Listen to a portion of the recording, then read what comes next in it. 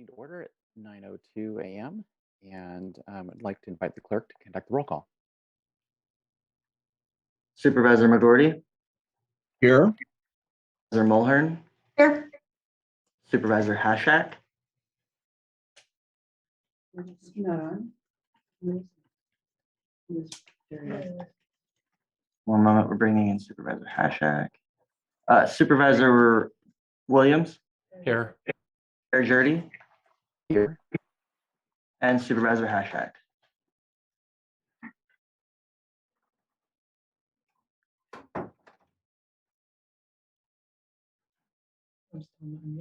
Supervisor Hashak, if you could unmute.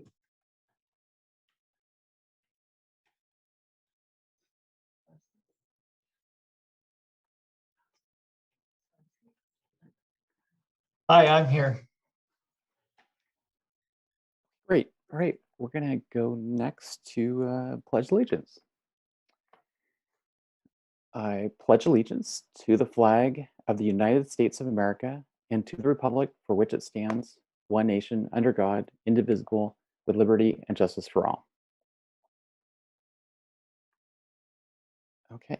We have a couple announcements on the agenda. Items 8A and 5B have been withdrawn at the request of the departments. Alice, do we have any other announcements regarding the agenda?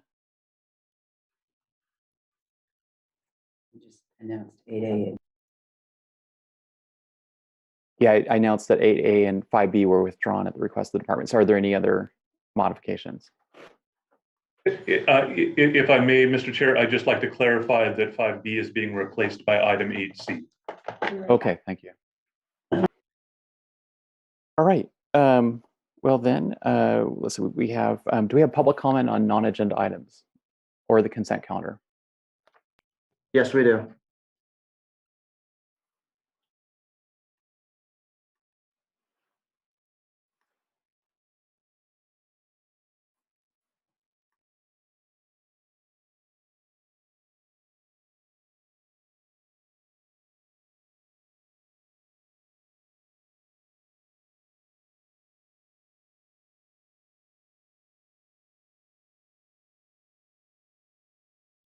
First on the line is Michael Katz.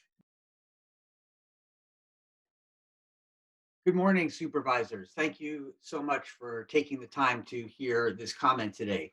As you are all aware, Mendocino County now faces a crisis in securing the future of its traditional hallmark cannabis industry and community, and the possible extinction of our small cannabis farmers and their unique contribution to what could be Mendocino's rightful and distinctive place in the still developing cannabis marketplace. Simply put, hundreds of our existing operators face losing all licensure through no fault of their own.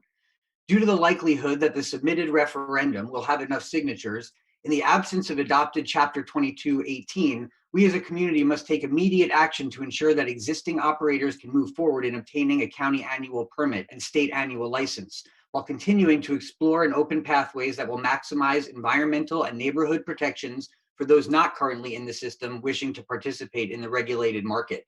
To this end, MCA recommends that the board consider the following simultaneous actions for addressing this crisis. These items would be the most pressing work for a new cannabis standing committee, for which we advocate in more detail in our memo submitted for agenda item 4F on the consent calendar today. In line with the other recently passed ordinances, we would suggest passing an urgency ordinance halting the implementation of phase 3 under Chapter 10A17 due to the drought emergency. We would then suggest preparing an urgency ordinance to pass after the portal closes, amending Chapter 10A17 to allow a land use discretionary component for existing operators who are unable to receive their county annual cultivation permit through the ministerial process of the ordinance. And an urgency ordinance would be CEQA exempt for if there are concerns about how that would be implemented. Then we would suggest to develop a new discretionary land use ordinance with full environmental review to determine appropriate conditions for canopy and zoning expansions. We encourage the board and county council to implement these actions as soon as possible to avoid irreparable damage to our local licensed cannabis operators and our community at large. Thank you for your consideration.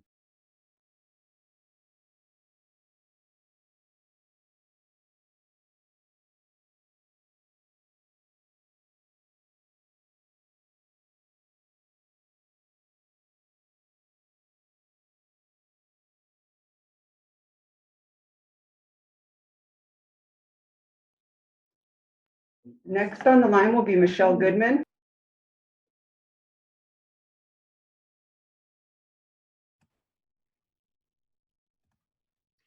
Hello, Chair Dirty and fellow supervisors. My name is Michelle Goodman, and I'm Waste Management's local representative. I'm here today to give some exciting news. Mendocino County Franchise Area 2 is now in compliance with AB 341. This means that all commercial customers within this franchise area have 4 yards or more of trash have a recycling program in place.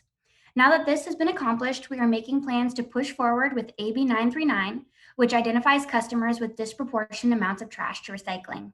Additionally, we are working towards AB 1826 compliance, which states that customers with 2 yards or more of trash must have an organics bin. We are sending out an informational bill insert regarding AB 1826 and the upcoming bills to inform our subscribed commercial customers of this legislation. If you have any questions, please reach out to me. And if you're interested in taking a tour of one of our facilities, we would love to have you.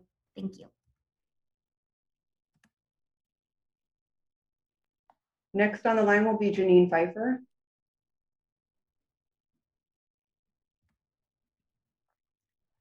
Supervisors, some of you may recall the Marine Life Protection Act initiative, a stakeholder-based process I helped lead Mendocino County through 10 years ago.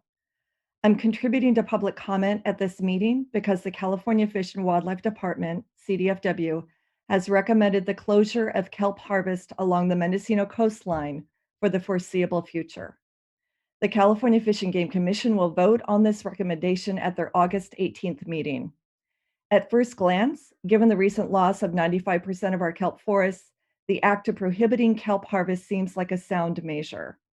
Yet there is no scientific basis for this measure, especially given this year's kelp resurgence. That is what concerns me and should concern all of us. Very few people know that only 2 individuals are currently licensed to commercially harvest bulk kelp along the Mendocino coastline. Fewer people realize that the handful of seaweed harvesters we have in Mendocino County represent one of our most valuable resources to help with kelp recovery and management. I'm asking the Board of Supervisors to carve out 10 minutes on the agenda of your next meeting to allow for a presentation on the proposed CDFW regulations, demonstrating the importance of county stakeholders and locally elected officials weighing in on these proposed regulations impacting our coastline. Thank you. Next on the line would be Jude Thillman.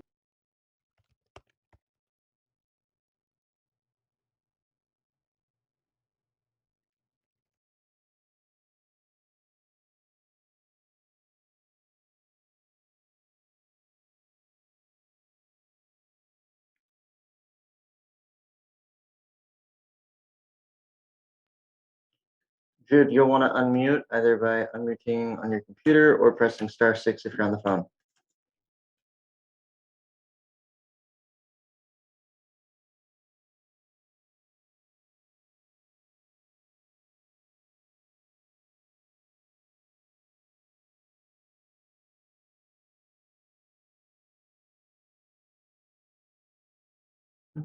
Next on the line will be Monique Ramirez.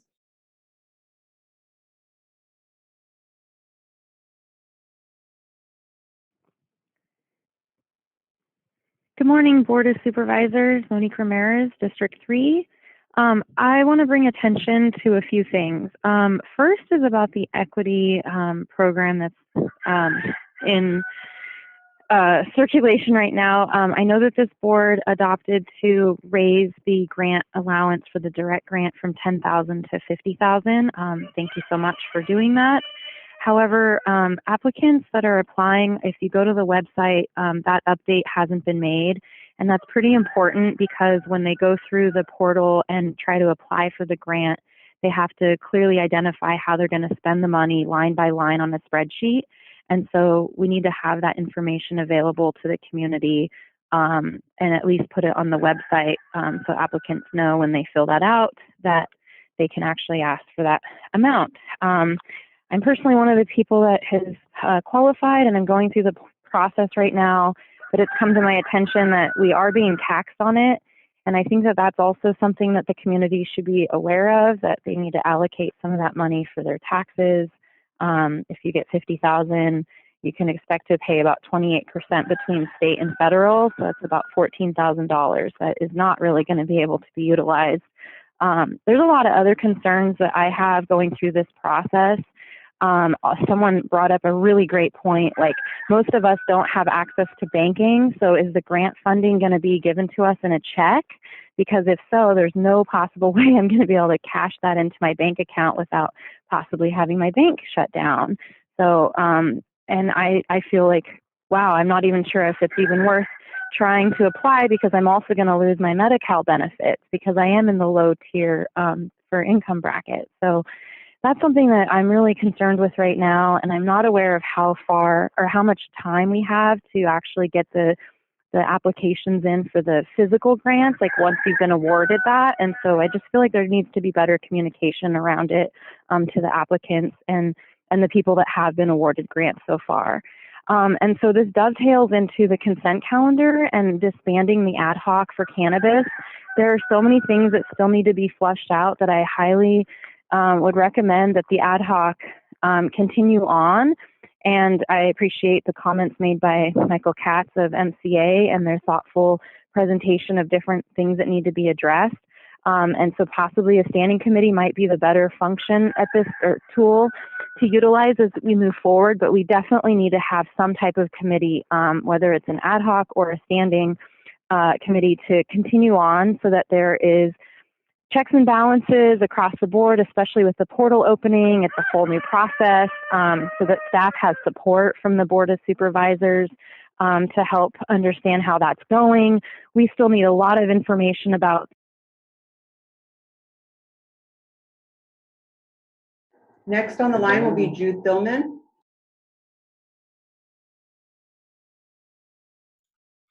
Yes, good morning, Chair Girdy and honorable supervisors. My name is Jude Tillman, and I'm speaking today on behalf of the Mendocino Cannabis Alliance. I'm going to build off of some of the examples that Monique Ramirez noted just now in terms of equity grant program and some problems that we see coming up. MCA specifically asked the county to consider creating a method either within the county or through the equity program administrators by which a designated administrator would receive the direct grant funds on behalf of those applicants who choose this administrative option. The county would disperse funds to or on behalf of applicants as needed rather than provide the lump sum to them directly. And we hope the same system could be used for the $7,000 grants for permit fees. This is because of the loss of possible benefits to low-income households upon receiving the grants.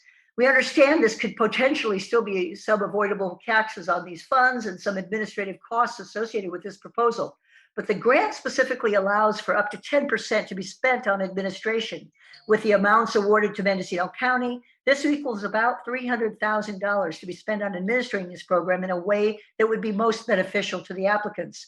We also suggest that the county amend the rules regarding expenses already incurred for permit fees, septic system, well permits, etc., so as to allow an applicant to be reimbursed for those expenses. It would be easy for people to provide documentation of expenses incurred and already paid versus projecting future expenses with permit fees that may include additional applicable hourly rates. We request an update as to when the county is going to notify qualified applicants who were already approved under the lower amounts if they are eligible for the increased direct grant of up to $50,000. Also, there are applicants who've been told they were approved but have yet to receive their approval letter. Please ensure that applicants are notified of their eligibility in a timely way so they can access the funds sooner rather than later. We also request an update on the status of the additional applicants who have entered the process since the new revisions were made to the program. There's limited time to ensure the full $2.7 million in funds are distributed to those who have been negatively impacted by the war on drugs. We know that there are many folks in the county who need this support, and we want to do everything we can to assist the county in providing it. Finally, a reminder, at its core, the equity grant program is not about income thresholds, but about repairing the harm done by the war on drugs. And thank you for your kind attention.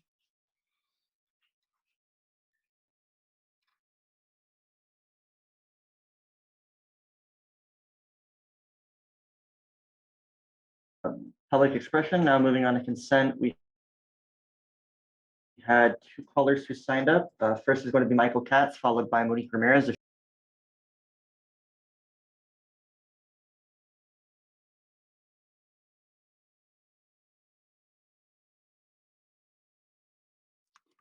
Good morning, supervisors. This is Michael Katz, Executive Director at Mendocino Cannabis Alliance.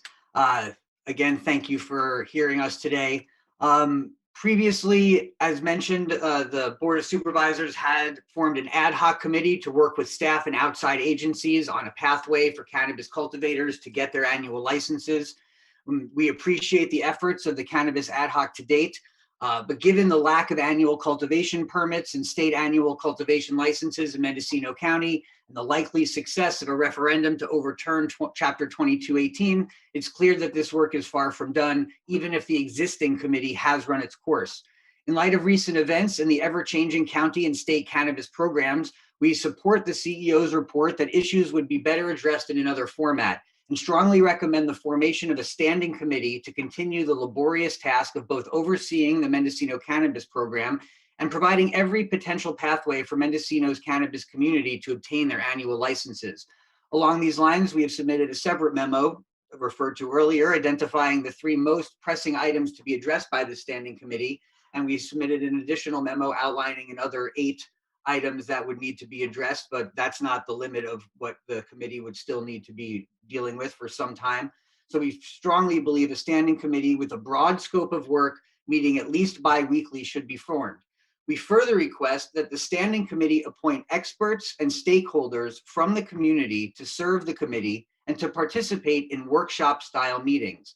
This will ensure that issues which require greater than 3-minute input have mechanism to be fully explored in the context of public accountability protections of the Brown Act. In service to the health of our community, our environment, and our local economy, we remain committed to working with the board to most effectively represent the diverse needs of the wide range of constituents within our county. As always, we are here to provide support in this entire process. Thank you so much for your consideration, and we certainly hope to engage more deeply before regulations are created so we can avoid some of the issues that come without considering expert input. Thank you so much for your time.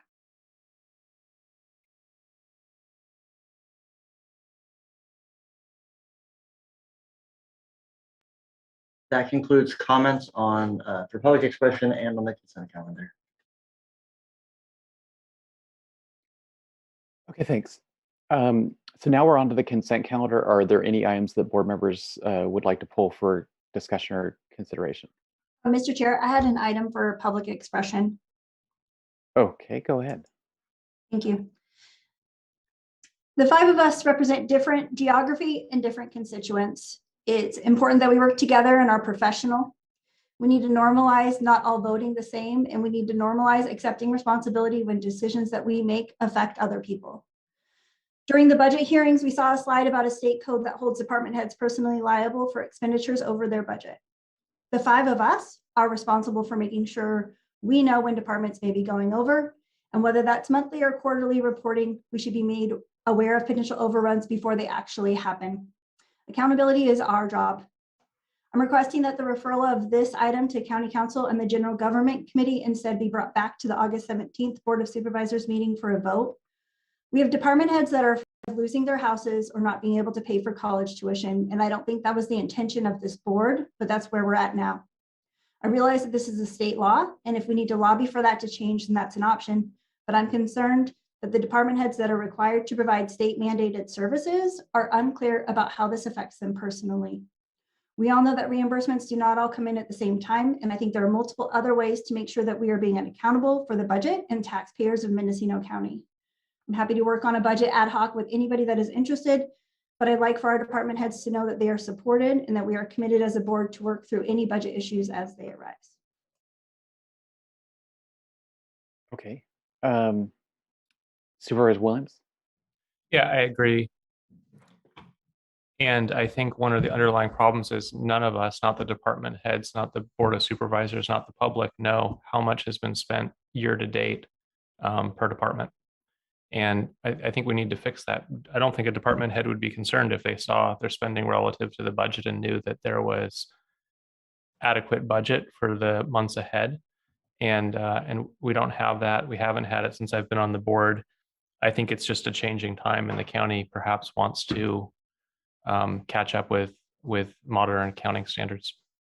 So I agree to bring it back on the 17th. Okay, just quickly on this, because we can't go into great detail because it's not on the agenda, but is there any objection to having this brought on the agenda for August 17th? Okay, not seeing any. So it'd be, but Atlas, if you could record direction of the board to bring the item as described by Supervisor Mulhern for the August 17th agenda. Supervisor Hashak. Yes, I'd like to pull items 4E, 4F, and 4G. Okay. Well, why don't we just go through those right now? Chair Jurdy, this is Atlas Pearson, Deputy Clerk of the Board. We Okay. need a clear restatement of that directive. Okay, Supervisor Mulhern. Sure.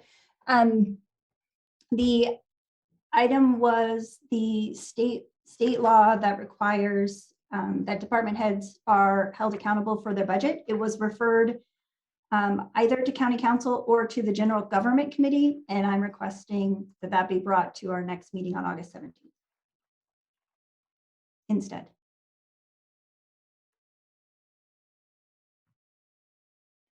Thank you. Welcome.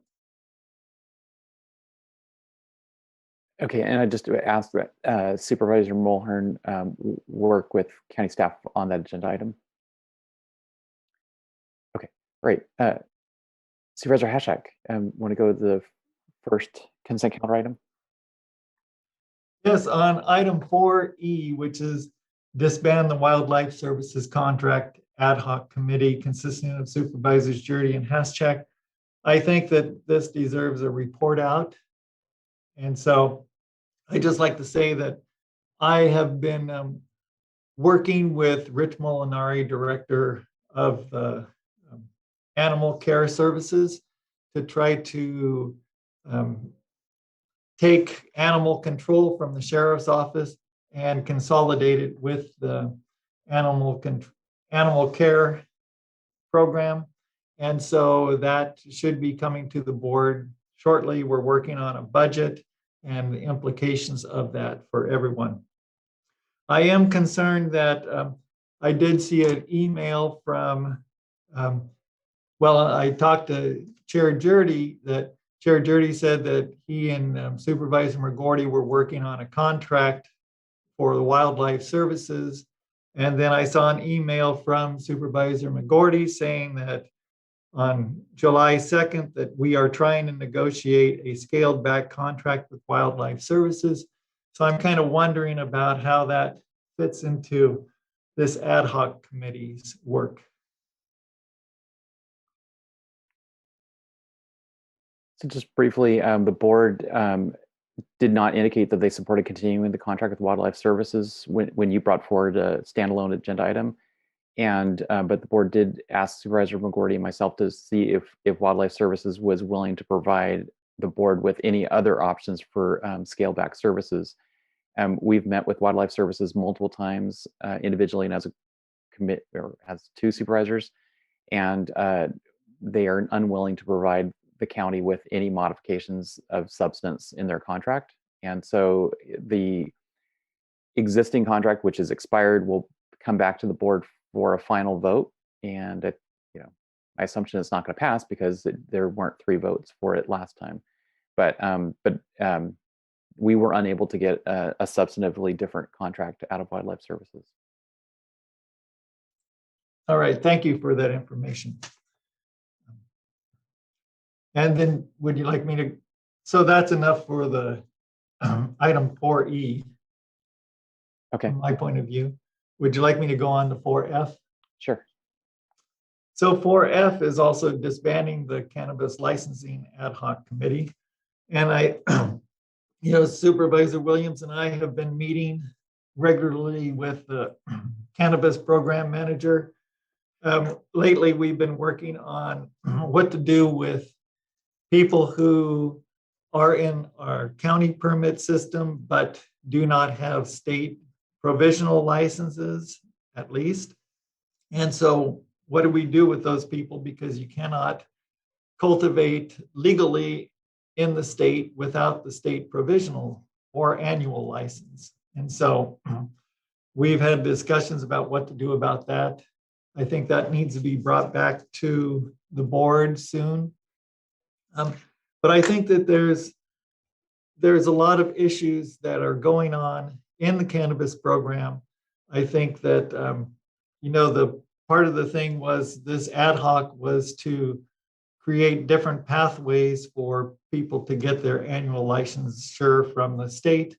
And maybe we run the course on that, but there are so many issues with cannabis in this county that I do think that we do need a standing committee to deal with these ongoing issues. I think that there's just a huge array of these issues. For example, at the last meeting, there was a board directive that to direct the cannabis program staff and the cannabis ad hoc committee to work together regarding the renewal and tax appeal fees to be brought back in December. And then MCA has noted a bunch of issues. I think with this referendum that there's going to be a lot of issues and direction needed from the board about how to proceed with 10A17 and also 2218. And I think that there's a need for an ad hoc committee to work specifically on negotiations with the proponents of the referendum, because I would like to see, instead of this going to a ballot, that we negotiate something with the proponents of that referendum, because we can assume that it's going to get enough signatures. And I think that in order to avoid the cost and the delay and everything with a ballot, that if we can negotiate something with them, we would be much better off. We would be serving the people of the county much in a more effective way. And so I would like to see both a standing committee to deal with ongoing cannabis issues and an ad hoc formed to kind of try to negotiate a settlement with the proponents of the referendum. Question to County Counsel.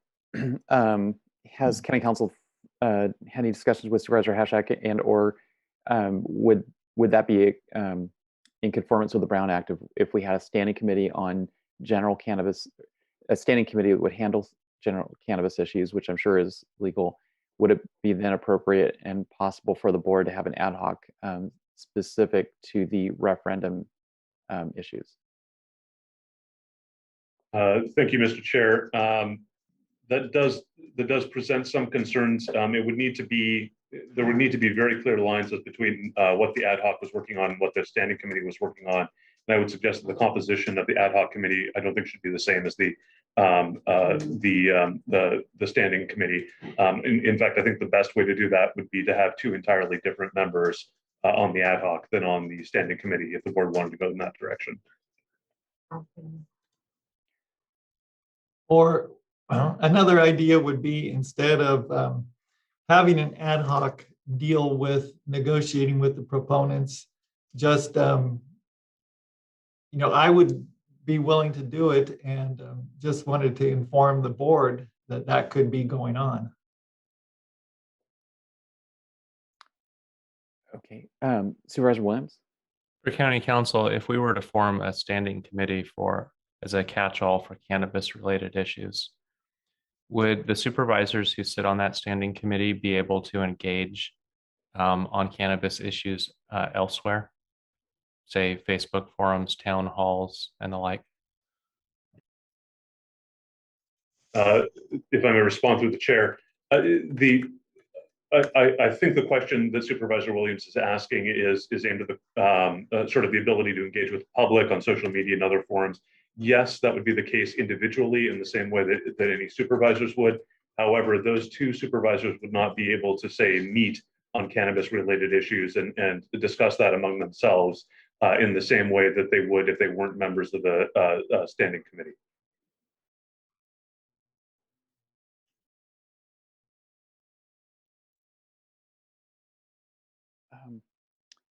Supervisor Hashak, well, go to Supervisor Mulhern first. That's okay. I was just going to add, before the referendum signatures were collected and when we were still working on 2218, I had been given an assignment by the board to work on a pathway for cottage cultivators and have a meeting scheduled for this week. And I'm not sure when or if I'll be able to bring something forward. So I just wanted to put that out there, that there is one project that I'm specifically working on. I think that it's in the best interest of the community for all 5 of us to really be looking at what the options are. And so I'm concerned that if there's only 1 or 2 supervisors or 2 supervisors working on 2 different things, it's just going to lead to a lot of confusion in the public. They'll hear one thing at one meeting and another thing in another meeting. And I think it's just much more open and transparent to have those conversations here in public forum. Okay, Supervisor Williams. Yeah, I think I agree with that. I think for now, it would be best to bring all cannabis issues back to the full board. But I'm not opposed to Supervisor Haschak on his own as one supervisor trying to find the solution he described. So I appreciate the awareness, but I won't be offended if a settlement idea comes back at a future meeting. Well, I appreciate that. Chair Dirty, just one of the deals with the standing committee is that you can see that we just had probably 10, 15 minutes of comments about cannabis at the beginning of this meeting. And people need a forum to express their points of view and to communicate. And I think that if we had a standing committee, we could deal with a lot of those issues in a public way. And there's an ongoing, never-ending list of issues with cannabis. And I don't think that the whole board needs to deal with them all the time. I think that a standing committee could deal with a lot of those issues and then bring them back to the board for action. Okay, thanks. Supervisor McGordy. I tend to agree with Supervisor Haschak on that. We spend an inordinate amount of time on cannabis, and it's really disappointing to see what's happened with all the work that we've done is at this point moot. So the idea of having a focused place to bring issues where it can be worked on, kind of refined and then brought to us, already developed, so that we have a pretty good consensus between the board and the industry, so that we're able to focus a little bit more directly on points is something that I support as well. I think it's just a better use of our time.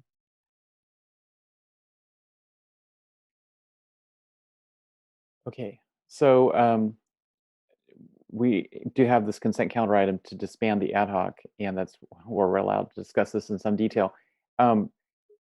Is it the preference of the board that we have a standing committee specific to cannabis, or that we assign that action to one of our existing standing committees? Should the cannabis be a standalone standing committee? Supervisor Haschak. Well, I think it needs to be a standalone, because there's so many issues to deal with that I don't see it going anywhere else. Okay. Does anyone disagree with that? Supervisor Mulhern? I actually thought about this a little over the weekend and who might be the best to work on it. It seems like, and maybe county council will disagree with me. It seems like if we're talking about cannabis, whether it's referendums or getting through the permitting process, it could possibly be 2 individuals. And I recommend that it be Supervisor Haschak and Supervisor McGordy. I think that they could provide balance and work on coming up with a plan to bring back to the full board. Supervisor McGordy? You know, I'm flattered, but I don't think I really understand the cannabis industry well enough to be in that position, quite honestly. Uh, I think that there's more expertise on this board than me, and in fact, Supervisor Mulhern, I think in many respects, much more knowledgeable than I am, and would be a better choice for that position.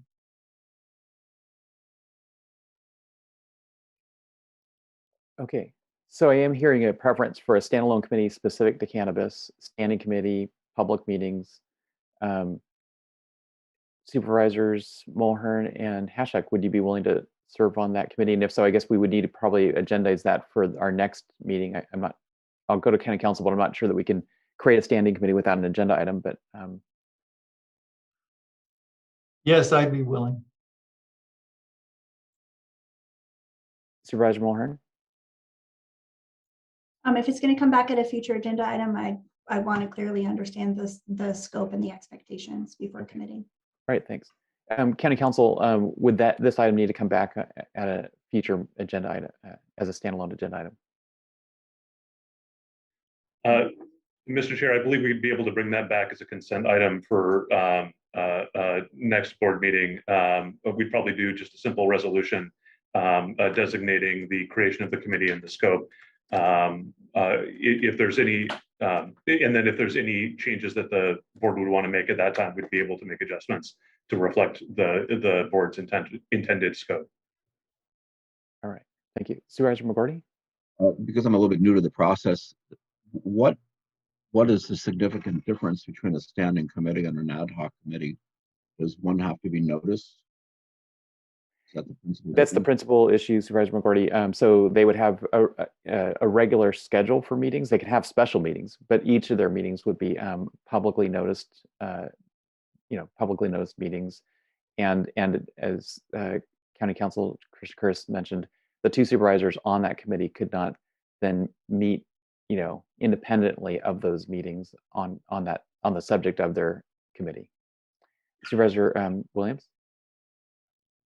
Yeah, I don't have any issue with the formation, but just as a data point, the previous ad hoc met regularly with state partners, say CDFW. At the time, it was CDFA that had a role in licensing. I don't know that it would be possible for the standing committee members to play that same conduit between state, because they would be meeting as the standing committee outside of a noticed public meeting.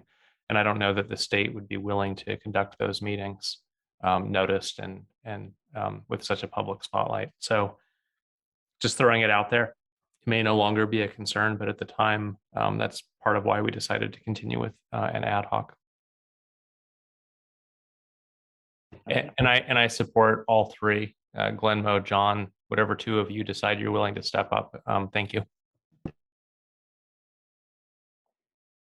Okay, thank you, and we'll have that brought back as an agenda item at our next meeting. Supervisor Hashak, I'm sorry, was there a third consent calendar item you wanted to discuss? Yes, it's item 4G. And it's approval to post the attached documentation regarding boards and commissions appointments on the county website. And when I was looking through that, it seemed like it wasn't ready for publication. And so there were some errors in it. There were references to people instead of positions. And it was very unclear. If I were the public, I wouldn't be able to understand a lot of what was going on. So I think if something like that is to be published, it needs to be worked so it's user-friendly in the public eye. Excuse me, Chair Jurdy. Okay, go ahead. Deputy Clerk of the Board, I'd like to explain that item was the result of a conversation that occurred in the General Government Committee meeting. Those are in fact internal documents that were requested to be made public knowledge. So those are documents that we use here in Clerk of the Board that the General Government Committee thought that it would be nice for the public to have. Those are as we presented them to the General Government Committee, as that is what they reviewed and that is what they requested to be made public. Thank you.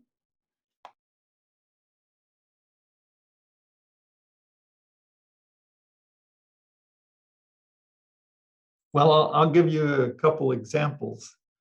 Is when it says like the Hopland Cemetery District, and then it says 5th District Supervisor vets, and then in parentheses, APPT period and re-APPT period. And So no, I don't That's think for the a- public's going to understand what that means. for And I think- appointments and reappointments. Pardon? That's for appointments and reappointments. We have over like 60 boards and commissions at this point. And like I said, that is an internal document. So Right. the shorthand is just for appointments and reappointments. Right. And I'm just saying that this isn't really ready for public consumption. So when we look at the Emergency Medical Care Committee, it says COB sends to Carmel for review. I don't think that's appropriate for Chair public Jordy? consumption. So. This is Deputy Clerk Lindsay Doherty, and I just wanted to speak to this a little bit. Atlas is correct in that we have over 60 boards and commissions that are all vetted in a separate way. And so these are our internal processes for tracking these appointments that we shared with the board really as a source of explanation. Perhaps we revisit the idea of making one or both of these documents available to the public at the discretion of the board. Okay, I want to go to Supervisor Williams, but then just a comment that maybe Supervisor Hashak can simply speak with the clerk of the board staff outside of the board meeting and get his questions addressed. Supervisor Williams? I think these documents are now public. So I don't know if it would make sense for us to vote no. I mean, they've already been published. Supervisor Mulhern? Yes, as a new board member, it was pretty confusing to me whose assignments were whose and how it was distributed. So I think that this document is important. And if Supervisor Hashak would like to work with the clerk of the board on drawing out the descriptions so that they don't have individuals and they don't have abbreviations, then I'm fine with that direction so that we can move forward. Supervisor McGordy? I agree with that. Just clarify it so there's a little bit more user friendly and take out the direct references to people. And I think it would be useful. Okay, Supervisor Hashak? Yeah, and in no way am I saying that this kind of information shouldn't go out to the public. You know, the public should know what the process is for appointments to different committees, the boards and commissions. And but I just think that this document probably should go back to the General Government Committee, and they work on it to make sure that the information is appropriate for what's going out. Okay, I think we have the report out from that committee. Supervisor Hashak, if you would like to give some additional input on the formatting, the board's saying welcome, go ahead, comment with county staff. So are there any other consent calendar items that board members would like to discuss? Supervisor McGordy, do you have your hand raised or is it, okay. Sorry, I don't. Okay, all right. So there are no other consent calendar items for discussion? Would someone like to make a motion on the consent calendar? I move approval. Second. Okay. Can we have a roll call? Supervisor McGordy, Yes. Supervisor Mulhern, Yes. Jurdy, Yes. Supervisor Williams, Yes. and Supervisor Hashak. Yes. Motion carries unanimously. Okay, thank you. So it's 9:46, and the next item on our agenda is going to be item 6A.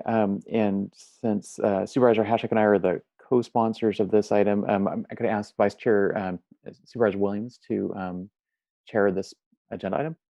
Yeah, I'd be happy to. Which of you would like to introduce the item? Yeah, I'd be happy to introduce the item. Yeah. So this is an agenda item relating to a kind of shorthanding it, calling the carbon-free Mendocino resolution. What it does is it takes a proposal that came to the board from the Grassroots Institute, which is local citizens of Mendocino County, proposing that the county create a $2 million county fund for reducing the county operations carbon footprint, going to carbon-free energy sources for county buildings and operations. And then we built on that proposal from the Grassroots Institute, Supervisor Hashek and I, looking back at some of the previous board actions and discussions on ways that the board, this board and previous board supervisors were looking for ways to reduce the county's carbon footprint of operations, and kind of pulling it all together into one action item, one resolution, declaring the intent, kind of big picture, that the county really wants to go to a carbon-free footprint. That's our goal. It would be setting a direction for all county staff to work in that direction. And then looking to our partners. One of the biggest things that the board did a few years ago was joining Sonoma Clean Power. And at the time, their energy source provided to their customers was 78% carbon-free energy sources. Today it is 91% carbon-free. Just the moment we switched over to Sonoma Clean Power, we reduced the carbon footprint of the energy sources produced, or electrical source in Mendocino County, by half from PG&E's sources. And again, now it's 91% carbon-free. And so we're looking to some opportunities that Sonoma Clean Power sees to close that last gap, that 9% that still has a carbon footprint, and help us with that discussion, kind of give us a little insight of what Sonoma Clean Power is looking at and doing. We've invited Jeff Cyphers, from the CEO of Sonoma Clean Power, to be part of this discussion. Then we've also invited in Peter McNamee from the from the Grassroots Institute, just to kind of go over some of the details of that proposal that came to the board a couple months ago.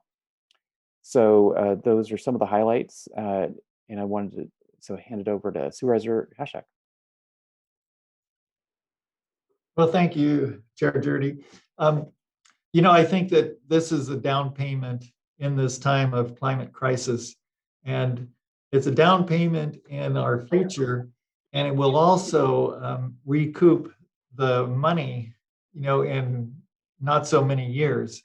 And so I think that it's a win-win, that we need to be doing this for the future of our Earth, and also it will be a long-term economic benefit to our county.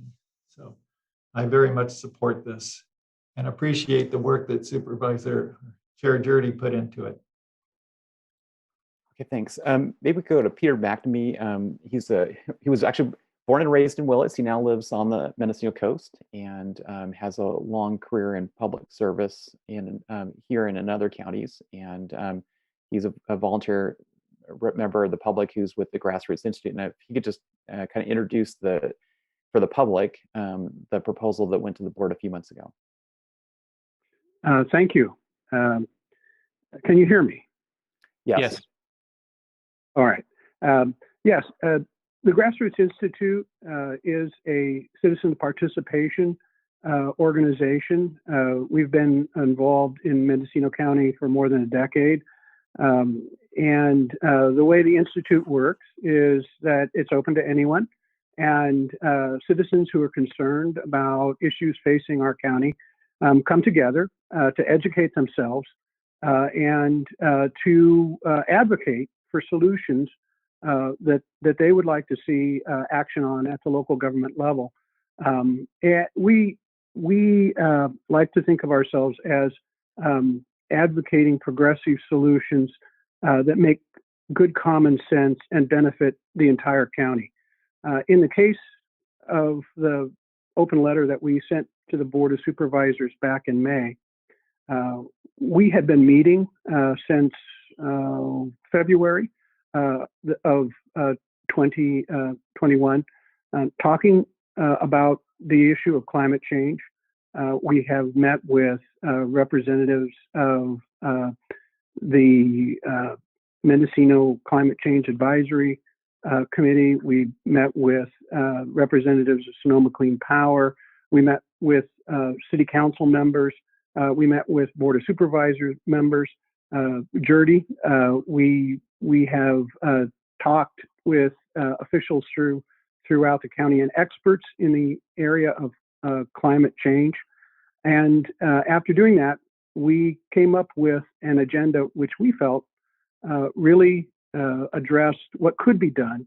And we were also cognizant that we are in a unique situation as a result of the pandemic. A silver lining to the pandemic, so to speak, is that the county is in receipt of considerable funds and places it in a unique position to be able to invest in ways to rebuild the economy in terms of the adverse impacts of COVID. And as they like to say in Washington, to build back better was what we thought would be the best agenda. So we put together a proposal which you have received earlier. It's based on a three-prong approach. It's very practical. It also gives you a great deal of discretion in terms of individual projects that you could fund. But we see three areas where there's a lot of opportunity to really have a significant impact and move the needle on climate action in Mendocino County. And I'll summarize them as this. First, putting solar electricity panels with backup battery systems or battery storage systems on public buildings just makes common sense these days. Climate change changes everything. And the health and well-being of our county depends on how well we adapt to those changes. Fortunately, we have some incredibly good tools, such as solar power for our public buildings, and it's an excellent step in the right direction. Solar systems have a solid track record, both in the private and public sectors, of providing clean, reliable power for mission-critical systems. And as recent wildfires and PSPS events demonstrate, it's no longer really safe or secure to rely on PG&E's electricity grid to deliver the power we need to keep the lights on in critical public agencies in times of crisis. That's a major reason why we need solar systems on county buildings, to give us the independence to keep operating when the grid shuts down. But there's a second and equally important reason why the county should go solar. We can cut county power costs by generating our own clean power. And as the price of fossil fuel powered energy generation is climbing every day, costs for solar panels and battery systems are decreasing. And so once the initial capitalization costs are repaid, and in many cases that'll be in 10 years or less, solar systems keep on saving taxpayers' dollars year after year after year. And finally, I just want to say about solar systems, to mitigate the impacts of greenhouse gases on our planet, we have to do our part. And that means the citizens who've been putting solar panels on their homes, the businesses that have been putting solar panels on their businesses, and now the county and other public agencies in the county need to step up and start putting solar panels on your facilities. A carbon-free Mendocino County government is simply the right thing to do for all of those reasons. We also would like to encourage the board to expand the number of electric vehicle chargers that are available throughout the county. And this is a critical step for the economic future of our county. And it really speaks to what the American Rescue Plan Act spoke to, which is they specifically targeted tourism and rebuilding tourism as one of the components that the federal government hoped this money would go towards. And in our case, the challenge going forward is going to be that every major automobile manufacturer on the planet is converting over to electric vehicles as the principal and dominant platform that they'll be selling to the public. This is in line with federal and state targets to reduce carbon emissions. Approximately 40% of Mendocino's carbon emissions come from vehicles. And in order to meet those targets, the federal government and state government are motivating auto manufacturers to make the switch. And so by 2030, we're going to see a very different world. We're going to see the majority of automobiles on our roads being electric vehicles. And the drivers of those vehicles, when they choose which destination to go to for their vacation, are going to first look to see whether or not there are adequate number of chargers in those areas to make sure that they don't spend their time waiting in line to get their vehicle charged, but that there are sufficient fast chargers to minimize the amount of time that it takes to get their vehicle charged so they can get to where they want to go. In our case, our wonderful beaches, our wonderful forests, and spend their time there. So it's critical that local government recognize that challenge. This board has recognized it in its work with MCOG, which did a study just in 2019 that identified a significant need for an increase in the number of electric vehicle chargers in the county. And there has been progress in that direction, but I would say that the vast bulk of that progress has been done in the private sector by personal consumers rather than in providing public chargers that are available, particularly fast chargers. And so there's a need to focus our attention on that if we're going to remain competitive with the other tourist destinations that the public's going to be choosing from. And remember, in the village of Mendocino, on a given weekend, the population triples in size because of the desirability to visit our county and spend time here. And that means our infrastructure has to accommodate our guests as well as ourselves. And lastly, what we envisioned was, and something that is well under the way, is that the Mendocino Transit Authority would convert its fleet of buses either over to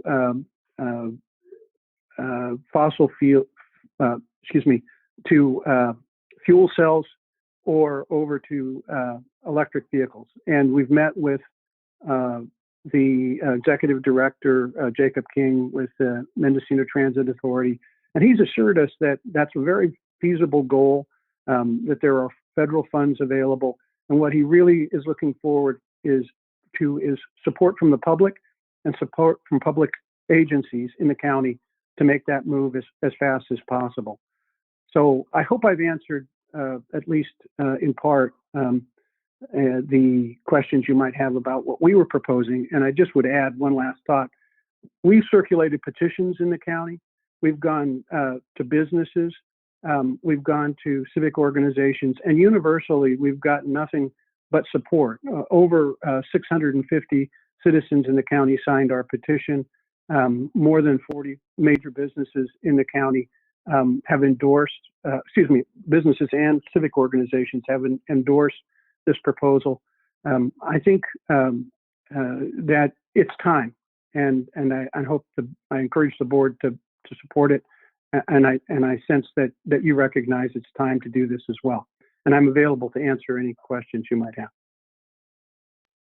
Is there any supervisor comment before we go to public expression?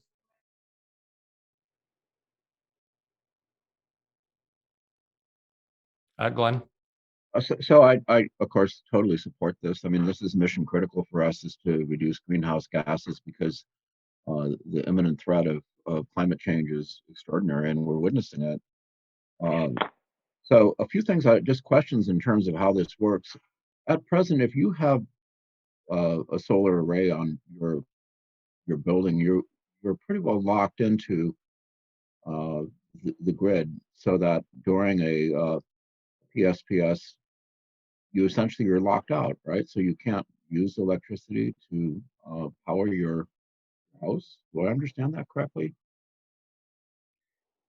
Supervisor McGorty, we have Jeff Cyphers, the CEO of Snow Clean Power. He's also an engineer. I think he'd be the perfect person to answer that question, and some others. Morning, supervisors. You're correct, Supervisor McGorty, except in the case of folks who buy what's called a transfer switch. So people these days, when they're building solar, might add a battery and a special kind of switch, and that would allow them to separate from the grid and safely operate their home or their business independently. that's an added expense, and so not everybody's affording that right now, but it is an option. So I'm thinking about our PG&E monies, and I know one of the things we're interested in doing is having an emergency power supply for libraries and such. And this seems like a much more sustainable approach than putting in diesel generators or something. So I hope that we can take a look at that. If the county is going to equip any buildings with solar, it should be available as an emergency backup system and not strictly just tied into the grid, so it's not available in an emergency.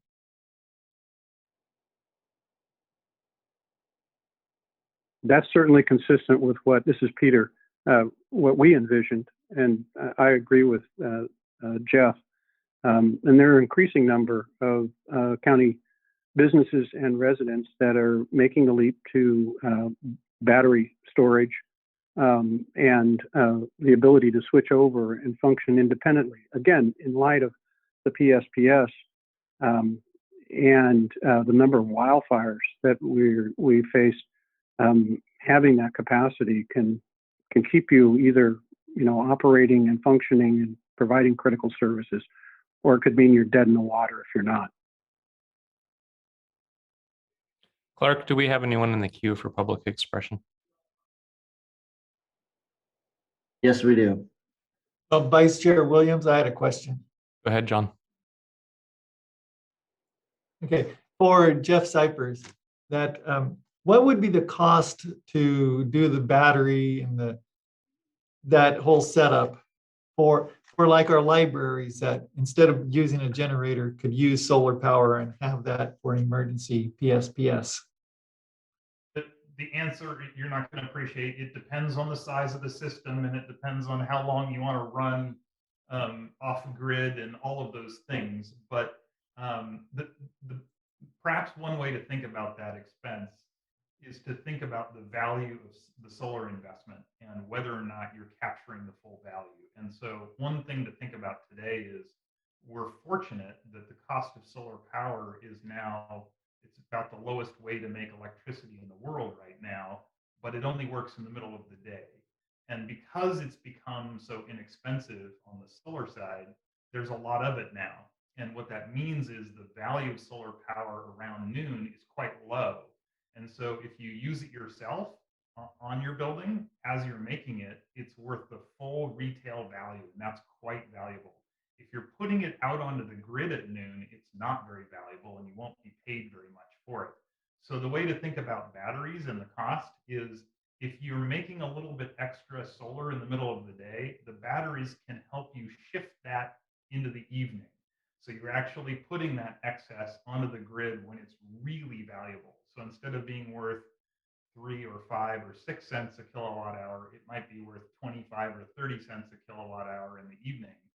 And so even though the expense of the battery can be high, a typical small library might be looking at anywhere between $30,000 and $50,000 or more for a battery system, that expense should also have a fairly high return on investment. So over, say, 5 to 10 years, you should be able to not just recoup the cost of that battery, but earn some net income. So I'm sorry that's not like a number, but the reality is every building is a bit different.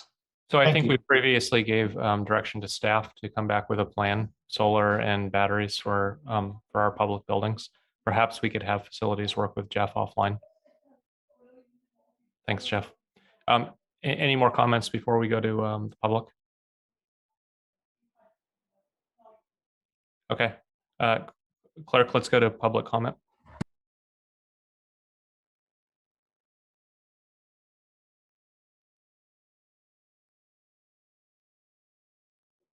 First on the line will be Eileen Mitro, followed by Marie Jones.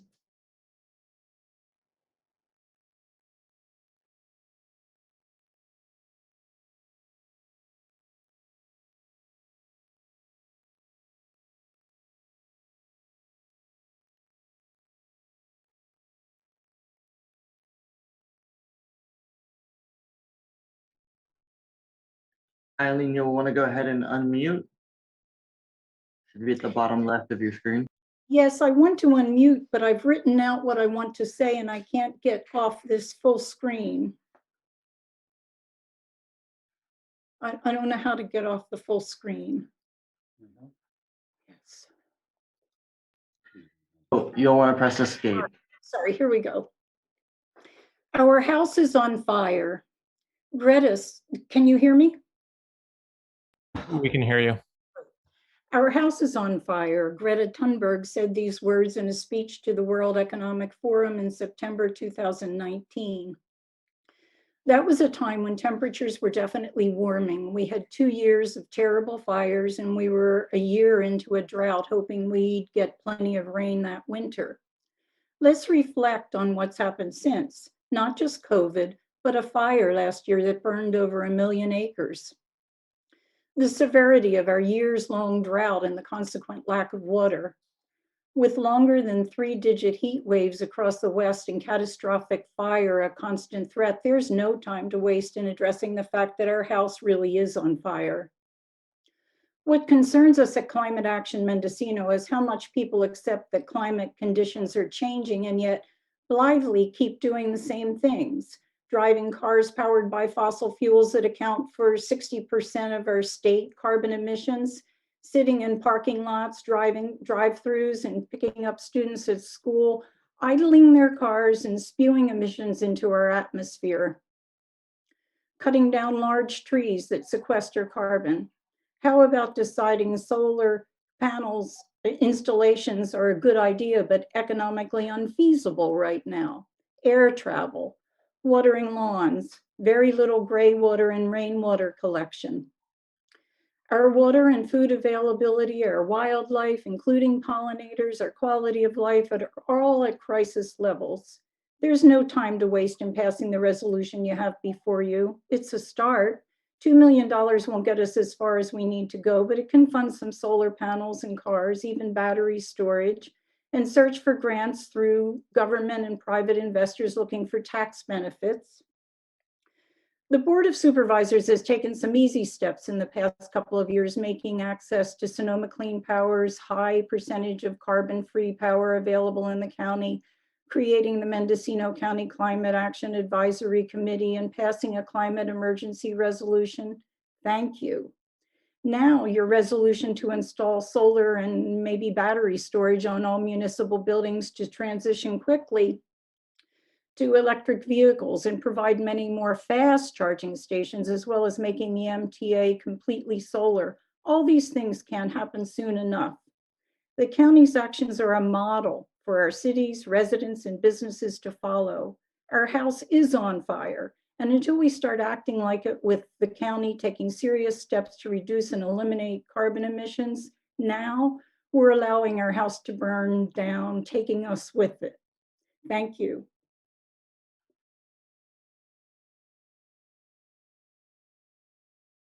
Next on the line will be Marie Jones, followed by Jerry Stavley.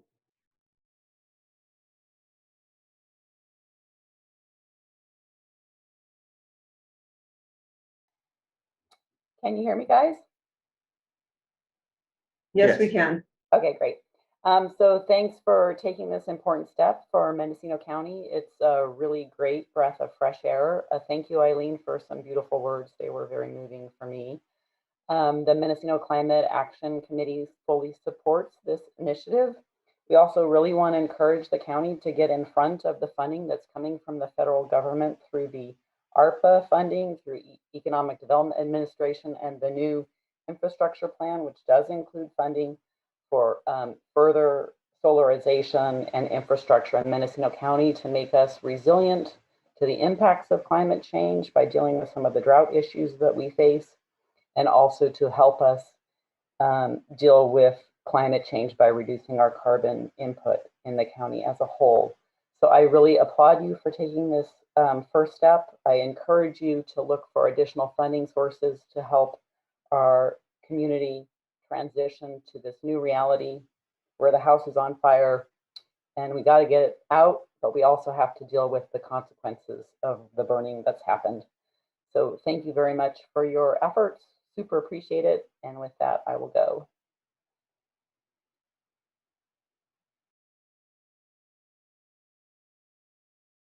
Next on the line will be Jerry Stabley.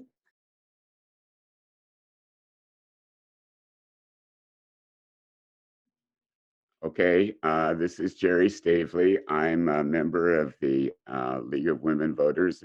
I'm a member of the board of the League of Women Voters of Mendocino County. And I just wanted to tell you that we enthusiastically support the resolution and the grassroots initiative. But I also want to encourage that there be coordination with other governmental agencies. When in my career as an educator, I worked at the Albion School, and I know that there is a large solar panel array there, which could be made much better use of if battery storage was added. And maybe there's a way to coordinate with school districts and other governmental agencies to just to reduce our carbon footprint all over the county. Thank you very much.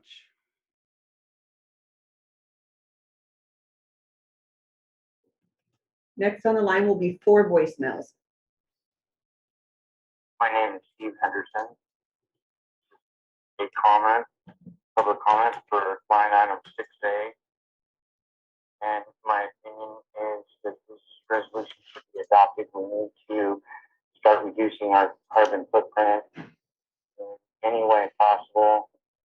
And even though it's just a start, at least it will show that we are working towards the future. I think one of the definite things that can start happening right away is that we require our building department to come up with commercial and possibly large residential spaces as they break new ground, that we require there be some kind of electrical infrastructure put in the ground for the future of charging our vehicles and our bicycles, our way to get around large apartment buildings, possibly gas stations. Really easy to be able to change in the future if we start utilizing what we know we're going to need now, which obviously is the infrastructure under the ground, instead of waiting for new buildings to be built and then go back and have to put the infrastructure in place. Thanks for taking my comment.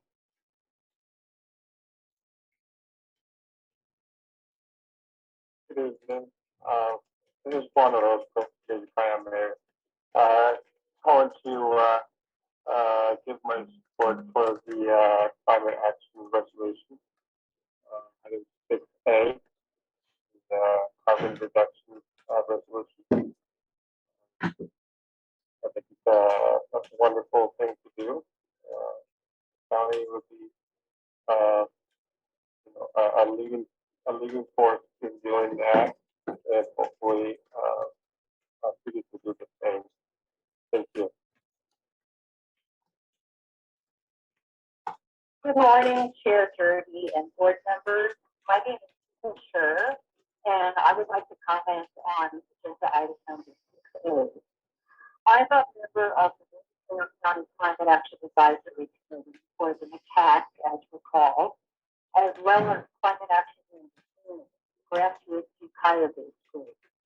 I've spent a considerable amount of time in recent years on climate advocacy and education projects. I'm very grateful to the Grassroots Institute for taking the initiative of bringing this resolution before you.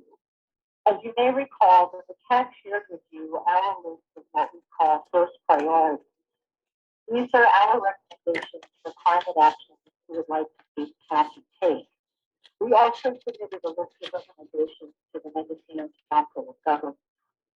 These lists include virtually all of the elements in the resolution before you today, specifically more electric vehicle fast charging stations and electrification of county fleet of vehicles, as well as MTA buses, more options for supplying current residents with carbon-free power, such as photovoltaic solar and battery backup, and installation of more solar options in our county buildings.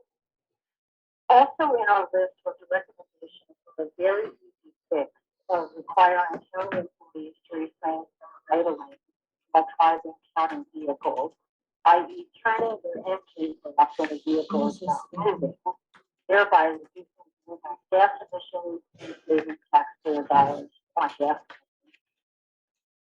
But some other TAC members and I talked to county officials a few months ago about moving forward with the project's contained emission solution. We were told that the county didn't have the necessary funding. But now, with this infusion of federal money, we have no excuse to continue to be mired in a poverty mindset. In fact, the American Rescue Plan provides for precisely these kinds of projects in support of state and local government. It is intended to help cover budget shortfalls for protection of climate-friendly energy-efficient programs. There can be no question that the planet is in a dire climate crisis. And with the drought, record-setting high temperatures, and ongoing threats of massive fire scares, our county is facing increasing climate-related disasters.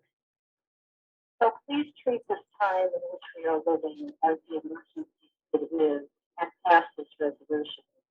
We have no more time to waste. Thank you very much.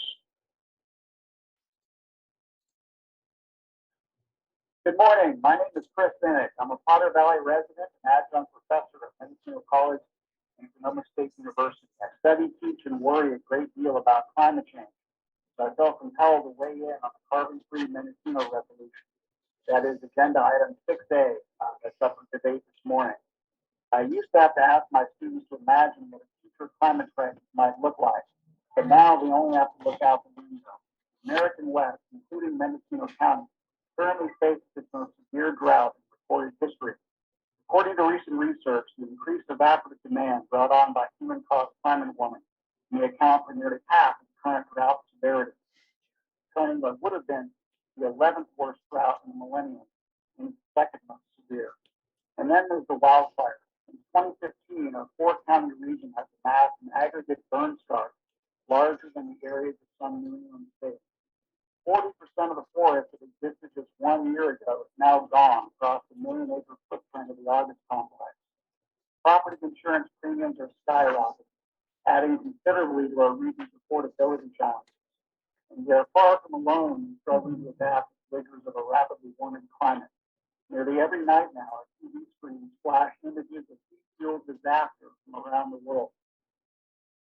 Science tells us that global CO2 emissions must be cut nearly in half by 2030 if we are to have even a reasonable shot at keeping total warming below the 1.5 degree C red line. As citizens of one of the more climate vulnerable parts of the world, it is imperative that we lead the way on decarbonization. The Mendocino Board has established an encouraging precedent on this front by declaring a climate emergency, establishing the Climate Advisory Committee, and joining efforts in Sonoma Clean Power. But to translate those initial steps, sequential and concrete emission cuts will require continued investment in green infrastructure. That's why the carbon-free Mendocino resolution represents a logical next step on the road to local decarbonization. It's not often federal government has the commitment to virtually no strings attached dollars. So why not use some of it to create jobs while decarbonizing county buildings and operations? The resolution also includes other beneficial goals, such as streamlining solar and energy storage permitting, shifting all county buildings to Sonoma Clean Power's 100% clean everything plan. I hope the board will take this opportunity to advance local decarbonization by passing the carbon-free Mendocino resolution. And that concludes public comment for this item. Excellent. Would a supervisor like to make a motion? Supervisor Williams, if I could just say one more thing. Last couple weeks, I've been speaking with county staff about the funding source that we had identified in the resolution, which was the federal ARPA funds. And perhaps Darcy Annell could come on, Assistant CEO, but we then sought clarification from Congressman Huffman's office, and the funding from the federal government in this particular funding source allows for spending money on water and wastewater infrastructure, for example, but it doesn't look like it specifically allows for carbon reduction projects, energy efficiency projects. We did note, discussing with staff, that the PG&E funds, which we're going to be discussing later this afternoon, does allow for spending money on carbon reduction funds. And I would note that in that discussion we're going to have this afternoon, that a majority of the board proposed spending about $750,000 on water projects with the PG&E funds, which could be swapped out, for example, with the ARPA funds. And that so we could adopt the resolution as it is, but we might end up amending the funding source at a later time based on our discussion on the PG&E funds. So I just want to put that out there for make sure everybody on the board is aware of that. Understood. I appreciate that note, and I appreciate the sponsors, Peter, Grassroots Institute, and everyone who cares about leaving the planet in habitable condition for the next generation. Would a supervisor like to make a motion? Yes, I would. I'd like to make a motion that we adopt this resolution as presented. Second. With, and perhaps note that we may have to make adjustments in the funding source. Okay, there's a first and a second. Any further discussion? Hearing none, clerk, would you? Vice Chair Williams. Go ahead, John. Yeah. I guess, can you see my hand? Now I can. You were off screen. Go ahead. Okay. So I think also there's an opportunity with the library generators, that there was $500,000 there in the PG&E funds. And I think that we can also use that, and instead of doing the generators, do the solar power with the batteries. It sounds like we might be making adjustments on the exact funding sources, perhaps later today. Right. Clerk, would you conduct a roll call vote? Supervisor Mulhern, Yes. Supervisor Hashak, Yes. Chair Jurdy, Yes. Supervisor McGorty, Yes. Supervisor Williams. Yes, and I'll hand the gavel back to Supervisor Jurdy. Hey, thank you. And I think this is going to lead to some really positive things. I'd like to call on Jeff Cybers, Sonoma Clean Power, one final comment. Sorry, I was just waving goodbye. Thanks so much. Okay, we appreciate your work. Okay, so it's just about 10:25. Let's take a morning break and come back at 10:35.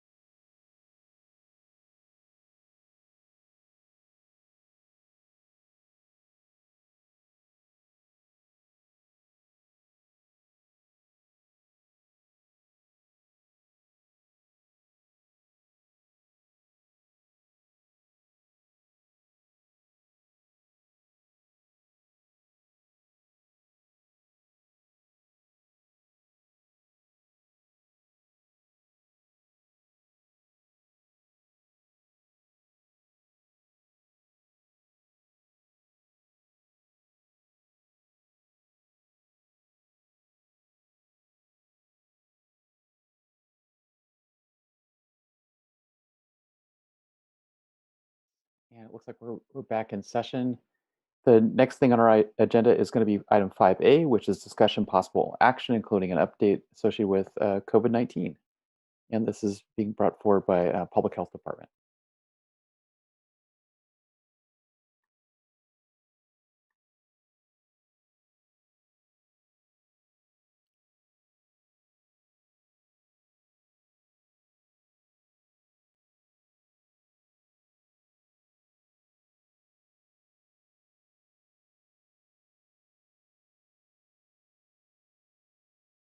Looks like Dr. Corrin is here.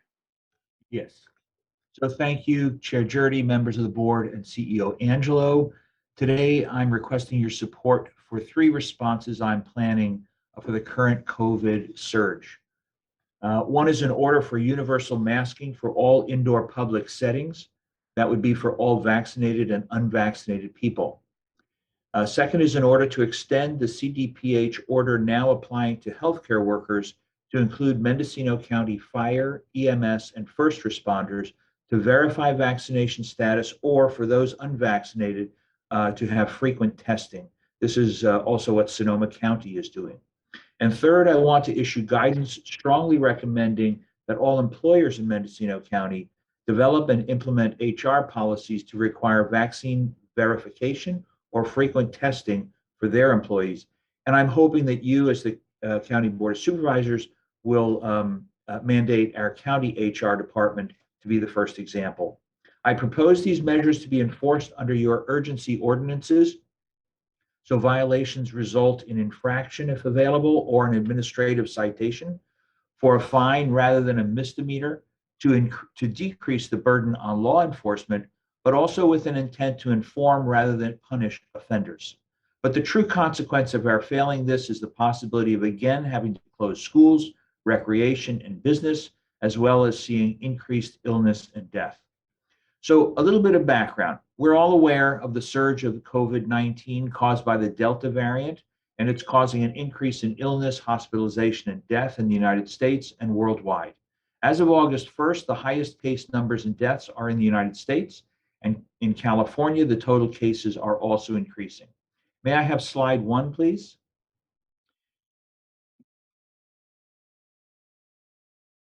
We'll see if that will come up. Who is control? We need to. And Is there somebody who's supposed to be controlling your slides for you? yes, either Ann or Kirk.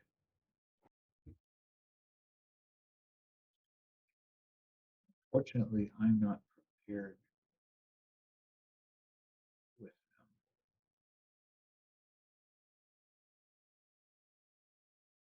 Yeah, let me see if I can just bring it up. Oh, here's Ann. Can you put up slide 1, Ann? Appreciate that.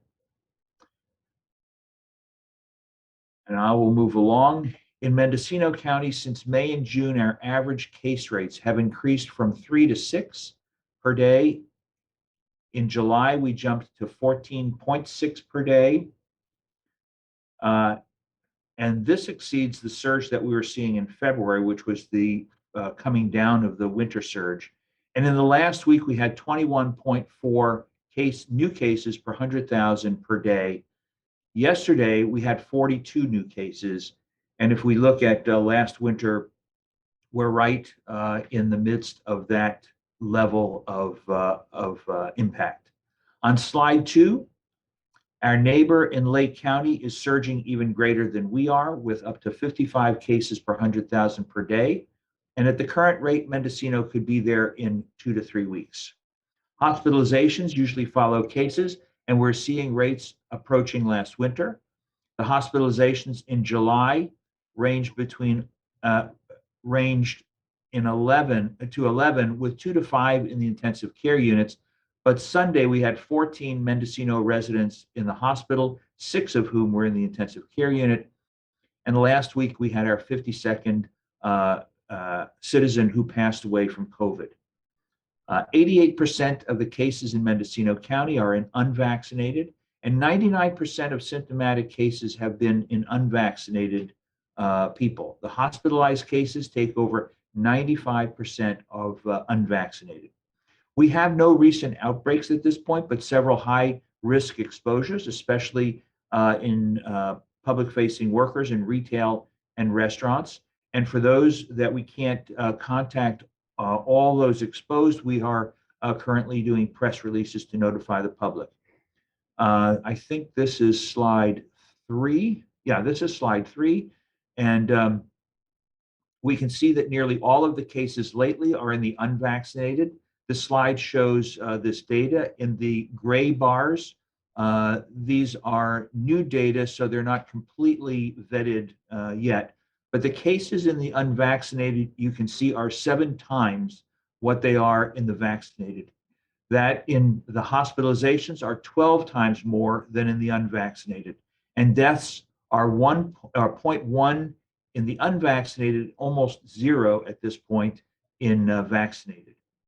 The Delta variant is now confirmed by whole genome sequencing in Mendocino County, and it is different and more contagious due to several issues. The incubation period, the time to transmission, is 2/3 of what prior variants have been. In fact, this virus passes as quickly as the chickenpox does, which is very, very transmissible. The spike protein has been found to be stickier, allowing easier cellular invasion. Nasal viral counts are 1,000 times greater with this virus than with other variants of COVID.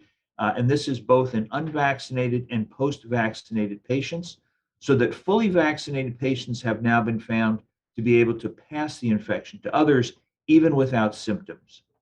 This is new. Also new is evidence that it is more virulent, with an increase in hospitalizations, intensive care unit admissions, and death.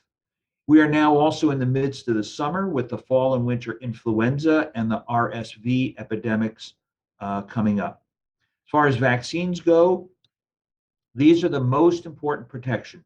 They are safe and extremely effective and in preventing the severe disease, hospitalization, and death. Nevertheless, elderly and other people with other immune system issues continue to be susceptible after a full vaccination, and so they should be wearing masks in addition to being vaccinated. This slide, number 5, shows that vaccinations are proceeding slowly, but at an increasing rate and keeping up with the state average, which is in gray. We're the blue line, and this is showing the first doses on a rolling 7-day average. As of July 31st, we had distributed 93,690 total doses. We have 61.6% of our population fully vaccinated, and we're changing the denominator here from eligible to the full population. We also have 70.9% who've had at least 1 dose. From an equity perspective, we exceed the state among Hispanic population and also in the 50 to 64-year-old group. So what responses have there been to Delta in the past few weeks? Slide 6, please. On July 23rd, I strongly recommended with a press release that everyone wear masks indoors or in outdoors in crowds. On July 26th, the CDPH mandated all employees in acute and long-term facilities and clinics and congregate care center settings must wear medical-grade masks. And in acute and long-term care facilities, employees must verify vaccination status, and all unvaccinated employees must test once or twice weekly. On July 28th, Governor Newsom extended the vaccine verification or testing requirement to all state workers. And on July 29th, President Biden directed all federal workers must wear masks indoors and noted that the VA is already requiring vaccination, and the Department of Defense will soon have a similar mandate. In the past 10 days, several local health jurisdictions have mandated universal masking, and many businesses and professional organizations and labor units throughout the country are already implementing universal indoor masking and some vaccine verification or testing. The U.S. Department of Justice recently said employers can require vaccines, even those under emergency use authorization. An example is as far back as 1777, George Washington required smallpox vaccinations for soldiers. In the absence of mandates, we would not have conquered chickenpox, measles, diphtheria, and polio for our children. But orders and mandates are tricky since committed resistors can dig in their heels. But it should be clear that if we have too many cases, schools and businesses would have to close and go back to lockdown. We are over COVID, but it is not over us. So let's go to slide 6.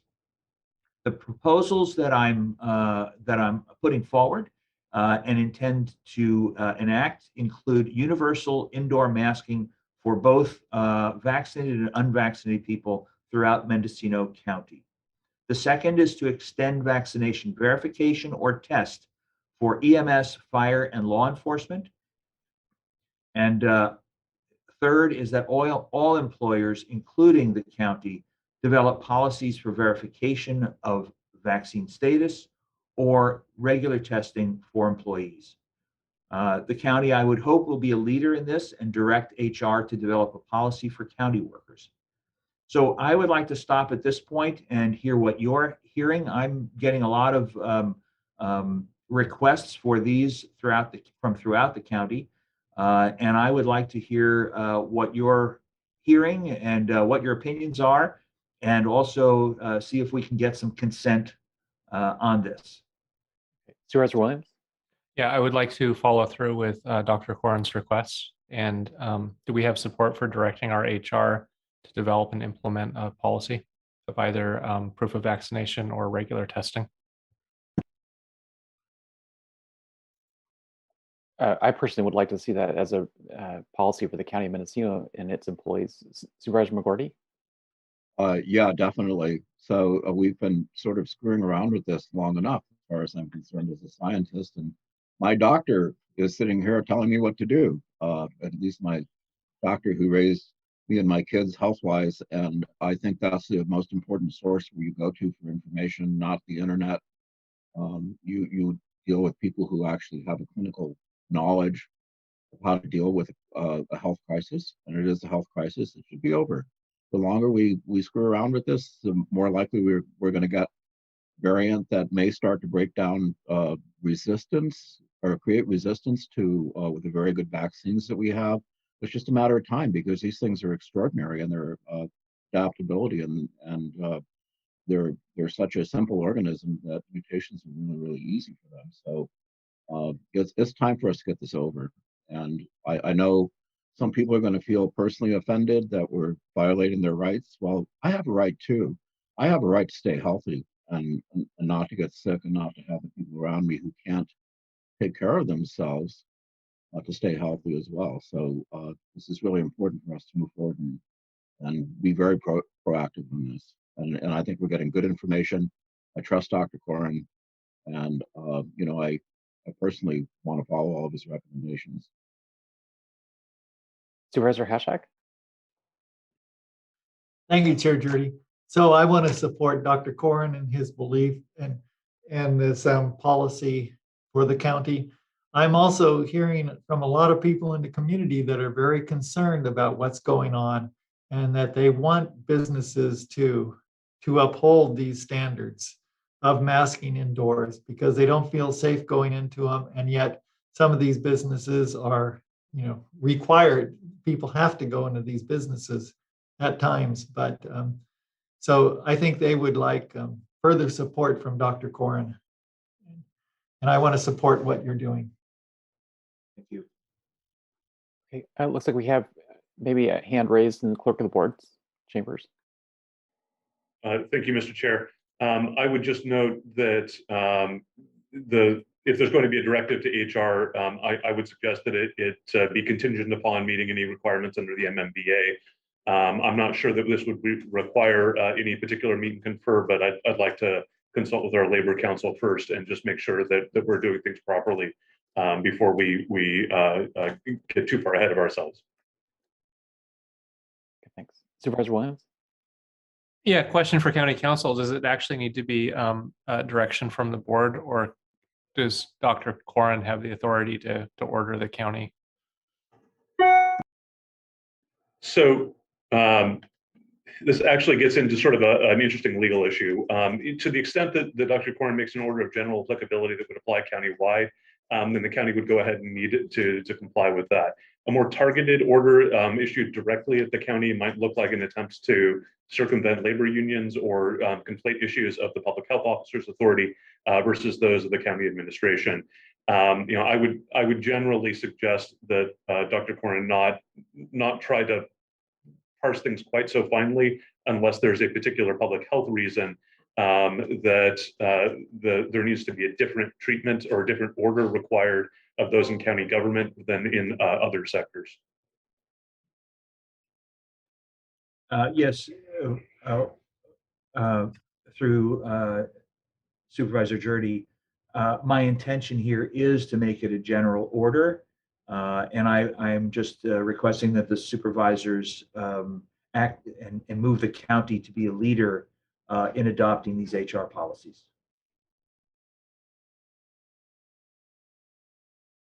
Okay, so I've seen consensus. Supervisor Mulhern. Dr. Corrin, a lot of people have asked, in considering these policies, what is the availability for rapid testing? If we have an expectation that people are going to get tested twice per week, but they don't get the results for 3 to 5 days, that's a concern for capturing any kind of outbreaks. Do you know when we can expect to have rapid testing? Yes, we can do that through the California Testing Task Force. All of our school systems already have Binax now, and any organization that wants to apply through the Testing Task Force, there's a pretty well-greased system at this point, and the testing availability, the tests themselves are well available, and the state Department of Public Health is aware of this and has the stock. Supervisor McGordy. And would Mendocino County be able to implement that for our workforce? Yes, I see no reason why they wouldn't. Supervisor Mulhern. I'm a little caught off guard by the request of Dr. Corrin, and I think that there wasn't a lot of opportunity for public comment for people to weigh in on this particular subject in advance of having this conversation.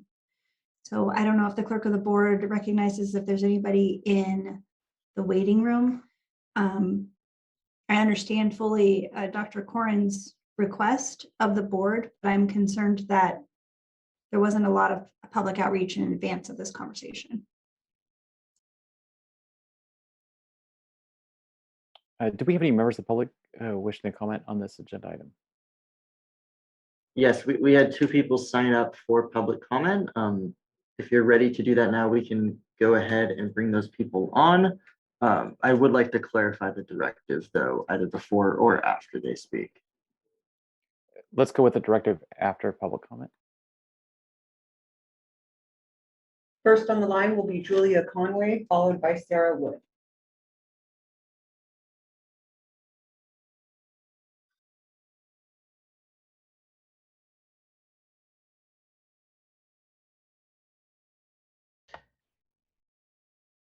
Okay, am I unmuted now? Yes, you are. Okay, I have 2 items to read quickly for you. My name is Julia Kendrick Conway. I am a founding member of the Mendocino County Wedding and Events Task Group and the owner of Asajari Mendocino, Inc. I would like to speak today to voice my support for the proposed resumption of a mask mandate for both vaccinated and unvaccinated individuals, especially indoors and in large gatherings. While recommendations about masking can help, we need the full support of the board and the public health department in order to get people to comply. Vaccine breakthrough cases are spreading and vaccination rates are stagnant. If we want to continue to keep our economy open in the coming months, we need this mandate now. We stand in unity with the tourism and lodging community in this request. It is critical for both the safety of our guests and the safety of our employees and the greater community. Our local economy cannot sustain another shutdown, so please take preemptive action now. The second letter is from the Mendocino County Lodging Association's task group. Dear supervisors, on behalf of the lodging community, we share Dr. Corrin's concerns about the increase in positive COVID cases in Mendocino County. Not only are we concerned for our guests, but also for our employees, our families, and our community. We would strongly embrace a new indoor mask mandate as proposed to our lodging group by Dr. Corin and his experienced and educated team at Mendocino County Public Health. Since the onset of the global pandemic in early 2020, our lodging group recognized the need to meet this challenge and come up with solutions and a path forward to help our community while still being able to operate our respective businesses. We communicated to visitors before they arrived about what to expect and what our community expectations are of them. We spoke of the importance of wearing masks, social distancing, and proper cleaning protocols with our respective staff members. As we once more find our county in the unfortunate position of growing cases of the virus, we as individual business owners would support a recommendation to take further steps of encouraging our employees to either be vaccinated or get weekly surveillance tests. It is our hope that this additional measure, in tandem with a new mask mandate, can help turn the tide of the devastating COVID-19 pandemic. The Mendocino County lodging community is committed to doing our part in keeping businesses operating, employees working, and helping to ensure everyone's health and welfare. Sincerely, Mendocino County lodging operators. And thank you all for your time and your attention to this.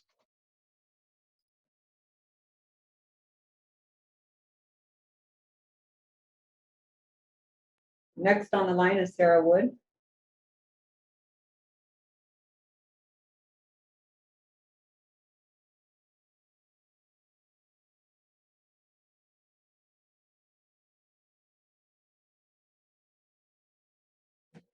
Sarah, you're gonna want to press *6 to unmute yourself. Oh. You're on. Oh, I was speaking. Thank you. Can you hear me now? Yeah, we can. Okay. This is Sarah Woods. I am the mother of a 17-year-old who was just hired as a cashier at one of our local grocery stores in Anchor Bay, Wallala. And I'm asking also if PPE can be secured and distributed for essential workers such as cashiers and other people who work in essential businesses in Mendocino County. And I would like to see masks and shields because this virus is very contagious, and it seems that protecting our essential workers should be a priority. So I would like to see that PPE secured and distributed to all essential workers. And in addition to that, I would like to see the board look at other ways to protect our unvaccinated children, and specifically looking into ways that they can be provided with outdoor opportunities for fitness and wellness. I'd like to see, as this pandemic is in this phase, which seems to be a surge phase, that we really look at what more can be done. And I'd like to hear from Dr. Corin about what more can be done for our unvaccinated children and teens, children who are ineligible for the vaccine and teens who haven't been able to access it. Thank you.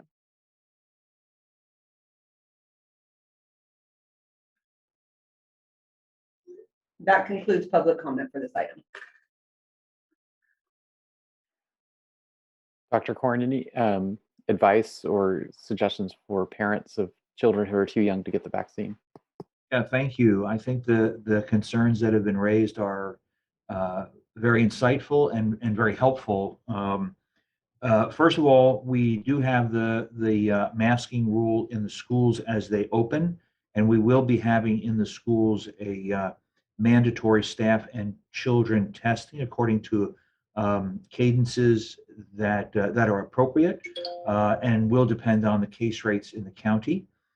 We do believe that outdoor activities is going to be much more safe. And in addition, the vaccines at this point, Pfizer, it is looking like may have the emergency use authorization for the 5 to 12-year-old children within the next month, possibly 2 months. So that will be a very big breakthrough for that group. The younger people will have to wait again. It'll probably be in the winter sometime when those will be available and approved. I think being outside and maintaining masks is the most appropriate protection for the children. We do know that they have had less of the illness in the past from the other variants. The Delta variant is showing to be a little bit more symptomatic in children. I don't have the statistics statewide or for larger samples, but we're certainly seeing it in our CI/CT efforts. So it is a very big concern. And we'll be meeting tomorrow actually with the hospitals and discussing preparedness for any childhood cases that may need the hospitalization. Other than that, let me reinforce that we should definitely be looking forward to 100% of our children being in schools this fall. I believe that it's safe, and I think it's safer than keeping them home and outside of school. If they have medical reasons or other pedagogic reasons, for example, language development for not being able to wear masks, then face shields with bibs will be available for those people. And I just want to keep promoting schools need to be open and the community be letting their children go there. And I think that we're going to have a good season, but we do have to look up ahead and protect the whole community from this variant so it doesn't spread to the kids or through the kids. Oh, and let me just respond to I don't remember who I think it was the same Sarah Wood who brought up PPE, and yes, employers do have to provide PPE, and we'll look into that. I believe that it is very, very available commercially for private enterprises. Okay, thank you. Supervisor Mulhern. Thank you. I just wanted to make sure that Dr. Corn and the community know that the Chambers of Commerce have masks and hand sanitizer still available, and I believe that they also recently received another shipment of masks. So that is available to the businesses. They could just reach out to their local chamber to get connected with those supplies. Great. Supervisor McGordy? So Dr. Corn, what is the availability of vaccine and clinics actually at schools where students who qualify for them? Are we doing a concerted effort to get school-age kids vaccinated? So at this point, the children from 12 and over are eligible, and we have several clinics in the schools that are scheduled, and also the FHQ rural clinics are also doing their part to make vaccines available. They're available also through pharmacies, and of course the county has their own vaccine team that provides vaccines to anyone at any time at the fairgrounds, and also we have the availability for pop-up clinics to go to other places in the county. The availability of the vaccines is actually very good. We recently were low on our Johnson & Johnson vaccines, and we're getting them through a service provided by CDPH for other counties who have excess vaccines. It's a marketplace that they've actually put up. So we're getting more of the Johnson & Johnson. The other two vaccines are readily available. Thank you. Supervisor Williams. Is it possible to share the percentage of vaccinated school-age eligible children, either by region or by zip code? I don't have that data easily available right now. So I'm sorry, I didn't mean now, just in general. Is that something that we could get out in the weeks ahead? I think that would be possible. Yeah, we'll look into that. Supervisor Hashak. Thank you, Chair Durfee. So, Dr. Corn, if a person lives in a remote part of the county and they want to find out where the nearest clinic is, where do they just call the call center? That would be the easiest. Another way to set up an appointment would be through My Turn, and they can either call that or get to it online. Okay, so those two. And do you have the number for the call center? Oh, I do. And let me just unless somebody beats me to it. So for us, it's what I have down is 707-472-2633. And the My Turn phone number is 833-422-4255. All right, thank you. Okay. Supervisor Mulhern.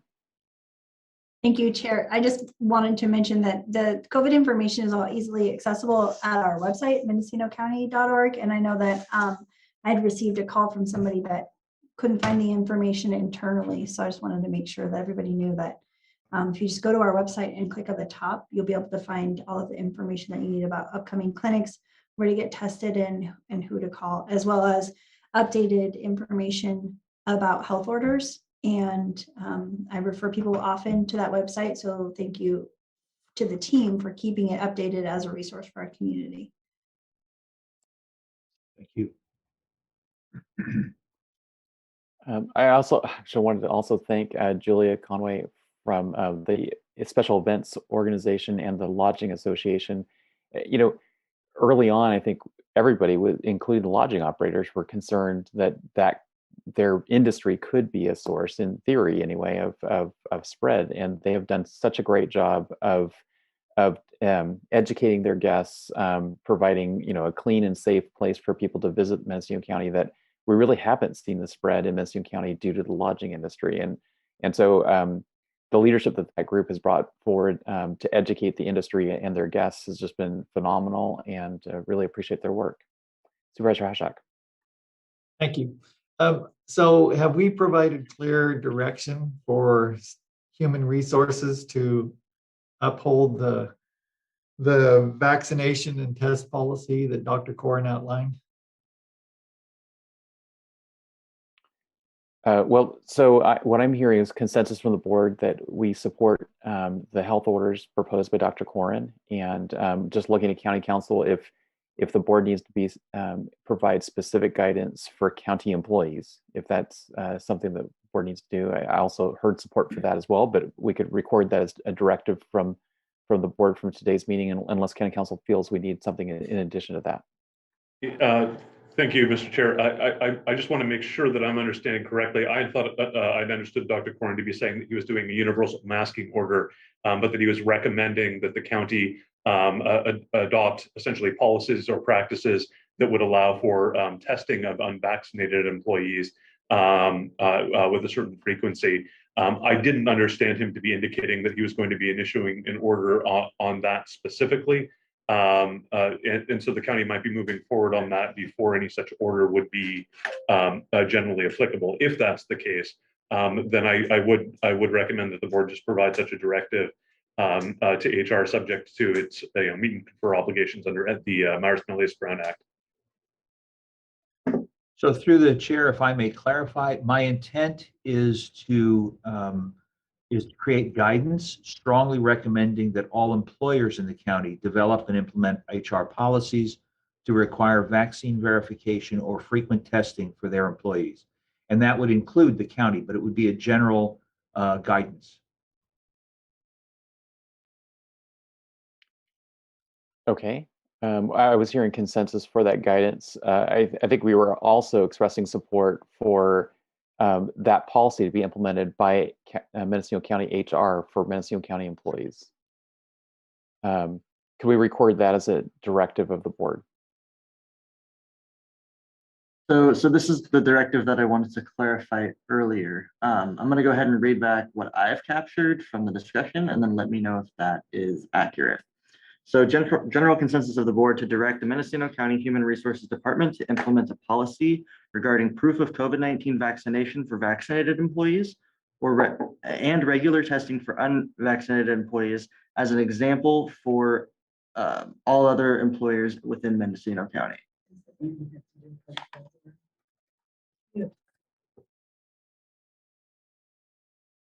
Okay, I believe that captures the directive from the board.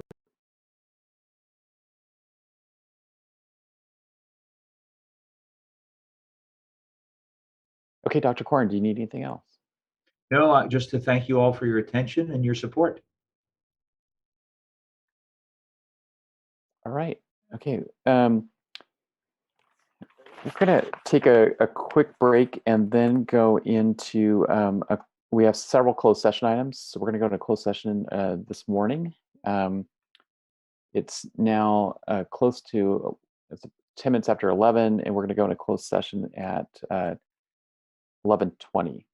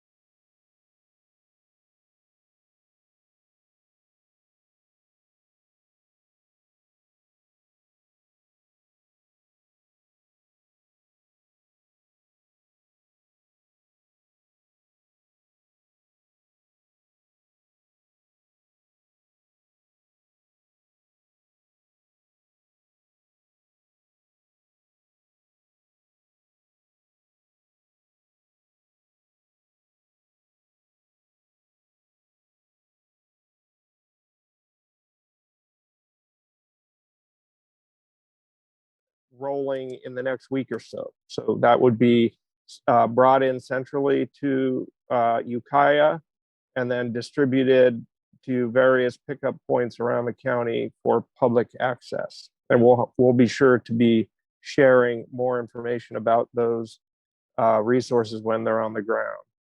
And we, continue to work actively with the State Water Board, the Department of Water Resources, and others on securing state and federal emergency funds to support the needs of the community. The discussions that have been ongoing around hauled water would be the next activity that I would like to talk about.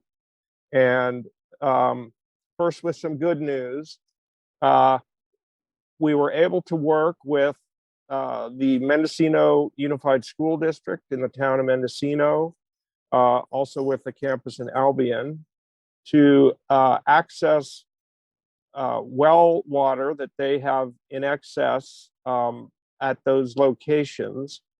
And they are now providing a single 3,500 gallon load of water per day, with the potential to increase following sort of the monitoring that the supply remains stable.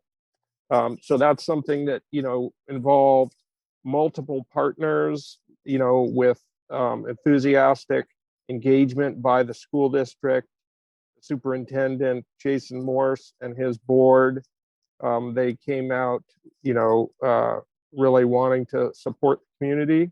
That same water, as you may know, supplies a set of storage tanks that also provide for the water or fire hydrants in the town of Mendocino.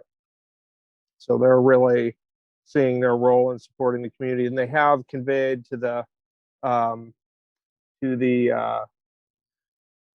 haulers their desire that the water is prioritized for families from the district. So that is also part of their condition of agreement they have with the water haulers. On a bigger scale, of course, you're probably well aware that the city of Fort Bragg has curtailed shipment of water outside of the city due to the significant drop in flows in the Noyo River. And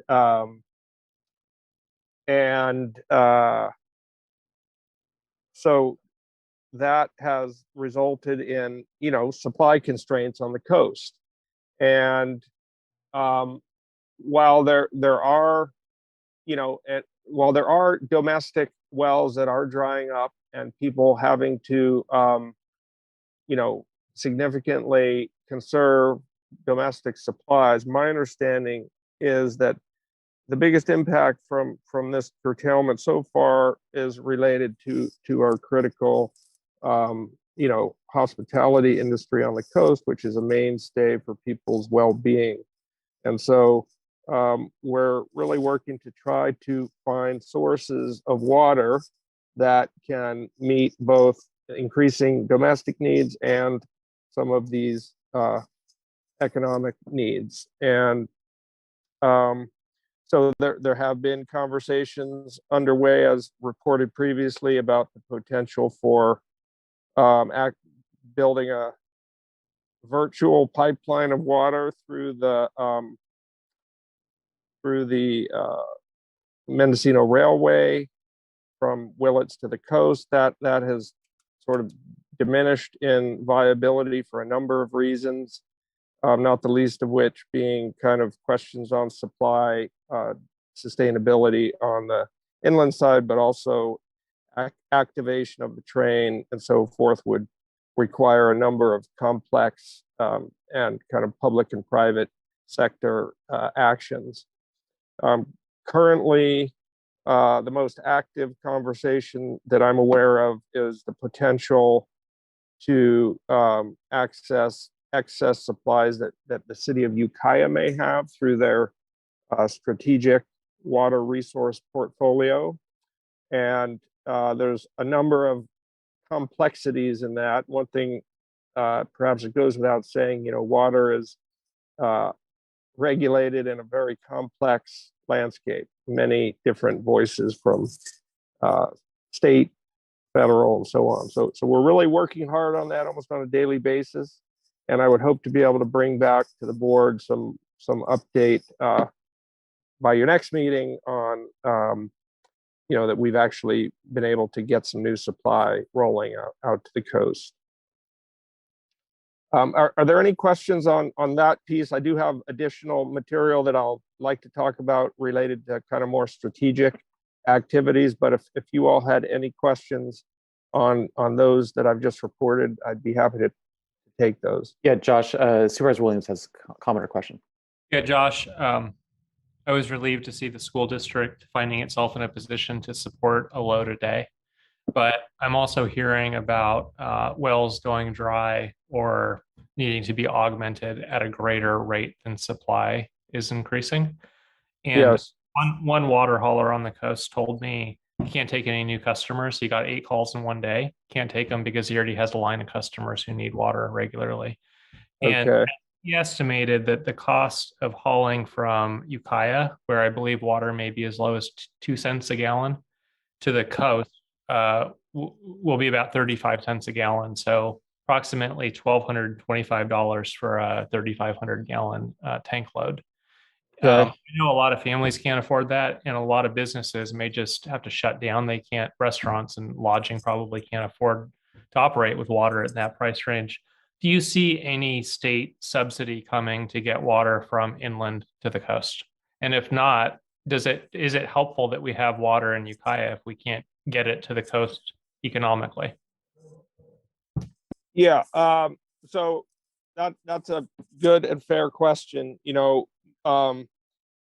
Here's what I can say about the state programs so far.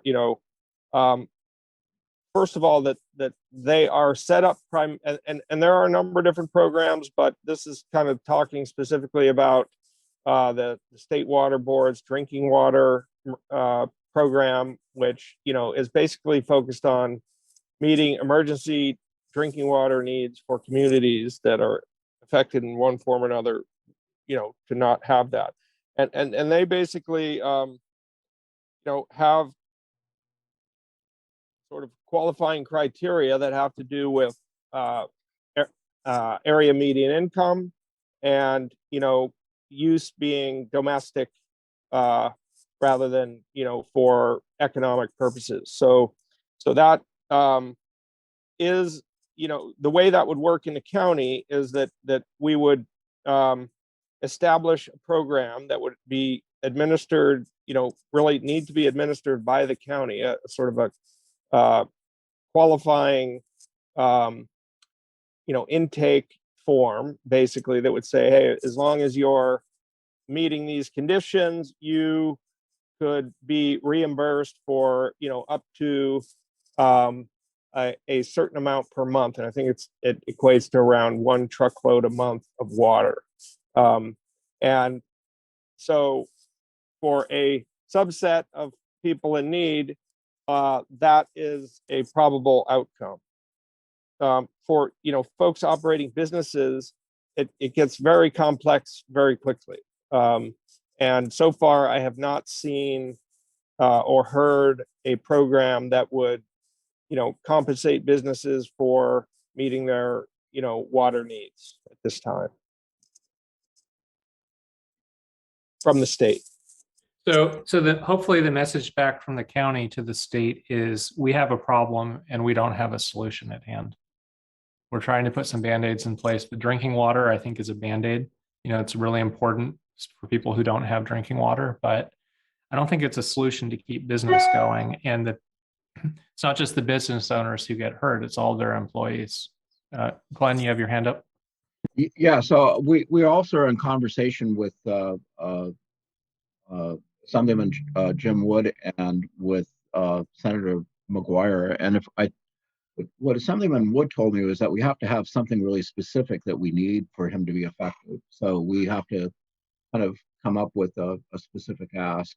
So what Josh and I are thinking right now, if we are going to haul water from the city of Ukiah to Fort Bragg, it would be done with a truck and trailer operation, which moves about double what a standard truckload would. And it would probably end up in Fort Bragg on Simpson Lane being distributed unless there was other storage in Mendocino. But Fort Bragg certainly is set up for a big truck coming in and loading and unloading quickly. And so is Ukiah. So that part works pretty well. But then it becomes a question of how do we pay for it? And unfortunately, the state is not being particularly nimble in this response. Darcy, if you're here, maybe you can talk a little bit about some of the other things that are going on with trying to use an emergency authorization and what you're hearing so far. Good afternoon, through Chair Jurdy, Supervisor McGordy. Yes, we've met, as Josh mentioned, we've been meeting with the different agencies throughout the state with regards to water, whether it's drinking water or Department of Water Resources or the State Water Board, looking at options to find funding into the county. As Josh mentioned, right now, most of those seem to be directly for drinking water with low to middle incomes and in desperate need only to residents, and that's through the Department of Drinking Water. The other option we're pushing for is California Disaster Assistance Fund, and that can be triggered by Cal OES in the state of California when there's a disaster. That doesn't open up every avenue, but it does help with some public assistance and possibly can trigger individual assistance for our residents as well.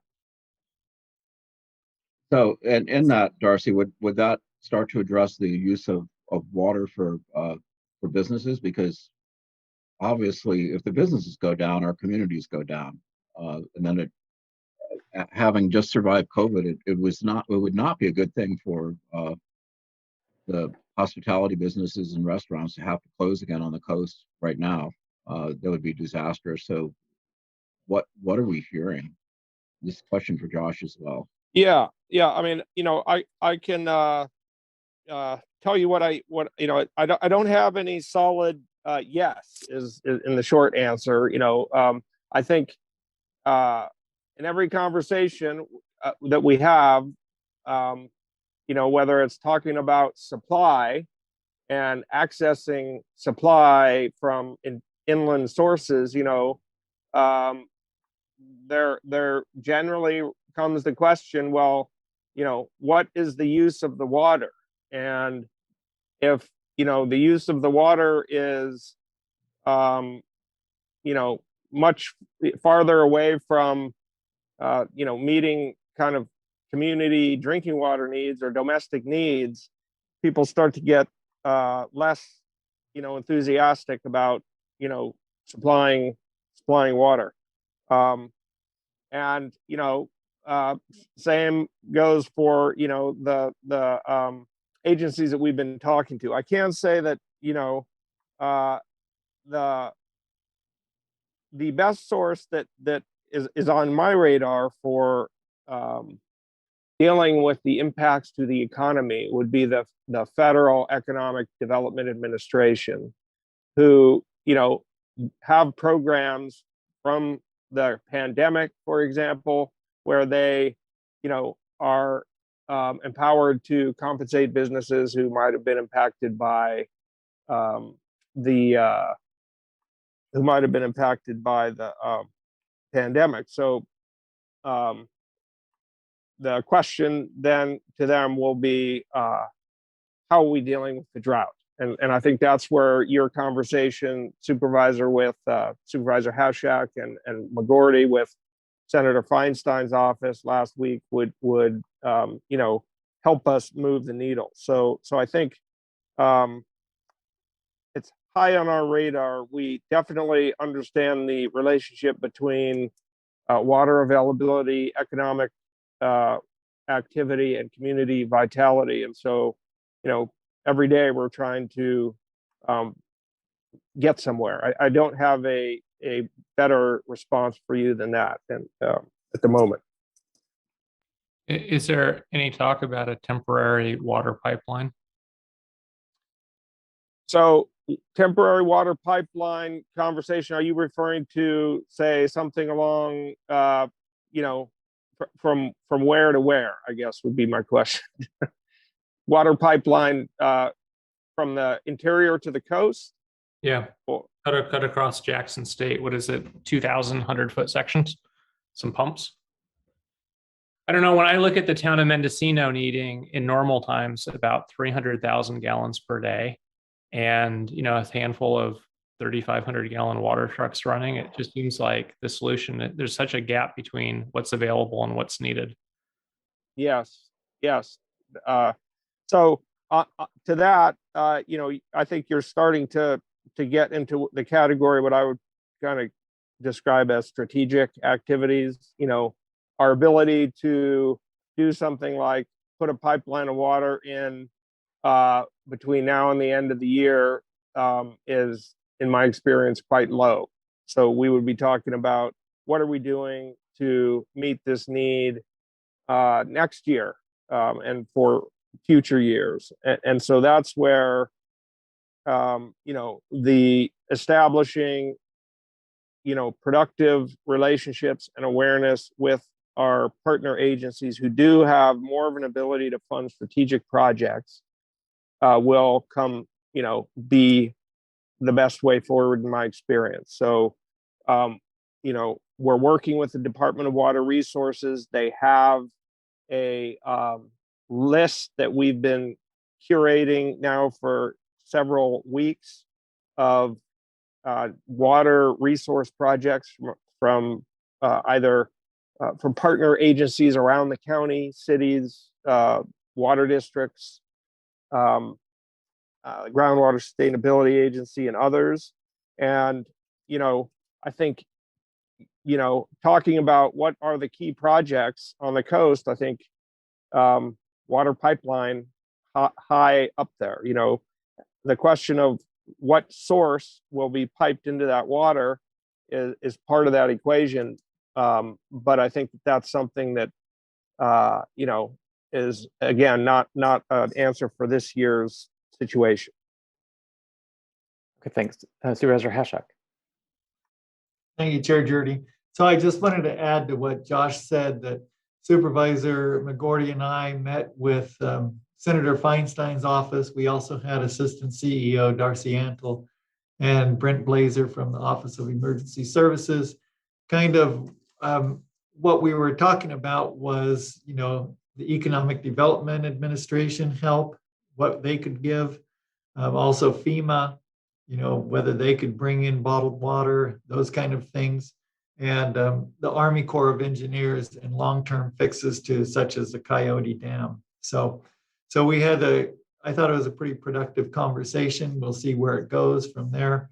And Supervisor McGordy and I also met with County Counsel to talk about water theft issues and water hauling and what we might be able to do as a county. So I just wanted to give you an update on those parts of our work. Thank you, Supervisor. Through the chair, if I may, just continue a little bit with some reporting out on additional strategic activities. We had mentioned this in a prior ad hoc meeting regarding, looking to establish kind of sub-regional partner relationships, and now we're kind of setting structure for that up through the EOC that would allow us to regularly engage with, water professionals and through at different sub-regions in the county, kind of 4 quadrants basically. And so that'll be kind of rolling out in the next few weeks. We're also, we've activated the county's, contract grant writing team with Jordan Blau from Lako and Associates, who's really super on it and knowledgeable in this area. We're, coordinating regularly with potential funding agencies to, make sure that we can not miss opportunities, including, federal, state programs. And then, as you mentioned already, continuing to advocate with state and federal elected officials and agencies. In addition, we're actively working to improve communication from the county water agency outward to the public and to the partners, working with Russian River Flood Control District, Mendocino Resource Conservation District on kind of building that capacity out. And so you should look for kind of more activity in that area in the weeks ahead. Also, you know, having engagements with the county GIS team, and generally, you know, looking to improve our data awareness. You know, those pieces of data such as dry well counts and so on are really critical to galvanizing activity from the federal and state partners. So those are active kind of activities. And I just want to mention, you know, from a public perspective, there'll be another kind of drought bucket event Saturday, August 21st. That'll probably be somewhere around Ukiah. The specific location's still being determined, but that'll be a opportunity to give away supplies for people in their homes. There is a drought hotline where we're getting increasing calls for people with questions, and that number is 707-234-6363. You can also email drought@mendocinocounty.org with any information, needs, or requests.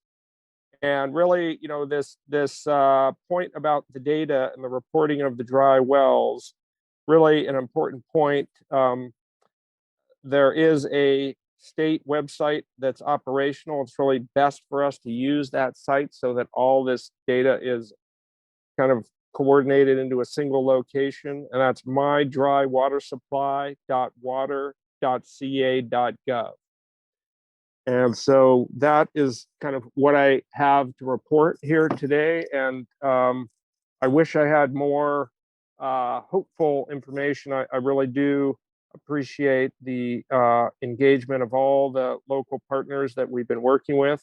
Could not have made the small progress that we have without them, you know, particularly the Mendocino Community Services District, the folks in Fort Bragg and Willits and Ukiah, and Mendocino Unified School District as well. So that's what I have for you. And I can tell you that, you know, every day we're taking action to try to help, you know, the county meet the moment. There is increasing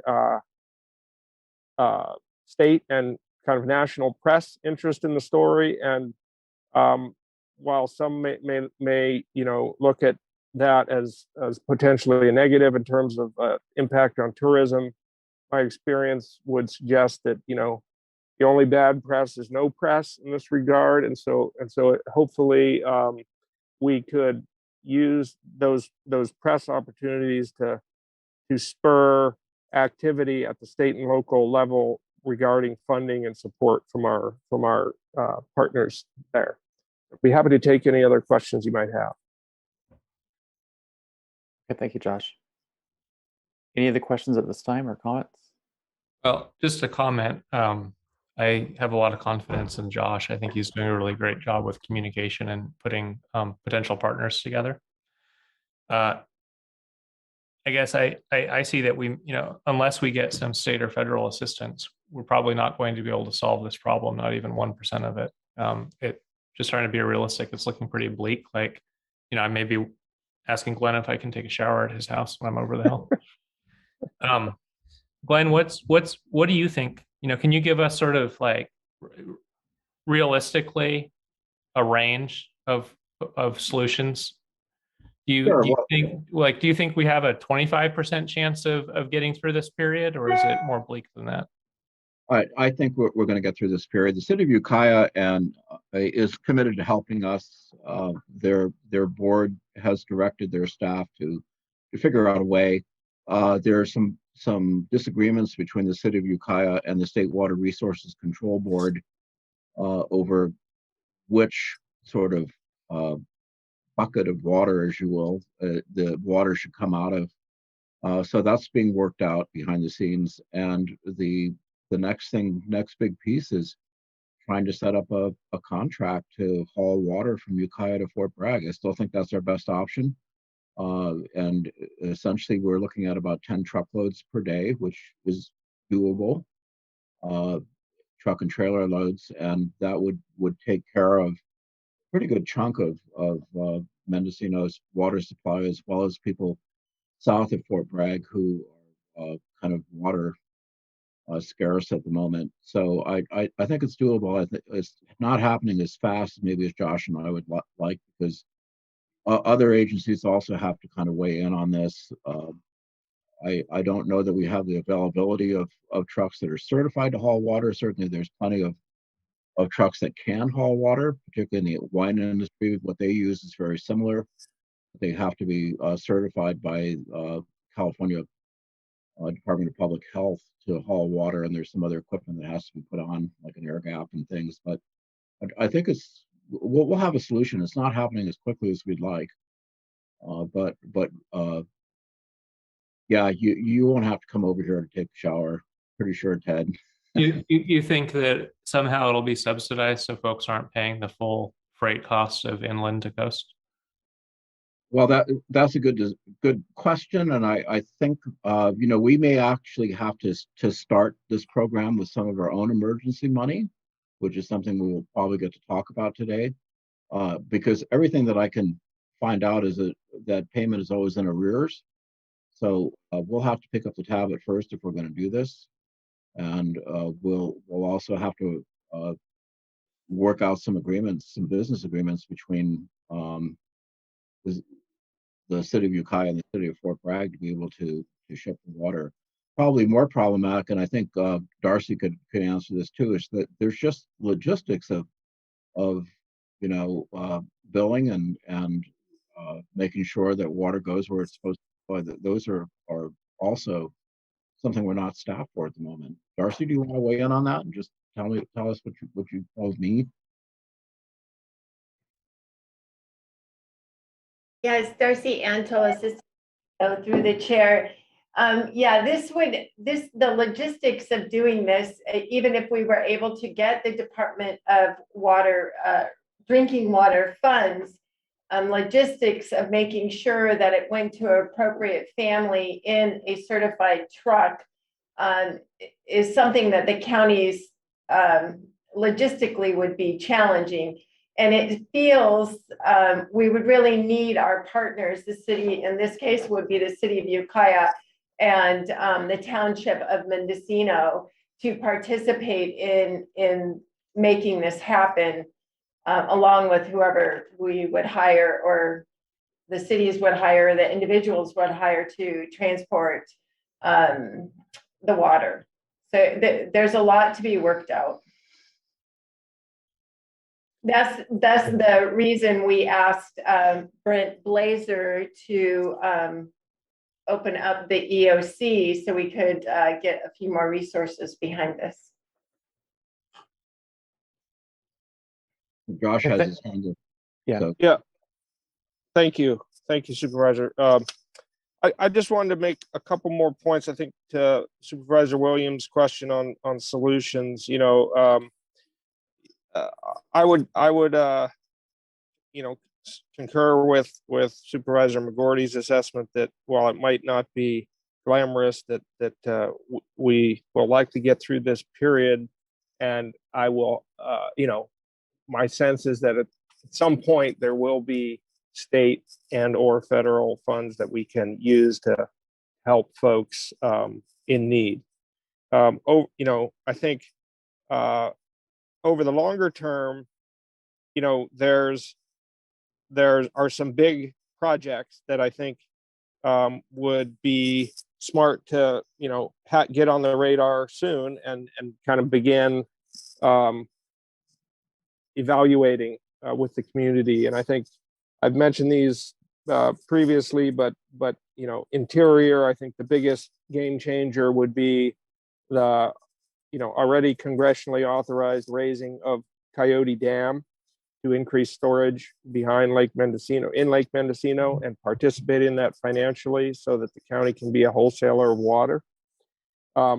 Increasing connectivity between water districts all up and down the Russian River Valley, and working on kind of programs that are already in sort of nascent stages about evolving the way water is managed among different users based on real-time knowledge and information systems.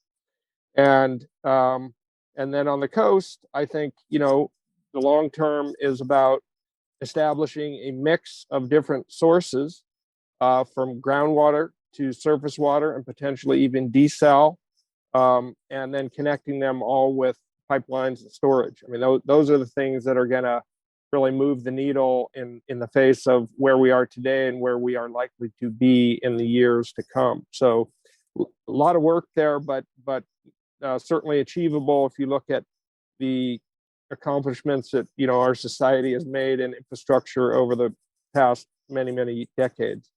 I would also just add one other point, and perhaps Supervisor Williams, you know, this is inspired by some of the emails that you have shared with me. You know, I think there's a role in here for the private sector, and you know, certainly in terms of participating in the marketplace, you know, trucking and hauling water and meeting the needs of the community in terms of facilities, infrastructure. Also, you know, I'm kind of intrigued to explore ideas where maybe some of our folks who are very familiar and well set up for shipping and storing liquids, i.e. our wine industry community, might participate in some of this emergency drinking water, you know, making it accessible to folks around the county. And then finally, you know, I think there's a real opportunity for innovative engineering solutions. And so I think all that should be on the table. And, you know, in the long run, you know, it would be overcoming these adversities that may well, you know, yield some really, you know, positive outcomes for the county in terms of economic opportunities. So, you know, to keep it a little bit on a hopeful note, I would offer those thoughts. Thank you, Josh. Supervisor Williams? Josh, is there any potential of using a barge to transport water from, say, the mouth of the Russian back to Mendocino County?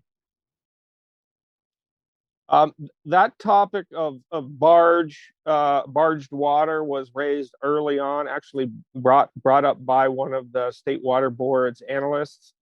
In conversations that I've been in, that has not sort of risen to the level of a whole lot of sense of feasibility. You know, the questions around where would the water come from, you know, the size of the barge, how it would be made, you know, brought into the harbor and so forth. You know, I think if it really gets, you know, super dire, you know, that's again where, you know, we start looking to some of our federal resources, you know, and so that's where I think, you know, there are certainly assets that, you know, our Homeland Security folks have access to that, you know, could be brought to bear. So, you know, we will have those as talking points in our continuing engagement with the senator's office and others in the kind of Homeland Security space. Things like, you know, desal ships and stuff that could be parked offshore. Stuff like that. Thank you. Okay, do we have any public comment on this agenda item? Yes, we do. And the caller is Michael Katz.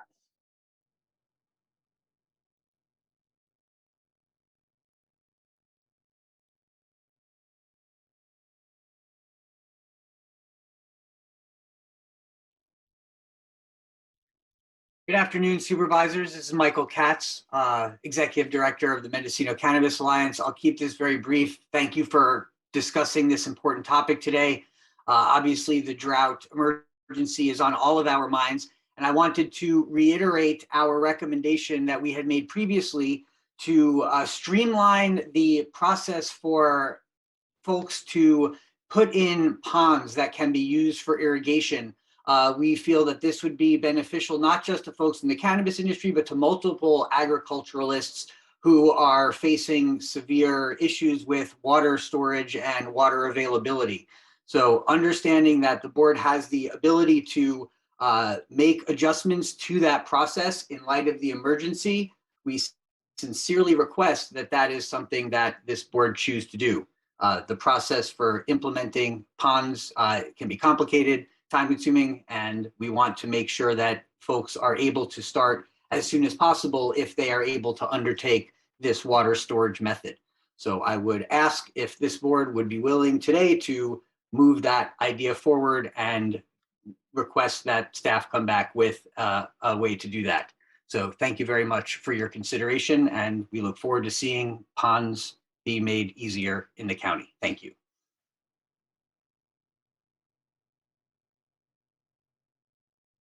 And that concludes public comment. Supervisor McGorty? I just want to comment on that real quickly. So thanks to Michael Katz for bringing that up. So there's two parts to having a pond. The first part is getting the permit from the county, which will require, in most cases, engineered design. The second part's a little bit more complicated because then you have to go to State Water Resources Control Board to get your pond license, and that's a slow process.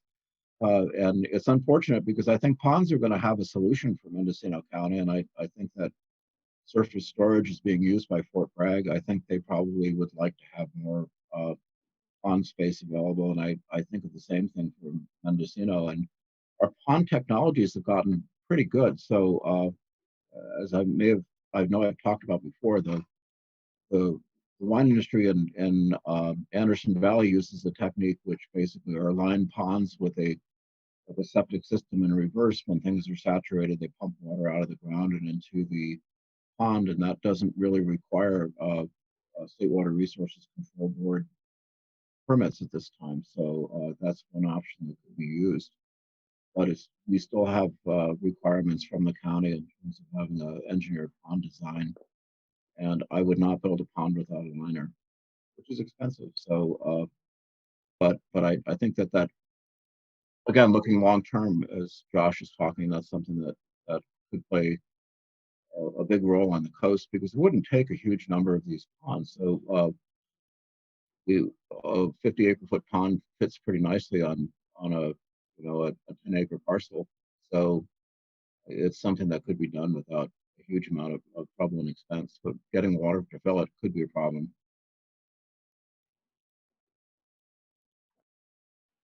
Thanks. I think that concludes this item, unless there's anything else on this item. Okay, not seeing any. Well, I just wanted to, apparently there was a little glitch in when we went to video out in open session. So I want to repeat, report out of closed session. We had direction to staff was given on items 8B and 9C. Item 9B was continued to our next meeting, and there was no discussion of 9A. And that takes us to item 8C, which is discussion of possible action, including selection of outside counsel for the sheriff's office regarding areas in which county counsel has a conflict of interest, and designation of scope of the conflict. Sponsor, this is county counsel's office. Thank you, Mr. Chair. So at the last meeting on July 20th, Sheriff Kendall came to the board and had a request to contract the law offices of Duncan James for certain areas, which would believe that there's a conflict of interest that I'm not able to give him legal advice or representation on. And just to reiterate from that meeting, by statute, I am required to go ahead and be the legal advisor for every department within the county. However, there can be conflicts of interest that can arise in those unique situations in which one of these independently elected or appointed department heads may have the ability to go ahead and actually challenge an action of the board through litigation. The sheriff has indicated that he has disputes and concerns around some of those areas. I will say, at the discussion on the 20th, I think it was a little bit elusive to attempt to figure out exactly what those conflicts were.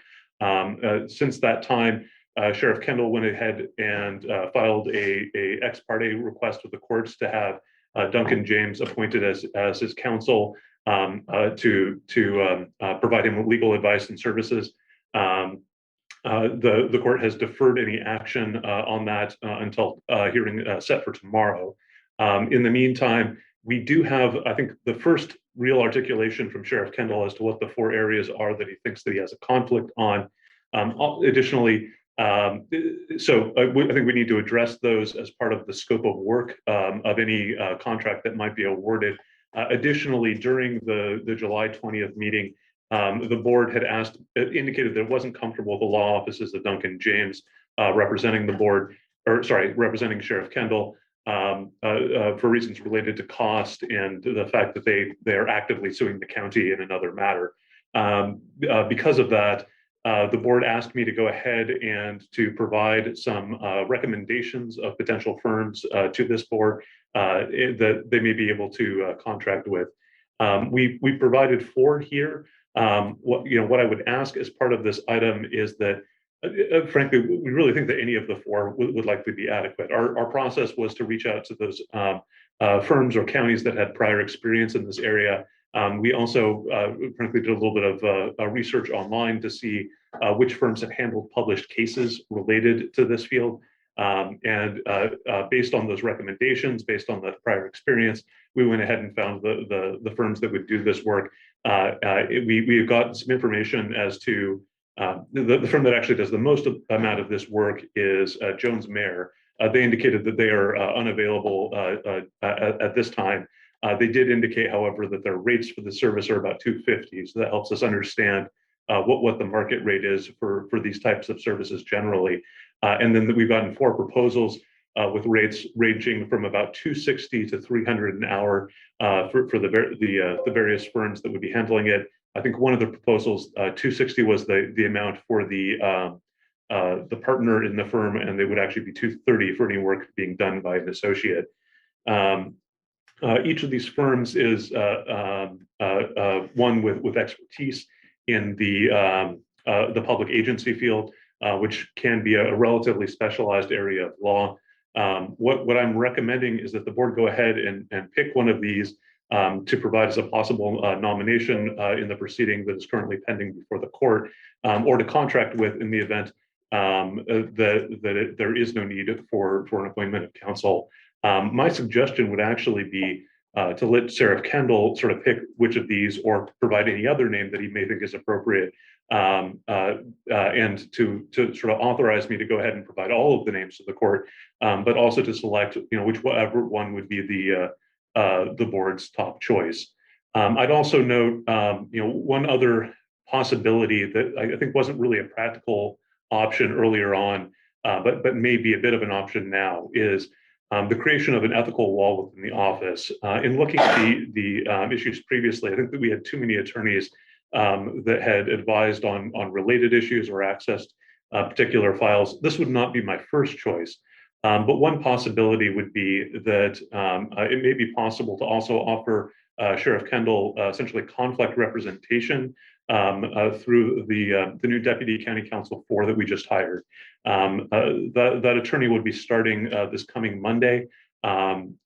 Because he is new to the office, he wouldn't have any prior interaction. Now, I will say his experience is coming primarily from the criminal field. He's a prior attorney with the Sonoma County Public Defender's Office. I've not spoken to him just yet about this. It would be my preference to go ahead and use one of the firms for outside counsel as well, or instead. However, I would recommend putting this forward as an alternate possibility for either Sheriff Kendall or the court to decide if they felt it was appropriate. Okay, thank you. And I do see that Sheriff Kendall's in the meeting. And do you have anything you would like to add at this point, Sheriff Kendall?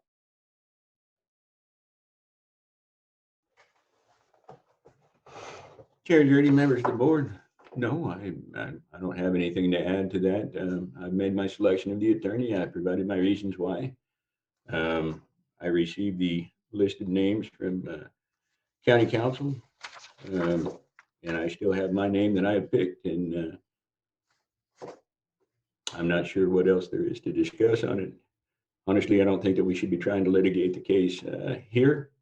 I think that that needs to be moved forward, and then we get to a quick and good resolution, and we can all get back to work. Okay. Supervisor Hashak. Thank you, Chair Jurdy. So at the last meeting, we talked about the budget, and Sheriff Kendall, you talking about being structurally underfunded for the budget. And we asked for some budgetary numbers, what you have.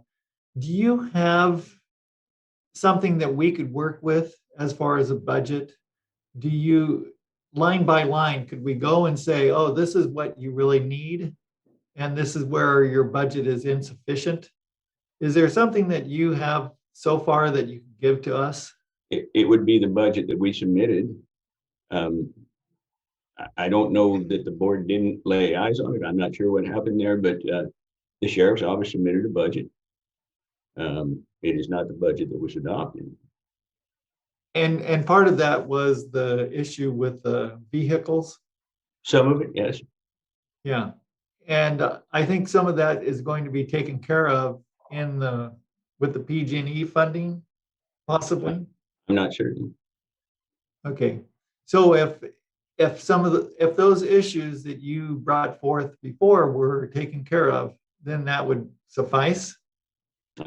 If we were going to deal with those issues, then I would be expecting that we would enter into an agreement. But in order to enter into that agreement, I would still need an attorney to look over my half of it. An agreement is wonderful, right? And I think that that's going to serve all of our purposes. But as we've seen before, agreements, they can go south. Court orders are better.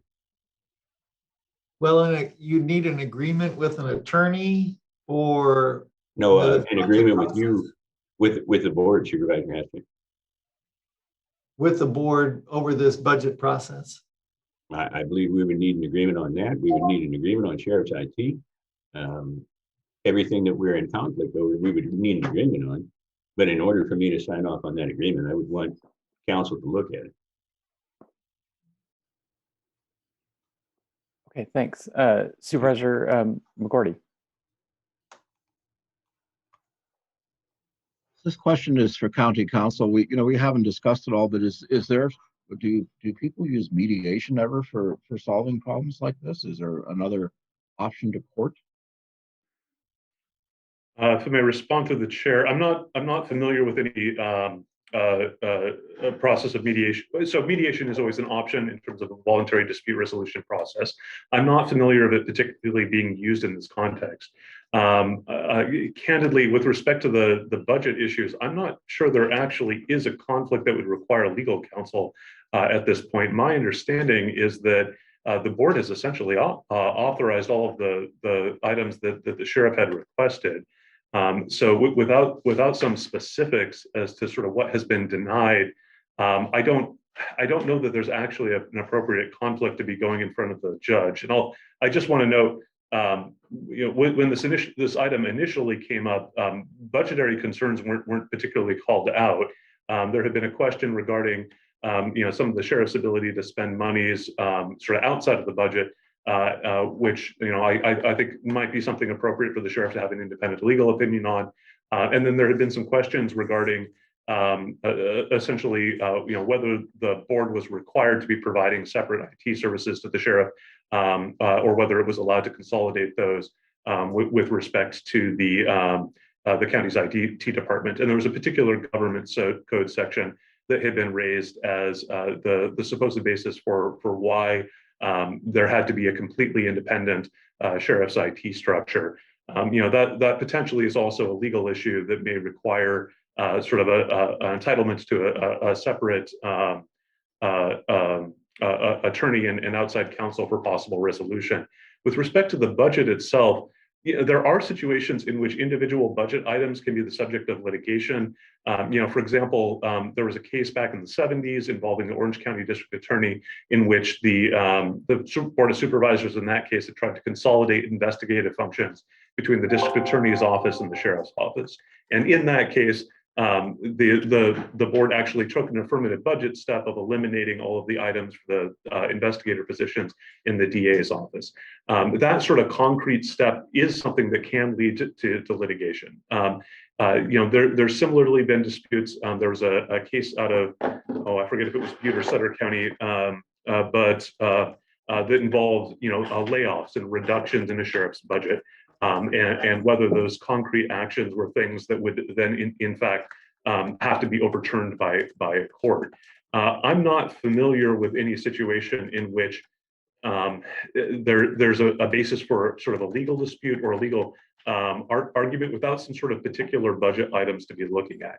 And part of that is that there's, for the most part, the budget process doesn't really involve legal issues and doesn't really involve counsel. Our role in this process is relatively limited to sort of some process questions and then questions that may come up as to individual mandates.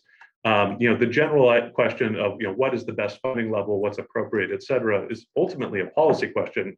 And I'm not aware of any instance of that getting sort of litigated in the abstract. And I'm not really of the opinion that that is something that could be resolved or litigated in the abstract. I think to the extent that there is a legal issue, it really needs to come down to what is it that the sheriff would like that the board has refused, and then is the board required to provide that? That really is sort of fundamentally what the legal question and what the legal analysis would need to be. Does that answer the question?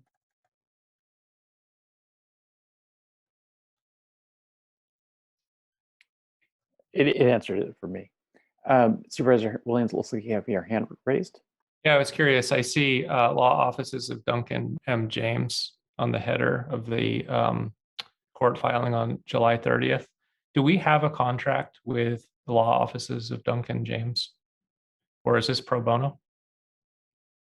If there's an agreement, where do I go to find it? Is that a question for me? The answer would be no, we don't have an agreement with the law offices of Duncan James.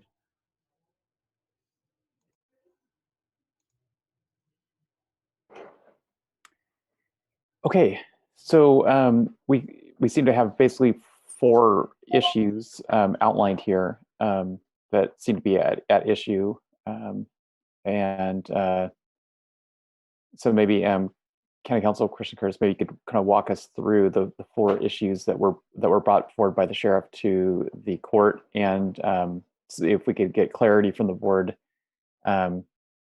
because you have until tomorrow to respond. That's correct. And if I could just start, give me just one moment here.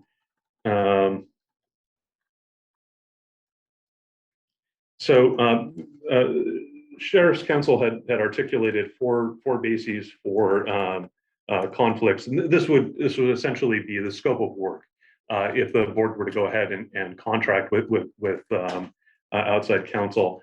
The first one had to do with the operation of the Mendocino County Sheriff's Office information technology infrastructure, including but not limited to budget, staffing, and potential litigation related thereto. I will say, at this point, I'm not aware of anything that would create a generalized conflict that would encompass all things sheriff IT. I believe my office would still be able to review any sort of ordinary contracts or advise on compliance with various legal requirements related to information services issues.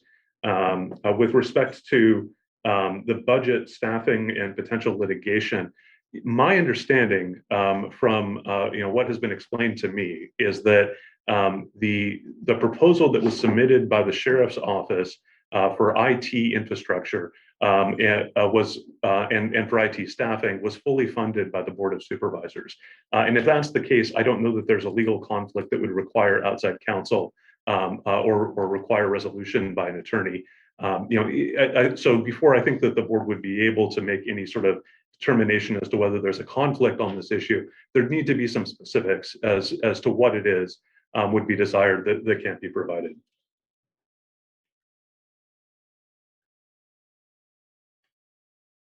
And I think it's fair to summarize that at our last meeting, in discussing this with the sheriff, the board said we were willing to hold at abeyance the consolidation of the two departments, the county IT department with the sheriff's IT department, while seeking an opinion from the Attorney General's office.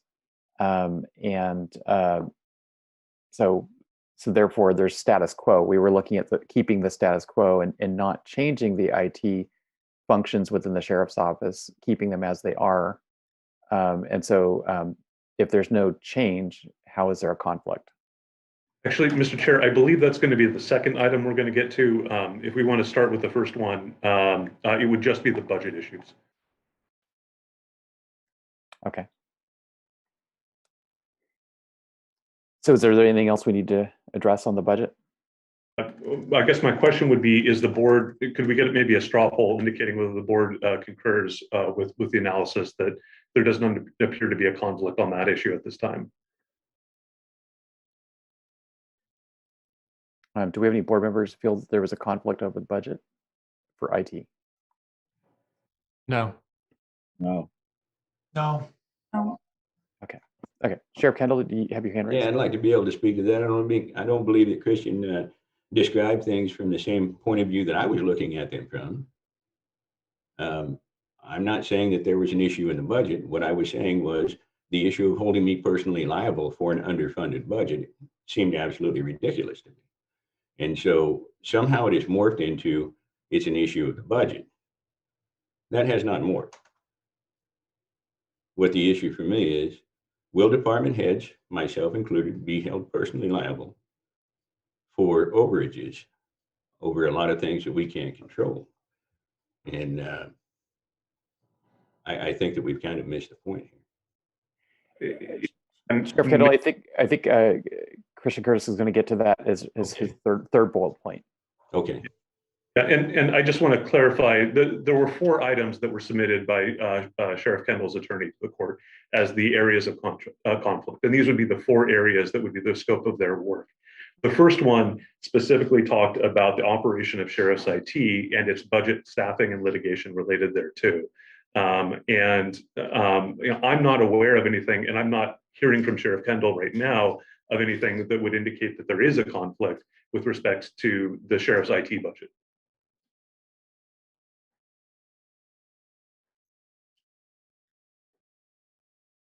Would the board like me to move on to the second point? Sure. So the second is the attempted takeover of the Sheriff's IT department. Now, on that one, it's a little bit ambiguous as to what exactly it's referring to. I think that this is a reference to the 2019 directive of the board. It's similar to the same grand jury recommendation that was just issued, that essentially Sheriff's IT be consolidated with the existing IS department within the county of Mendocino. So I think the question of whether or not that's something that would require outside counsel is going to depend significantly on whether or not the board is intending to continue to go ahead with that directive. My understanding is that the sheriff has articulated that there's a particular government code section that he believes prohibits this consolidation from occurring. That is a legal issue. That is something that I have not agreed with in my assessment, and maybe something that may entitle the sheriff to have outside counsel on. Now, Chair Jurdy, you had referenced some prior discussion with respect to holding that policy in abeyance, or otherwise sort of reversing course on that. I didn't actually hear board direction on that last time. I think we just got some discussion. So I think I need to get clarification as to what the board's position is on this, and whether or not the board wants to continue moving forward with that, and if so, or even if so, or if not, does the board believe that there's still a conflict at that point?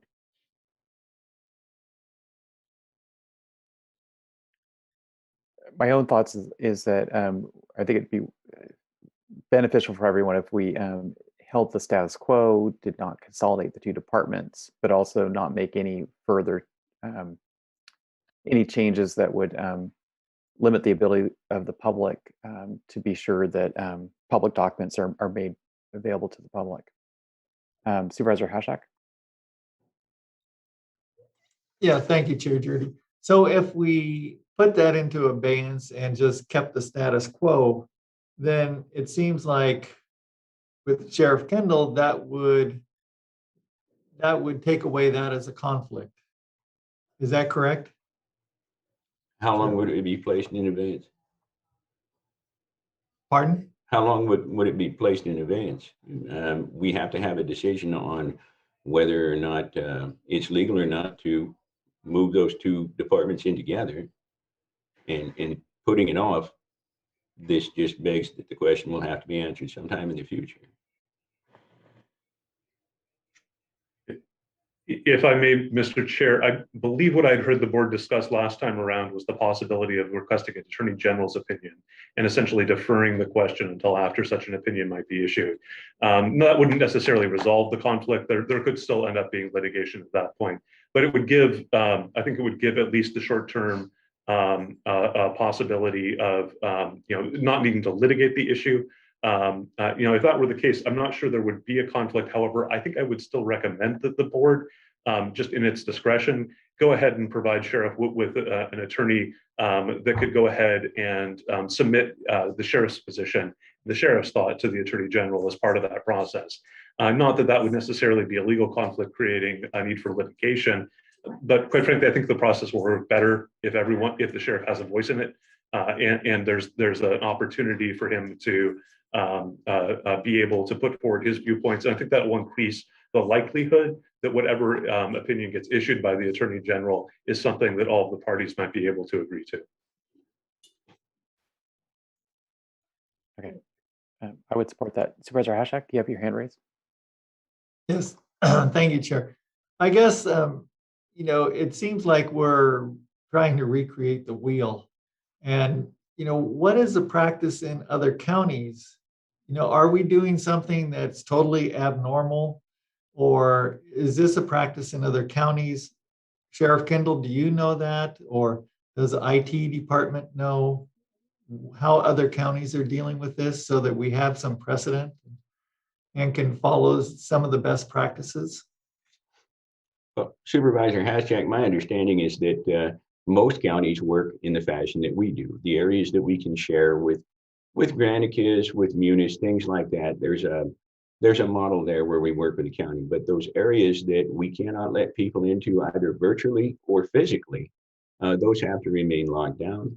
And any person who comes in, a contractor, a person who has not been through a background investigation, we cannot allow those folks in because it jeopardizes investigations, it jeopardizes our DOJ link, it jeopardizes a lot of different things. So for the most part, most counties in the state have this hybrid model that we have. Some of the wealthier counties, they have absolutely their own sheriff's IT department, but I don't think that we can afford that. I just don't think that we could. Now, the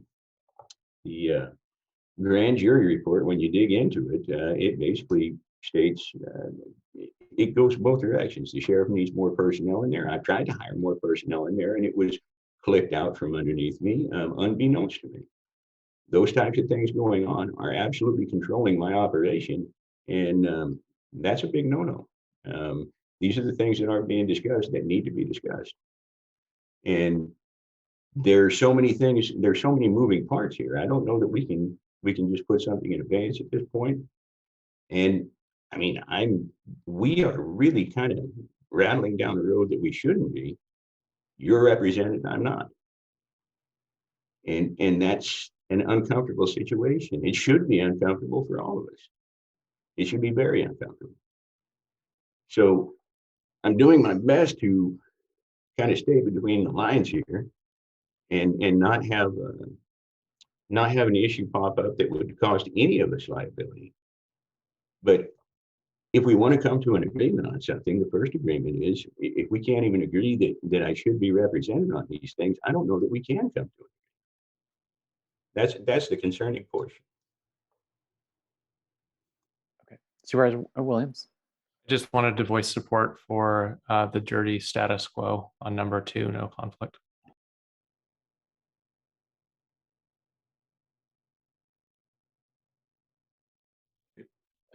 Supervisor McGorty. I would as well. I also would once again remind Sheriff Kendall, we've wanted to sit down with you in a budget workshop and go through your budget in great detail as a group to see where efficiencies are, because I think you'll find this board is very supportive of you. Oh, we want to be sure that we have a well-funded operation here as part of public safety, which is one of the first and foremost things that all the board members agree on. So there certainly isn't a conflict from our perspective of wanting you to have the resources that you need. and I understand and appreciate that, Supervisor McGorty, but you know, my fiscal financial team, they sat down and presented to the Board of Supervisors. This is not something that we have not discussed. And then, you know, there was a little back and forth, and we come back, we're underfunded and told that I'll be personally liable for it. And you know, I have to think about the citizens of the county and these deputies that work for me that are serving them. We've got to get some resolution on this so we can get on down the road. I also have like I said before, I have a duty in my family. And, you know, these things are all things that should weigh on all of us. So my thoughts are, we need to come up with a consensus on this. We need to make a decision, move forward, get some real answers on this so that we don't have department heads, and there's much more than just me who are concerned about these things.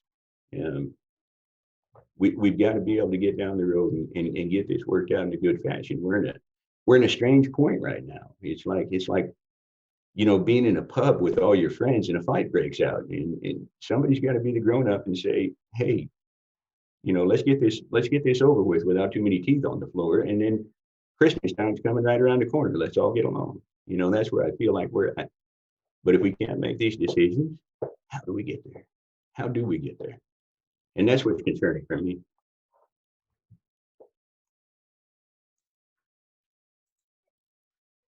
Supervisor Hashak. Thank you, Chair Jurdy. So, you know, Sheriff Kendall, I think that at the beginning of the day, we started off with what Supervisor Mulherin stated was that statement about department heads and elected officials being responsible for their budgets, that would be put into abeyance, that wasn't, you know, and I don't think you ever heard the majority of the board in favor of that, of implementing that document. It's never been implemented in this county. And you didn't hear a majority stating, you know, that we would implement it. So I think that statement this morning was reassurance to you and to department heads that we would not be implementing that policy. You know, I think that what the board is looking for is a discussion with you openly about what the issues are so that we can avoid, you know, what I've seen over and over again in this county, you know, litigation costing hundreds of thousands of dollars. And those are taxpayer dollars. And I'm sure you don't want to use those needlessly. We don't want to use those, you know, in this kind of manner. And so why can't we work these issues out and just talk about them? And I would absolutely love to do that. And I appreciate what Supervisor Mulherin brought forward. I do. And I think every other department head also is equally appreciative of this. Why did we have to get to this point before that began? That's my question. And, you know, now until such time that there's a vote on this, or we have something that gives these department heads confidence, we're going to see people holding back, not doing the jobs that they should be doing because of fears of this type of thing going on.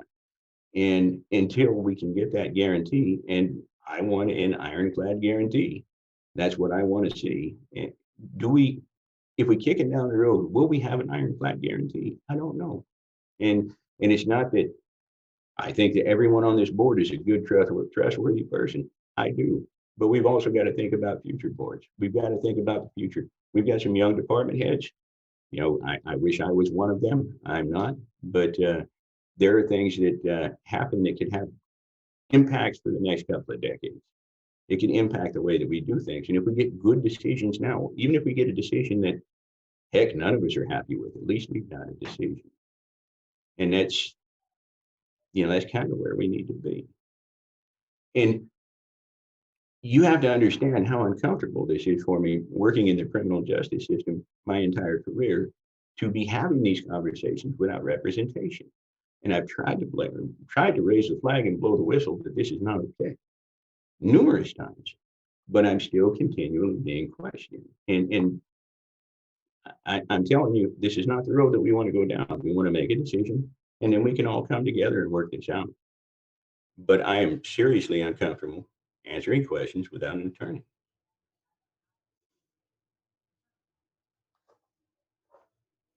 Okay, looking at County Counsel, do you feel you have enough direction on your second bullet point? Not quite, Mr. Chair. I think that I'm hearing some vague support to essentially go ahead and reverse course on the 2019 directive, but I think I actually need a board directive that's going to be held into abeyance until such time as if that's the direction the board's going. I think it needs to be clear as a directive to staff that staff aren't proceeding with the consolidation of Sheriff's IT and the existing IS department until such time as there's a legal opinion the Attorney General's opinion or other resolution, be it litigation, be it whatever, determining what whether the relevant government code section can allow for that sort of structure or whether it is prohibited by state statute. I would support that directive. I would as well. Yes. Support. Okay, and then based on that, I think there's still two more things I need on this item. One is I need to report back to the court as to whether or not the board believes under those circumstances with the item held in abeyance, there is a legal conflict of interest that would prevent, that would require the sheriff to have his outside counsel. The other part of that is that, frankly, even if the board concludes that there is no conflict of interest, I'm going to recommend that this board provide the sheriff with outside counsel. I actually think, regardless of whether it's a legal conflict or not, I think Sheriff Kendall would benefit from being able to have an independent attorney be able to issue him a legal opinion as to whether or not it is lawful for the county to consolidate the IS departments. And my hope is that if Sheriff Kendall has a legal opinion that he can rely on, that might at least help both sides understand each other's positions and hopefully get us to a better resolution. Support both. Okay, Supervisor Mulhern. Thank you. Given that we have, without delving into them deeper, basically two conflicting grand jury reports from 2019 and 2021, I think it is important that we take the steps to sort it all out and that the sheriff is represented while we take the time to do that. I agree. Can I add something to Supervisor Mulhern's statement there? I believe we also have, she's referenced 2019, but I believe the one that I was reading was actually the 2016 grand jury report. I'm not certain if that one was brought into the mix as well. And so, Sheriff Kendall, your point is there's multiple grand jury reports on this general topic, and they should all be evaluated. I believe so, because it seems like grand jury reports come up at a time when there are things that have gone a little bit off the rails, and they deal with what is happening in the moment. But I think that we have to take a look at all of them in order for us to deal with the next decades to come. Okay, all right. And to County Counsel Christian Kerr's question, yeah, I would support your recommendation of providing the sheriff with independent legal counsel. Okay, and just to be clear, what I'm understanding is that the board is giving direction to go ahead and contract with counsel to provide the sheriff with a legal opinion as to whether or not the consolidation is consistent with state law. Essentially, whether he would have a right to enjoin that to prevent it from going forward if in fact it did. If in fact the board did decide to go in that direction after the matter is no longer held in abeyance. Yes. I agree. I do as well. All right, and then I have a question. Go ahead. Would County Counsel Curtis be hiring someone without my input? So part of part of this process is going to also require the board to select counsel. Now, the board had indicated previously that it didn't want to use the law firm of Duncan James for these services. I have provided 4 additional names. I think the next step is that the board's going to have to choose to make its selection. I am going to be recommending, quite frankly, that the board go with whatever choice Sheriff Kendall is most comfortable with among those. Now, if the only one that he is absolutely comfortable with is Duncan James, then we may have an issue that might have to get resolved by the court, and the board might have to go ahead and put its nomination forward. But frankly, I think that this process, if the sheriff does not prevail on that issue, I think that this process is benefited the most by having Sheriff Kendall have a choice that he's comfortable with, whether that's one of the 4 that I put forward, or someone else that doesn't present the same, conflict issues, et cetera, as the current firm. So, that is going to be my recommendation to the board, but ultimately it's going to have to be the board's decision. They are the decision maker on this issue. Thank you.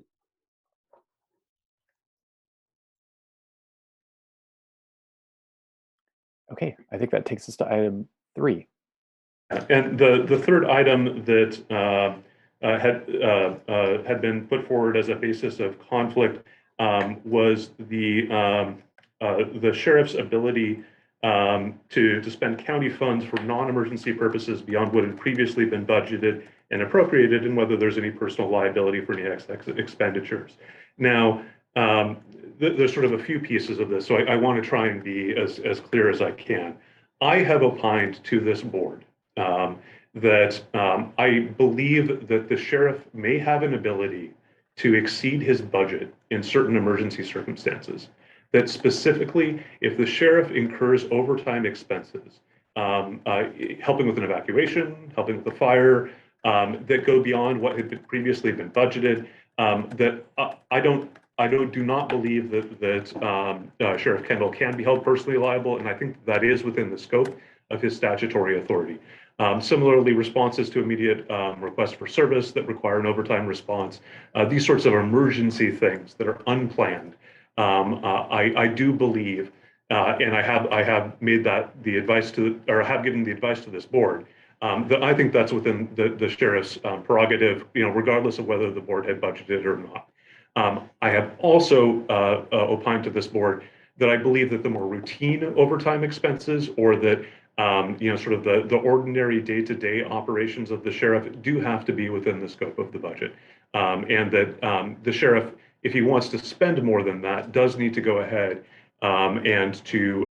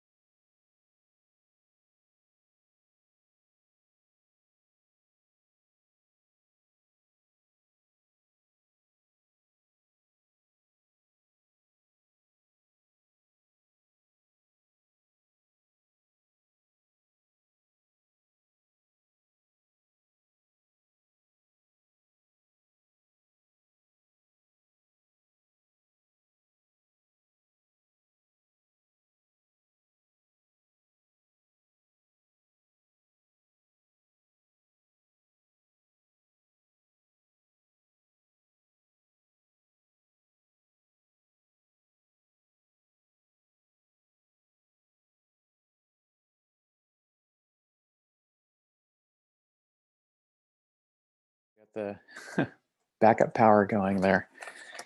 All right, so it's 3:42, and power is back on at the offices and with the live stream. So we are on. Let's see, we are on item 8C, and we're on the third legal point that was raised by Sheriff Kendall in court. And going back to County Counsel Christian Curtis, you're seeking a direction from the board for our response to the court tomorrow in court. That's correct. I see you have a comment from Supervisor Mulhern. Yeah, great. Okay, Supervisor Mulhern. Thank you. I wanted to make just a clarifying statement. The majority of citizens in our community aren't going to go look up the actual budget. And I just wanted to be clear with the community that the Board of Supervisors did not underfund extra help. I'm incredibly sorry for the deputy that did injure his leg. But I do want to clarify the numbers for the public. So the sheriff's proposed budget and what the CEO's office submitted and what the board approved was 2.2 million off. 1.3 of that is going to be the PG&E funds and the vehicles that we're going to talk about here in another couple of agenda items.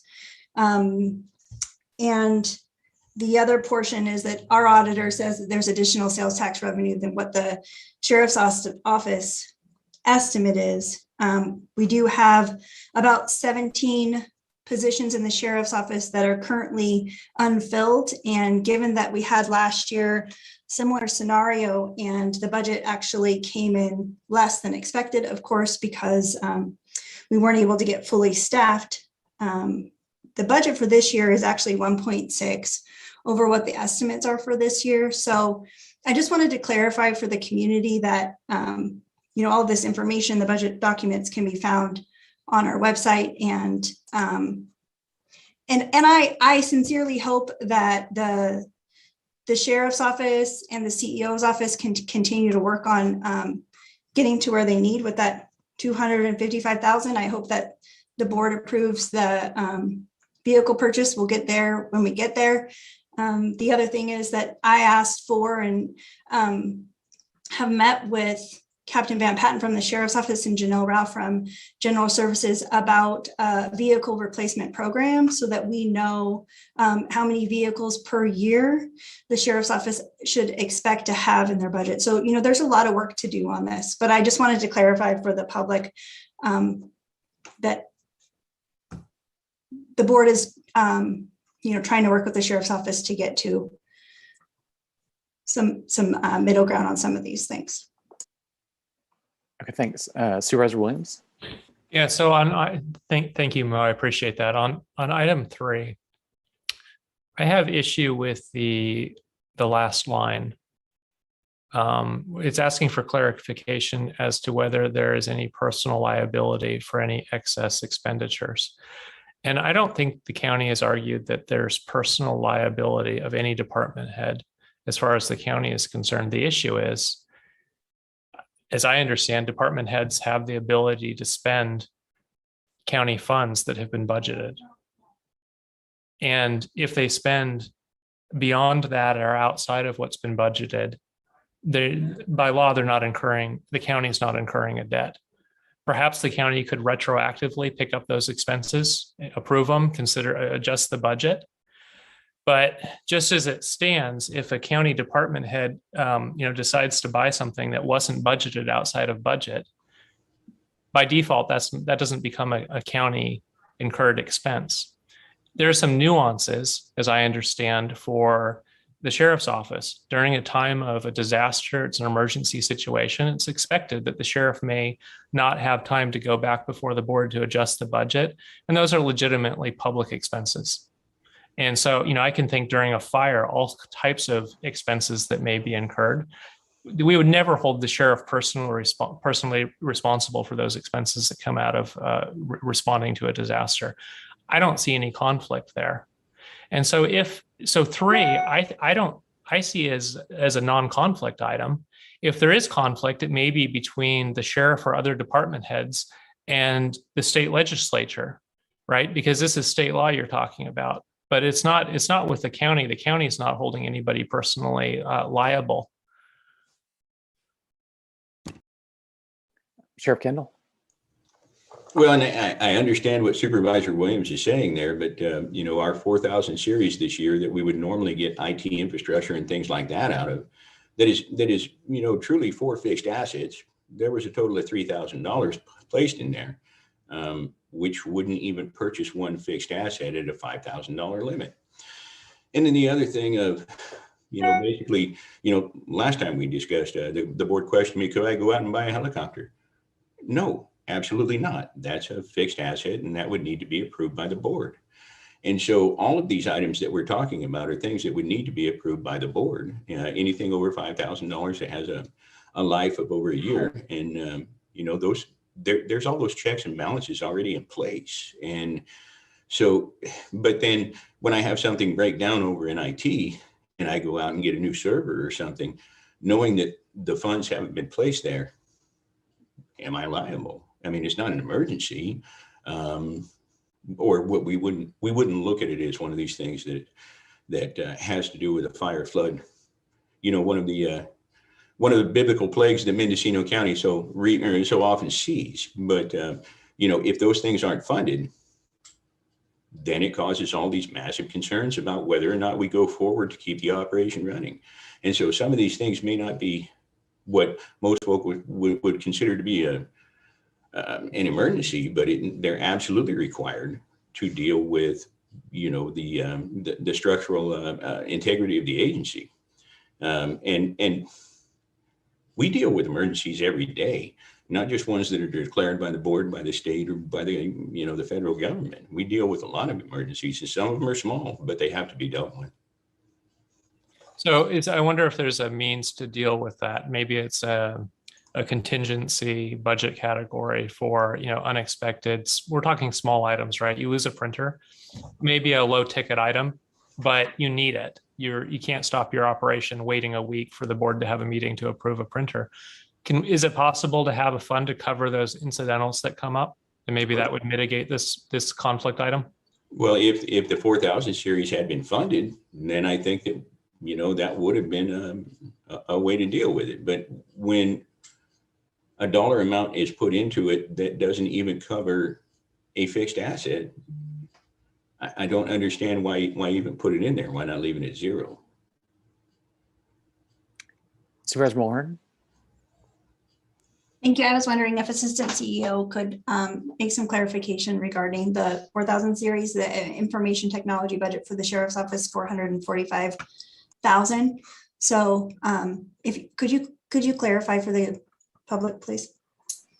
Chrissy Antle, Assistant CEO.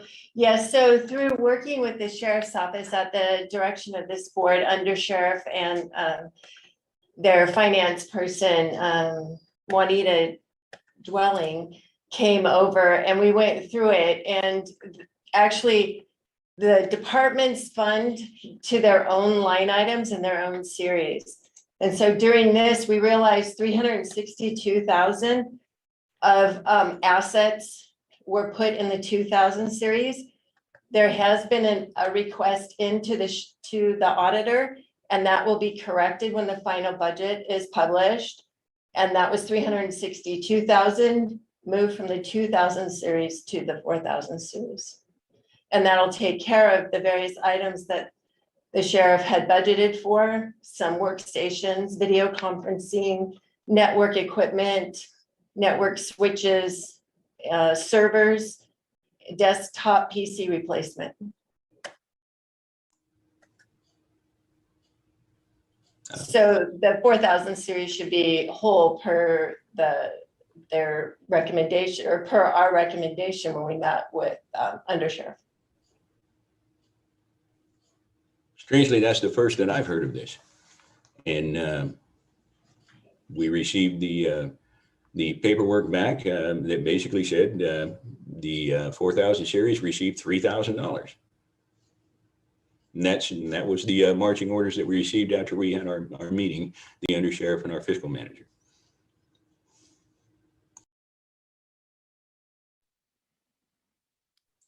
Supervisor Williams.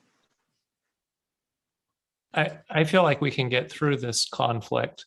The way I read item 3 was an argument that there are no limits. There's no budgeting process. There's no budget. Unlimited funds can be spent. I think that sets us up for a problem because the board has a responsibility to approve and maintain a balanced budget. But if the issue is the sheriff's department doesn't have tools necessary to carry out the job, let's bring that list forward and go through it line by line. And frankly, I mean, I can tell you in it before I see it, if you can't do your job and you need tools, I'm going to be in favor of funding it.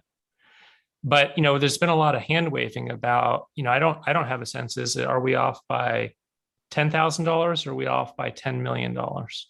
And so it's hard to find that we have conflict without seeing those line items. Well, we can represent to the board the original budget that we pushed forward. Let's do that. And we can give you back that original budget. The changes were not included in the original 2000 series ask. So there's something that's changed in between then and now. But, you know, when we have Christian saying that the IT department is funded, no, not. We didn't have anything in the 4000 series for these computers. When IT personnel that are supposed to go before the board suddenly disappear from HR's office, I mean, that is absolutely attempting to control the sheriff's IT. And those are the things that, I'm sorry, we have bumped a stump on, and we have to continue down that road until we get it worked out. Okay, Supervisor Hashak. Yeah, so it seems like with this discrepancy about the 4000 series, you know, if we can clear that up and we can clear up these other line items, then that seems like how we're going to do the budget this time. And hopefully it doesn't take these kind of iterations next time, but at the same time, budgets, you know, as they always say, are living things, and we work these issues out. So I hope that, you know, Sheriff Kendall, you can present the line items that you think are underfunded, and we can go through those one by one and make sure that you're getting what you need to make sure that the community is safe. Well, I appreciate that, Supervisor Williams, Supervisor Hashak and Supervisor Williams, as well as Supervisor Mulheron's want to work on the budgeting. I know it's more work, and you folks are extremely busy, but I think it's going to pay off in all departments if we work together on these things. But we need to get to where we're going, and we can work on the things that aren't a rub and come out looking better than what we were. But we absolutely need some clarity on which direction we will be going forward. And this is the last time I'll bring it up. It is a very uncomfortable situation for you folks to be represented and me not to. And if things go awry and I wasn't represented, that's where we're going to have a serious rub.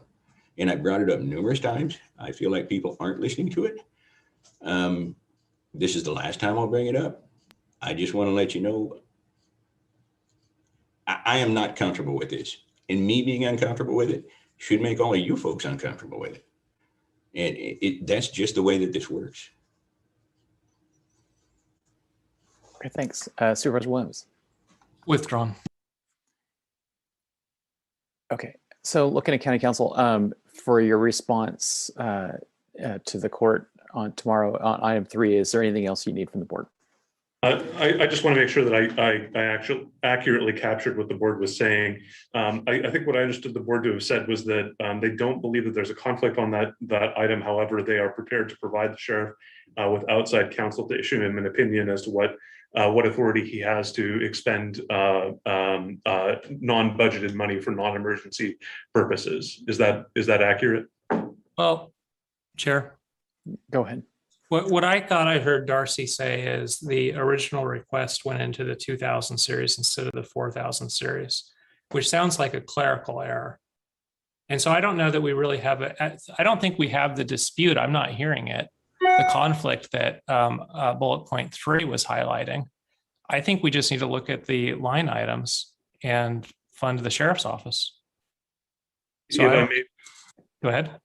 If I may, through the chair, I think that might be item 4, not item 3. Item 3 was the sheriff's ability to spend non-appropriated monies for non-emergency purposes. No, but I think that I am talking about 3. I think that item may have mischaracterized the concern. The concern is there's insufficient budget for some particular tools that are needed to carry out the work. I'm not hearing a request from the sheriff to have to spend unlimited funds without a budget. And if I just may, if the sheriff withdraws that from the court, that's fine. But right now, that is the phrasing of what his attorney has put in front of the judge. So, Sheriff, do you is this a mistake, this item 3? Because it doesn't match what you're telling us. Could it be that your attorney mischaracterized or misunderstood? No. I believe that he characterized it well, but there's been a lot of banter back and forth and a lot of changing of the stance. And at the moment that I wrote that down, it was absolutely true. So and I believe that it still is, even though there's been, conversations and movements of funds and things like that in the last 3 minutes. So if I could read it and you tell me if you agree with this, the extent of any authority the sheriff may have to spend county funds for non-emergency expenses beyond what has previously been budgeted and appropriated, and whether there is any personal liability for any excess expenditures. Is that, you feel like we're at conflict on that item? Because I'm not hearing you demand to spend funds beyond what's been budgeted. What I hear is you want the budget corrected to represent your needs. Well, and want the budget fully funded, sure. That we don't but you believe in the concept of a budget. I absolutely believe in the concept of a budget as long as it is funded, as I have said numerous times in the past. But when there is $3,000 placed in the 4,000 series, and I know that I'm probably going to have to spend $50,000 out of it, that is, or excuse me, quite a bit more than that when you think about the fixed assets. That is the type of thing that puts me at peril and puts the public at peril if we have to make a tough decision. I understand, but I'm hearing you say you believe in the budgeting process. You believe it's our job to maintain a budget. You simply don't believe there's enough in your budget categories to carry out the job safely. And Supervisor Williams, I believe it's also my job to make sure that I stick within a budget, as long as that budget is realistic. Understood. And so Christian, I don't see that 3 is capturing this discussion. I certainly understand that there seems to be discrepancy between what has been filed with the court and what seems to be said here today. That being said, I'm going to have a response to the court unless Sheriff Kendall withdraws that from his filing before tomorrow. So County Counsel Christian Curtis, yeah, so I agree. Perhaps the sheriff will have his counsel withdraw it, but if he doesn't, I agree that you should have a response, and the response I think that the board is saying and been pretty consistent about is that when it comes to emergencies, yes, there's discretion, but when it comes to non-emergency purposes, departments, including the sheriff's department, must stay within budget. And they must get board approval prior to exceeding the budget amount. If I may, Mr. Chair, I think the question might be slightly different. You might be one step ahead, which is, I think that accurately captures the board's position on the issue. The question that's going to be in front of the court tomorrow is whether the sheriff and the board are in conflict on that issue, and whether the sheriff is entitled to outside counsel. And I think what I had heard the board previously indicate was that they thought this wasn't a legal conflict, but they were prepared to provide outside counsel regardless. And I would support that, providing the outside counsel. Other board members? Yeah, I would support outside counsel to answer this very narrow question. Supervisor Mulhorn? Yeah, I agree that we just need the question answered at this point. Supervisor Hashak? I hate the use outside counsel for this when it seems like we're in agreement and I don't understand what the conflict is. So I would say no to outside counsel on this.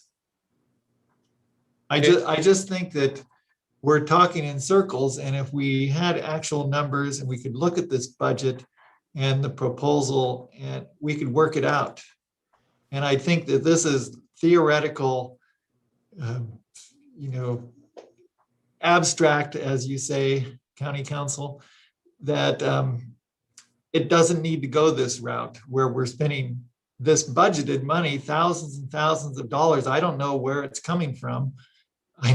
I hope it's not coming from the sheriff's budget, but I hope it's not coming from the general fund. It's going to be many, many thousands of dollars to figure out this point that is abstract, that it sounds like we're in agreement. Let's look at the budget and let's get those numbers and just work it out. Sit down at the table. Come on, let's have a beer together and figure out what the budget is. So I say it's not a conflict. Supervisor Williams? Sheriff Kendall, would you be willing to strike 3 or reword it to match what we discussed today? I would like to speak to an attorney before I do it.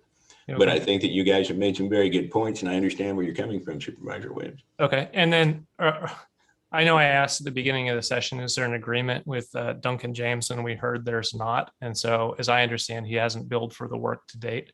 Is he has not billed me, but he has been doing some things simply for the fact that he's an old friend. But I am still going to be asking for Duncan James because he's a person I trust. I understand your perspective, but just for clarity for the board, he's not billing for any work to date. Is he billing for tomorrow?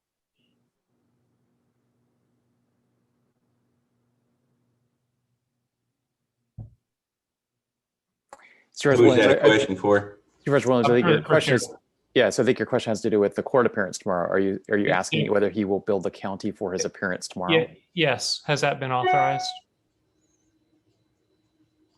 I'm not certain. You're not certain if you have an agreement with the attorney who's representing you tomorrow? About whether he will be billing me? I have not gone into a contract with him, and therefore I could not tell you. Has an hourly rate been discussed?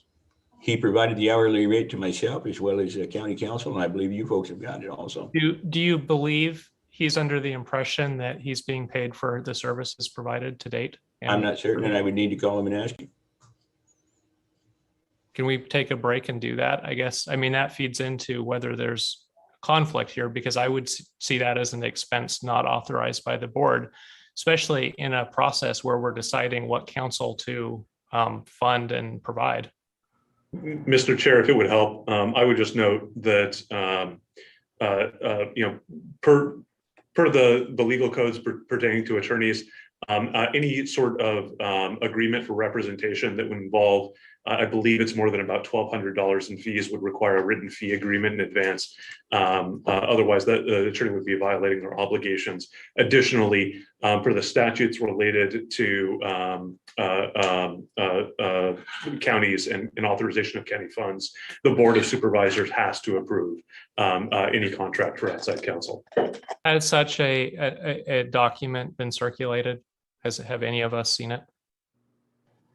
I believe you've seen the proposed written fee agreement that you rejected last on July 20th.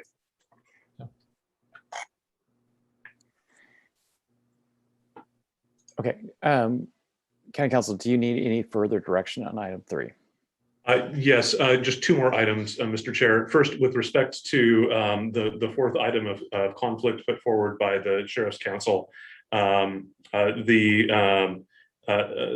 conflict was asserted to be with respect to the CEO's budget recommendation. I think this has actually been the core of what we've been discussing for most of the discussion here. My understanding is that essentially what the board is saying is that they would determine this not to be a conflict, and that they are willing to meet with the sheriff one-on-one, or sorry, not one-on-one, I suppose one-on-5, to go ahead and go over his budget line by line, find any concerns or discrepancies, and to make an adjustment. Similar, I guess, to essentially what happened during the budget hearing process itself, and to consider any changes. Do I have that accurate? Yeah, you're getting affirmative nods of the heads, yes. And I see. I just wanted to clarify that it wouldn't be 1-on-5. We have a directive for the sheriff to work with an ad hoc of the Board of Supervisors. There are a couple of directives that came out on June 9th to work with the sheriff's office and bring back, I believe both the budget and the IT conversation. Thank you. And then moving on, the last item would be sort of selection of counsel, obviously in the event that the court disagrees and finds that there is a conflict, or I think for the very limited purposes that had been discussed previously, where the board would be willing to provide a sheriff counsel for the purposes of rendering a legal opinion on a few discrete questions. The question, we put forward four names, through sort of a informal RFP process. My recommendation would be that the board tell us to essentially offer to allow for any of the four firms that Sheriff Kendall would like, and that in the event that he doesn't select any, the board nominate sort of its top choice to the court. Okay, Supervisor Mulhern, do you have your hand raised? Thank you, Chair. Yeah, I was just going to say that if Sheriff Kendall does not want to choose one of the four, my first selection would be Manning and Cass Elrod Ramirez Truster, just for their extensive experience in dealing with local governments. My goal and hope and intent, especially after this conversation, is for the sheriff to be able to have his questions answered and have a legal opinion that he can trust moving forward, so that we can go ahead and put this behind us and move on.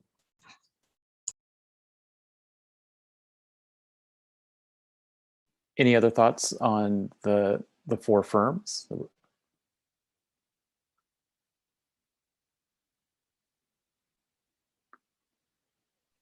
I support Mo. I would prefer the sheriff choose one of them. But if that's not to happen today, I think her recommendation is solid.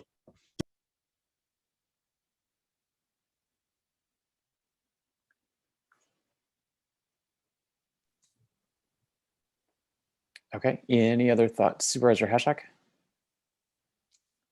Oh, I just hope that the sheriff can choose one of these four and that we can move on. It really, it's just upsetting that we're on this path.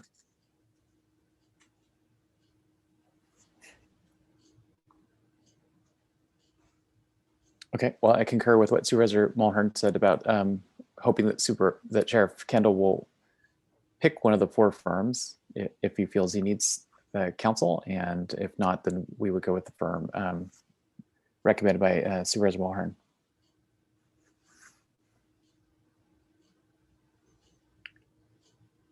Okay, County Counsel, do you need any other direction?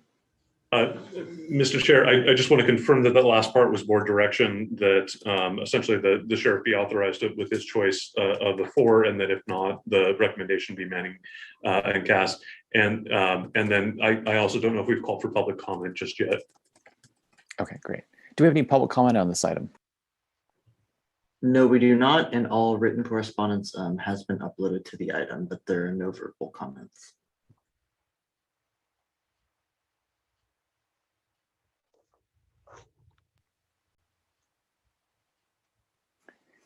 Okay, well, we hope as little money as possible will be spent on attorneys and spent on serving the public rather instead.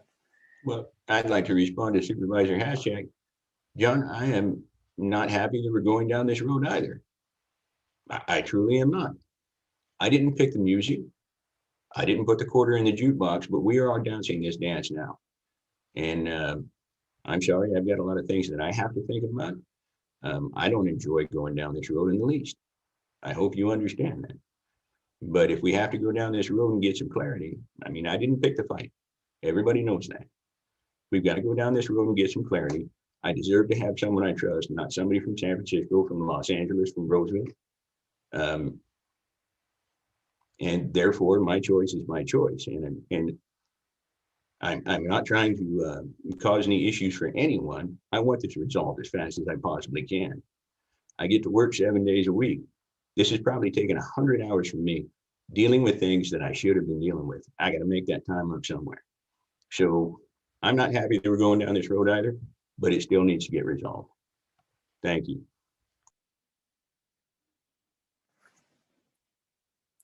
Okay, all right. I think this may conclude this item, and we are next going to go on to item, let's see, it is 5C, which is discussion and possible action regarding approval of modification to the current resident deputy pay incentive for Round Valley and South Coast. And Sheriff Kendall, this is your item.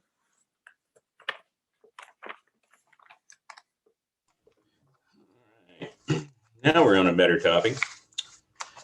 So recently, the Sheriff's Office put in for a grant through the United States Department of Justice, and that grant would be $150,000. We should know roughly in September if we will be awarded this grant. The grant will be paid out at $40,000 the first year, $50,000 the second year, and then $60,000 the third. One of the things that I've been trying to do is to get resident deputies in Point Arena and in Covelo. And I have to be concerned about, of course, hiring the correct resident. And then I also have to be concerned about housing. Mendocino County, we're falling short on that right now. And so the prices have been going up. Also, a deputy working by himself in an out of the way area, we have to incentivize it. We currently have incentives, and I believe that you folks were provided with the incentive package. In the Covelo area, 5% resident post premium is added to the base pay, 5% Covelo assignment premium pay, $6,200 yearly for healthcare subsidy, $50 quarterly increase for uniform allowances, up to $5,000 in bonuses after the completion of 12 months, $7,000 in bonus after the completion of 24 months, and $10,000 every year after 36 months. There's up to $275 reimbursement for their rental in the Covelo area. I believe that comes up to just a little over 33,000, maybe 3,300 a year. The current pay incentives for the South Coast resident deputy are nearly the same, with the exception of there is no incentive for housing.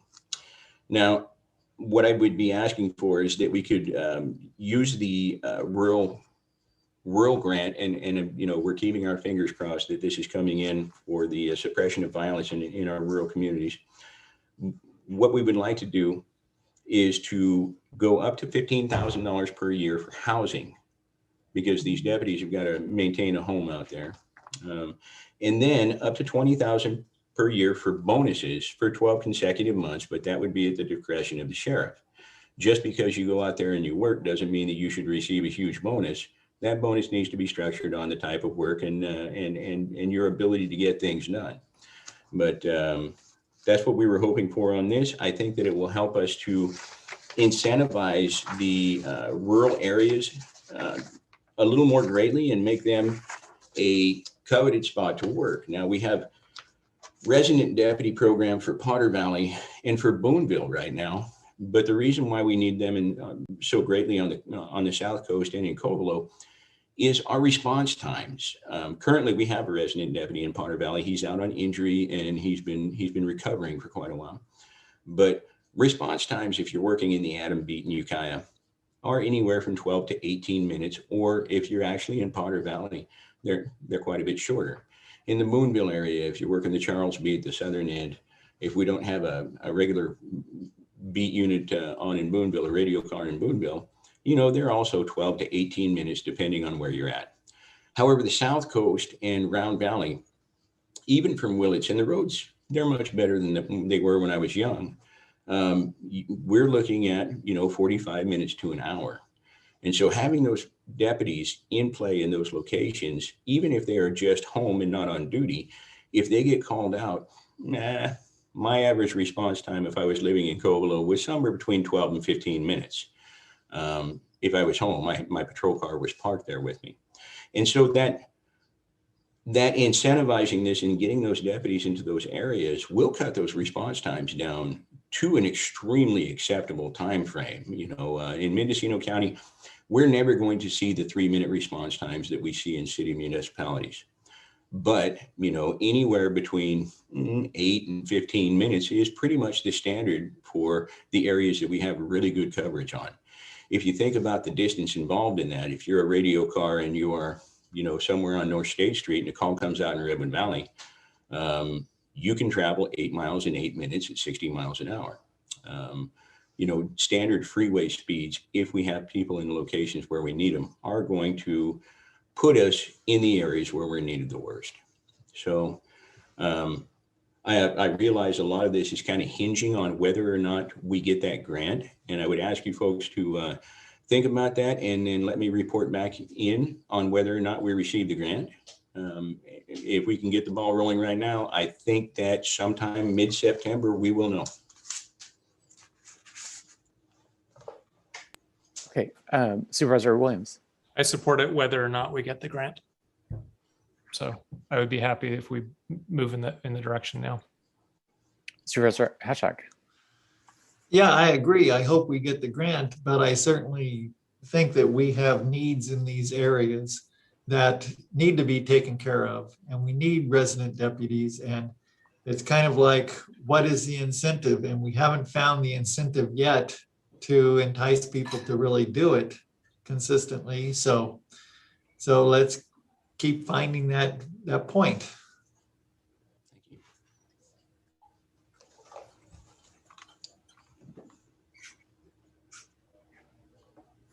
And do we have any public comment on this agenda item? No, we do not. Okay. Supervisor Hashak. Well, I'll move the modification to the current resident deputy pay incentive plans for Round Valley and the South Coast positions. Second. Okay. Can we have a roll call? Supervisor McGordy? Yes. Supervisor Hashak? Yes. Supervisor Williams? Yes. Supervisor Mulhern? Yes. Majority. Yes. Motion carries unanimously. Thank you. Okay, it's now 4:20. We're still going to try to at least begin the discussion in earnest on the PG&E funds.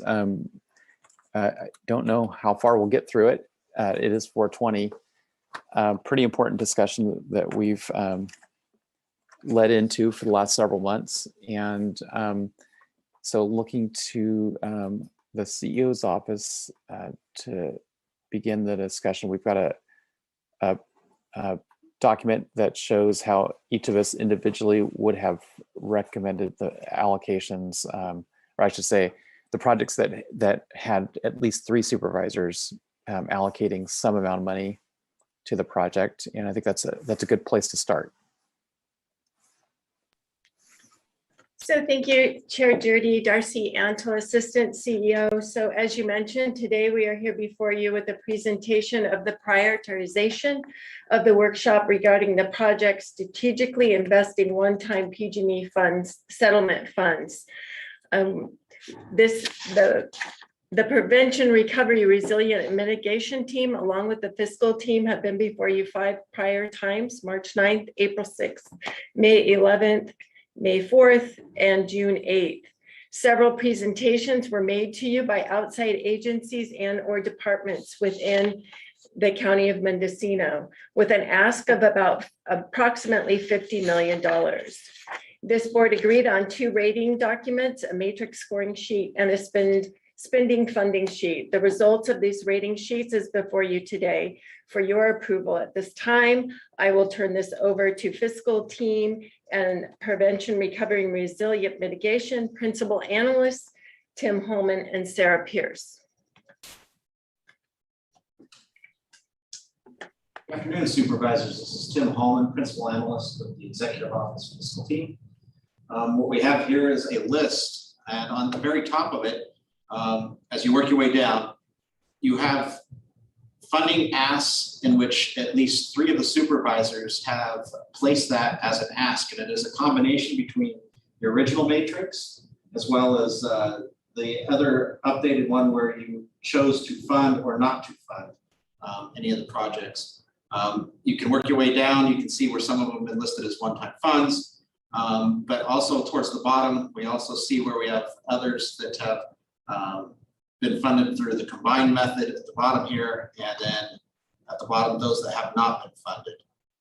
In some cases, you are looking at where 2 of the supervisors have agreed to fund, whereas a 3rd or a 4th supervisor have not agreed to fund at the bottom here. And of course, you have had a moment to take a look at this. If you'd like to discuss anything as far as what you would like to fund or modify what we have funding out here, in some cases, we do have some where you are looking at one supervisor wished to fund it in a larger amount than was suggested by the presenter, as well as differing amounts on some of the other items. So again, if you'd like to go ahead and discuss any of this or make any modifications, I'm welcome to any suggestions you have. Yeah, first Supervisor Hashak, then Supervisor Williams. Thank you, Chair Jurdy.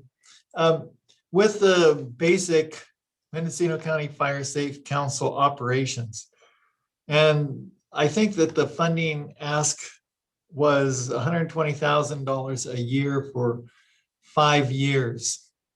And, you know, it seems like we're pretty unanimous and that's a high priority. So it shows that that 120,000 would only be for 1 year.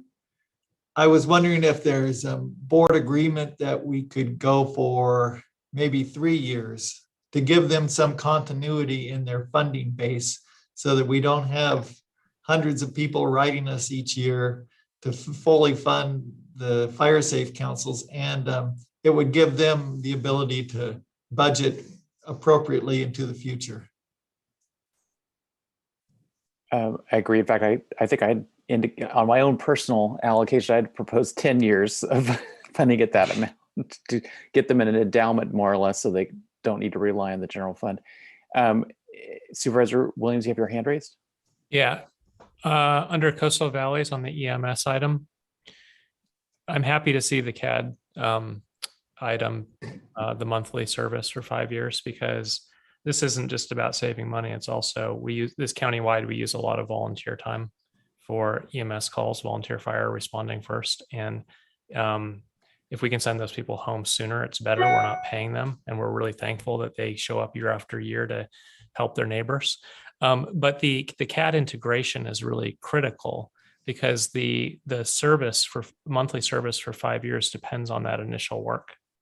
So I don't know if it was a clerical oversight or maybe if 3 of us just didn't check that, but I would appreciate, I think it's budget dust. It's that $62,000 item.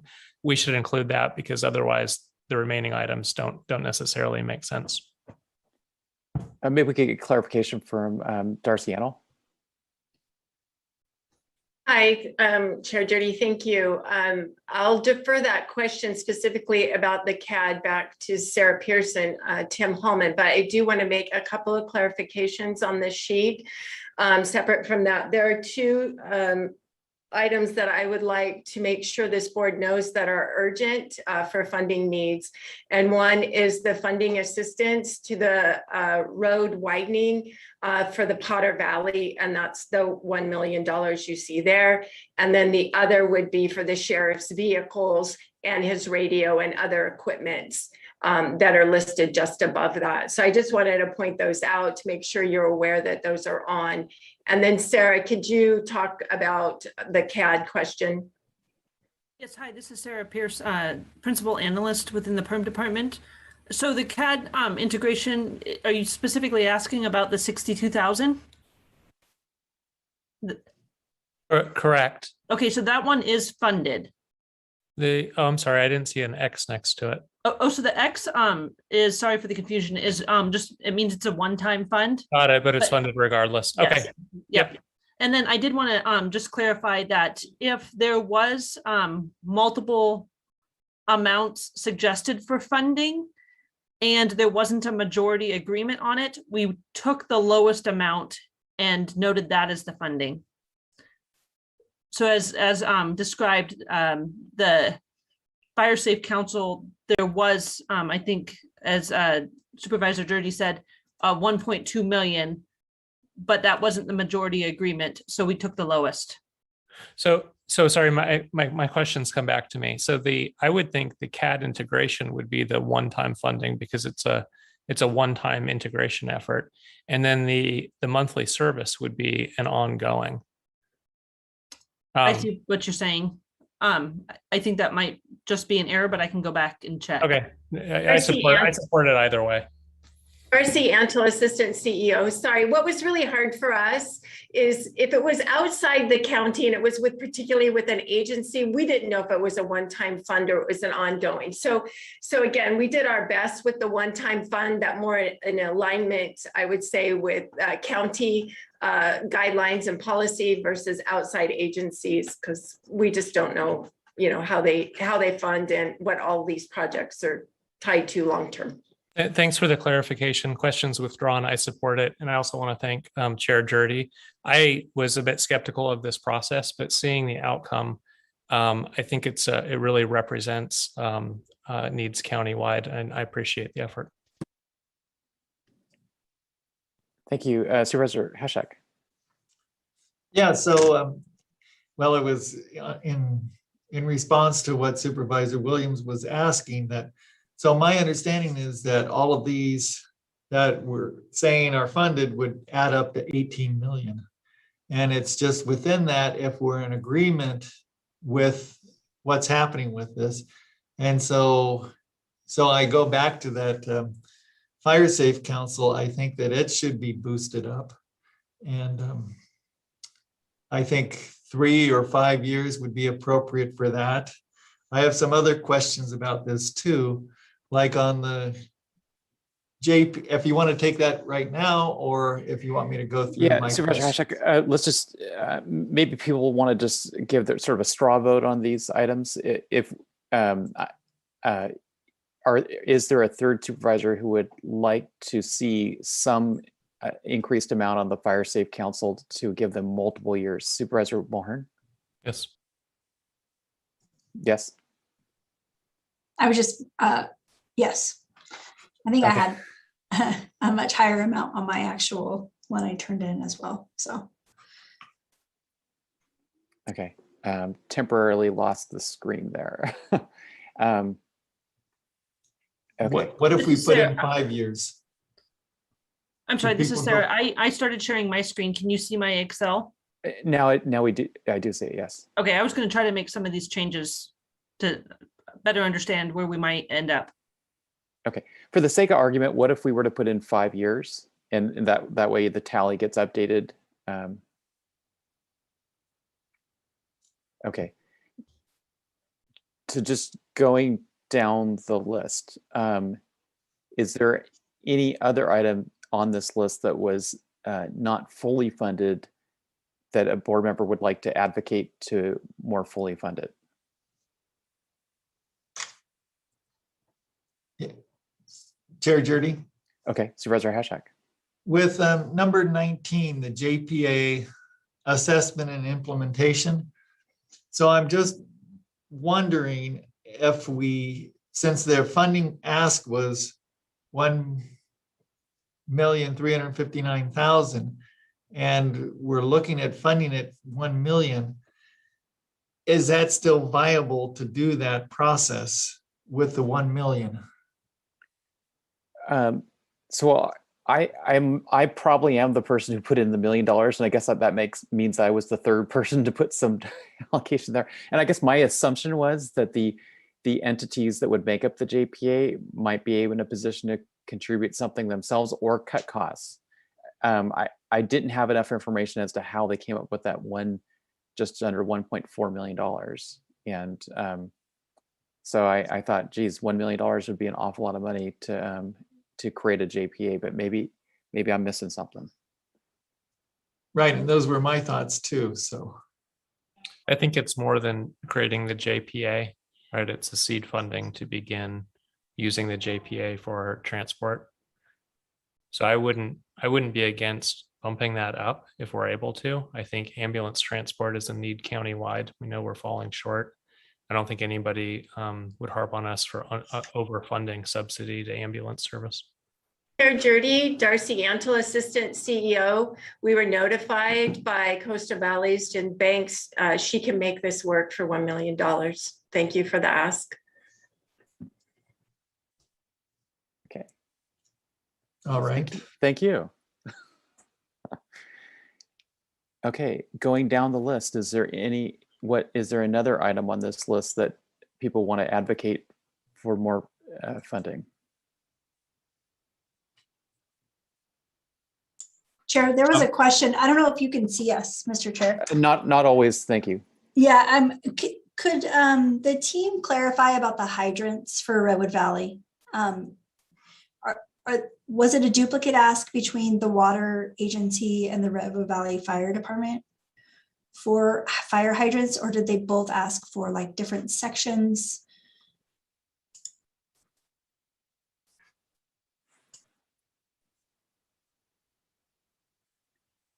That will take us a couple of minutes. Darcy Antle, Assistant CEO. Tim Hallman has those, and he'll go check and see if he can separate those two asks and provide more clarification. As they came from outside agencies, it's hard for us to know as well. This is Sarah, Principal Analyst within the Perm Department. One of the asks did come from us for the $250,000, and that related to the fire hydrants that were part of the burn area. The other ask was from Redwood Valley Fire District. And so we can go back and look at that. Okay, so maybe later in the discussion, you might be able to get back to us whether or not any of those are the same fire hydrants. Okay. Excuse me, Mr. Chair, there are 3 asks for fire hydrants in Redwood Valley because there is the PERM, the fire department, and the water agency. Yeah. So it would be great to have that clarified. Okay, thanks. And thanks for asking that question. Supervisor Hashak. Thank you, Chair Jurdy. So the other issue is the library generators. In light of our conversation this morning with the solar power, and do we want to replace buying generators with going for solar powers and battery systems? And I would say yes. Yes. Yes. I would too, as long as it'll cover the function, as long as there's enough money to do it. Well, we might have to use additional money, and that's what we talked about this morning with the 2 million. So I don't know how far we get with the 500,000, but maybe we need to. I mean, we don't have an idea right now, do we? Conceptually, I totally support it. Okay. RC Antle, Assistant CEO. Yeah, I think we would have to do some further research to understand if those solar batteries would work during a PSPS or a power outage. So I think we would have to come back with some clarification on that for you. You know, as an example, how would it work in Fort Bragg when it's foggy? You know, how is it going to work if it's smoky? Those are questions we sort of need to answer. And I'm not an expert on solar panels, but my understanding is that they've evolved in the way they work, and so they actually generate a fair amount of capacity even in fog foggy weather. It just needs to be daylight. But in terms of the batteries, I think there's really no reason why battery backup and solar won't work in a PSPS event with smoke either. In fact, Snow Clean Power's offices in downtown Santa Rosa, they've renovated a 1970s building and making it weatherized and solar and battery backup. And part of their mission is to be fully functional during a PSPS event with solar and battery backup. So it certainly can be done. It's the batteries that, as Jeff said earlier, that'll be more expensive than the solar.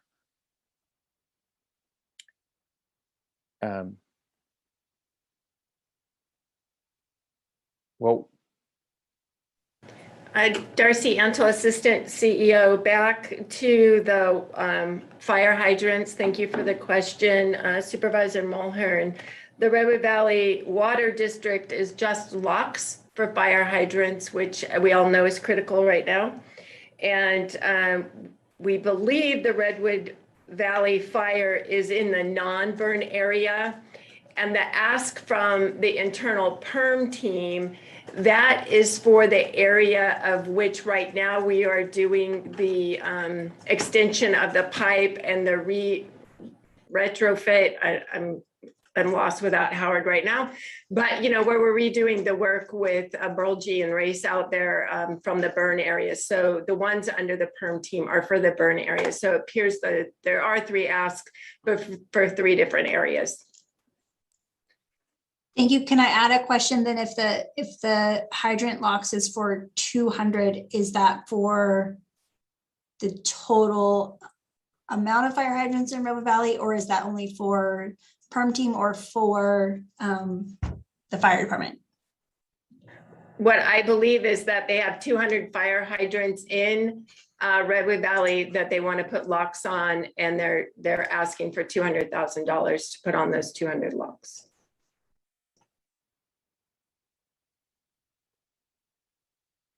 Okay, Supervisor Williams.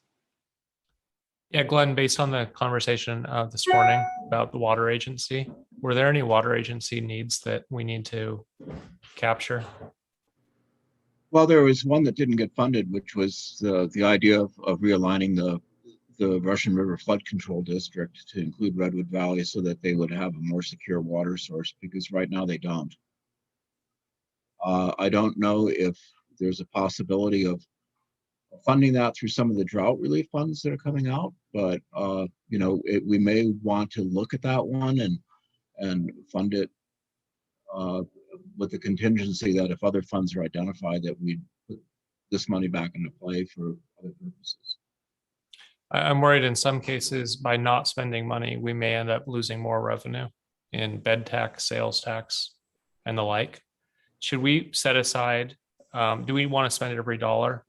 Or should we set some aside as reserve for water and then later work out the best use?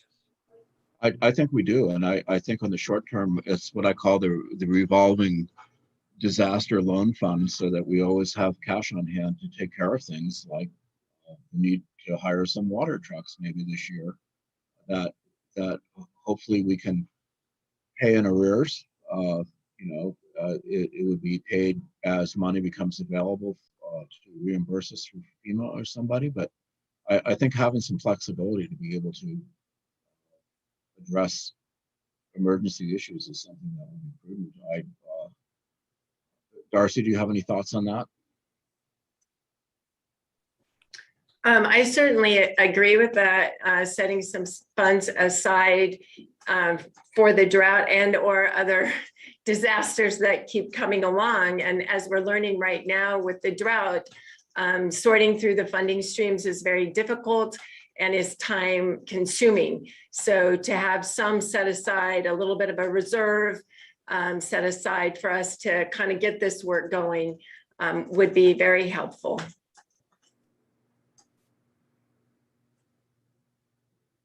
Okay, Supervisor Williams. Okay, Supervisor Hashak. Well, I think that does the 19 million reflect the additional years we put into the Fire Safe Council? Sarah Pierce, Principal Analyst. Yes, it does. Okay, so I think this is a really good list, and with the 3.6 million as a reserve for drought needs or emergency needs, I think that that's a great place to be right now. And if, with further reflection that some of these other needs that weren't funded this time come forth as higher priority, then we'll have a little flexibility to deal with those. But I think for right now, we should accept this funding chart as approved. Supervisor Mulhern. Thank you, Mr. Chair. I do agree that the process seems to have worked pretty well, given all of the asks that we had. I think that this process seemed to work okay. One that I had really wanted to see make it, and I understand, we definitely want to have a reserve because we're not running out of disasters in Mendocino County, but the county cultural responsiveness on tribal lands for $15,000 seemed like an incredibly small ask for something that is really important to our community. And that was part of the recovery plan too. It was in there, and I voted for that as well. So it is a small ask, and it addresses an important group of people we often don't think about. So I want to be sure that there's a third and a fourth. Okay, let's add that to the list. Thank you. Sarah, I'll get that moved over and we'll get you guys the correct total here in just a minute. So Darcy, I think with the board, we need to have some adjustment made one way or the other in order to deal with this morning's action on the carbon reduction fund. As we've learned recently, we are not able to use the ARPA funds, the federal funds, for those projects, but they can be used for water and wastewater projects. So I know that some of the projects on this list that are being funded could be funded out of the ARPA funds, and in turn we could fund the carbon reduction project from some of the PG&E funds. We could do a swap out. So now that's a possibility to make every project fully funded that way. Certainly, I believe we went through this early on, Sarah, myself, and Tim, to make sure that we tried to pull out everything that we understood could be funded by another source, whether it was the ARPA funds or a grant that we had been applying for. But we can take another look and see if there's something else that can be pulled out to go over there with regards to the water. I mean, for example, the hydrants that we've just been talking about, it's close to $1 million for those 3 different line items. That certainly it's water infrastructure. If we don't have water wasted because people are stealing water, or ensuring the hydrants work properly, I don't know if it really matters whether those are funded from ARPA or PG&E. Likewise, we have the $500,000 for the libraries on this list, which could be part of the $2 million carbon reduction fund, assuming we use solar panels and battery backup. Darcy Antle, Assistant CEO. Certainly, looking at the metered fire hydrant locks, there's probably a possibility there. And then the other fire hydrants, we could take a look at those totals and pull that out. And if you're recommending putting the 500,000 for the generators down into the carbon, I think we could do that as well. So Sarah, can you run that alongside there real quick so we get the total of the fire hydrants, and then take the 500 from there and see where we're at. This is Sarah Pierce, Principal Analyst. So I'm going to remove the fire hydrants from the PERM department and the Redder Valley Capella Fire District. Yeah. And then I'm going to basically add 1.5 million more for remove. Yeah, Sarah, go ahead and remove the metered locks to the 200K you got right there. Yeah. And then the 500 would be applied. So I believe, there you go. Yeah.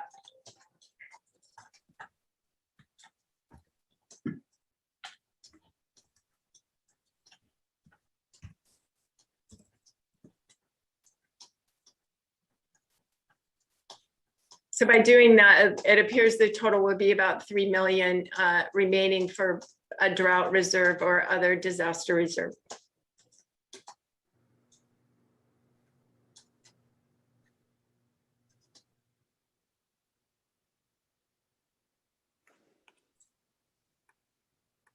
Supervisor Hashak. And just to be clear that those water meters and hydrants would be fully funded through the ARPA. Yeah, we will confirm that. Yeah. Um, Okay. And maybe we could bring back the fire hydrants and the carbon reduction with the generators back to you with the approval of the other items.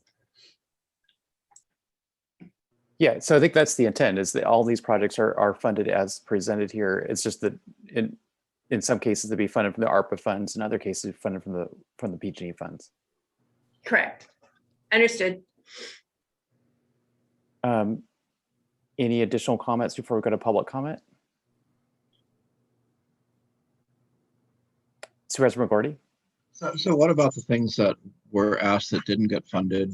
How do we want to handle that? Because there is a couple of worthy things in there that I support, and one that didn't make it that should have been in the ask because of the valuable work they do, which is the Redwood Valley Grange. It's a community center, plus if they followed through with their plan of having a commercial kitchen, it could also be used for incubator project for commercial food production.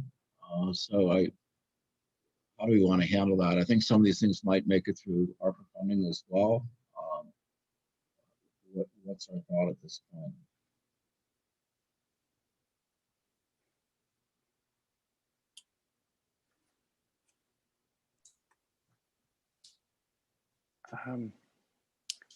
Well, Supervisor McGorty,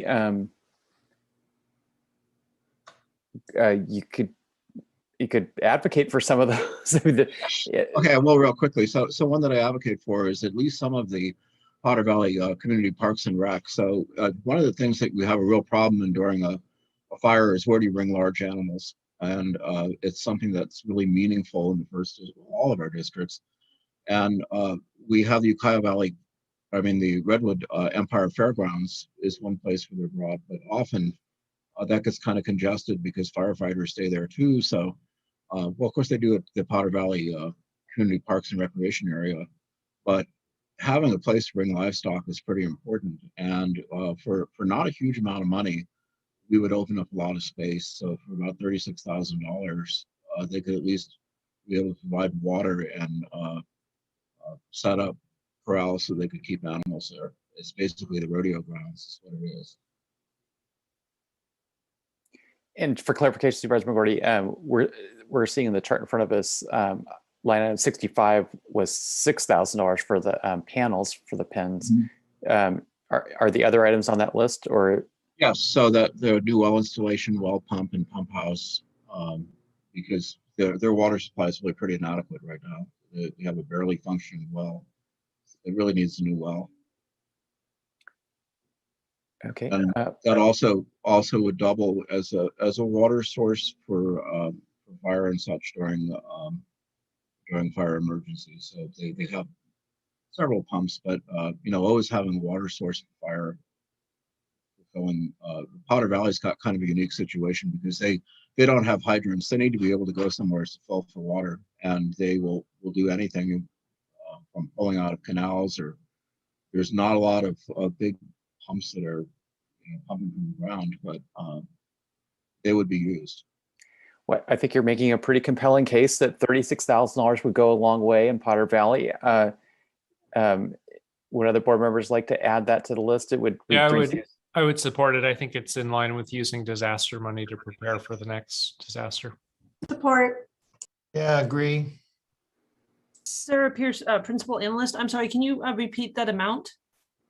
I just in my head did a quick calculation. It's line items 62 through 67. Okay. So move these to the funded section. Yes. Okay, thank you.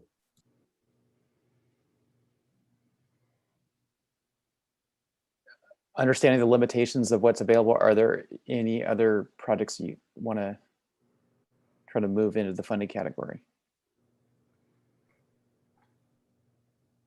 Supervisor Williams? Yeah, I guess I like the idea of stopping here because we did commit to fully funding the sheriff's office and we don't know what budget requests are going to come forward. I wouldn't mind seeing those first to see what we have left to work with in the county budget.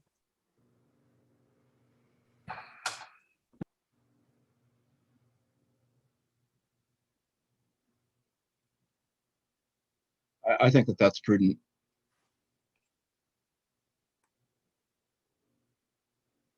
Okay. Well, this would probably be a good moment to go to public comment, and then we'll see whether we can take final action today, or whether this may need to come back on our consent calendar at a later time with some follow-up language.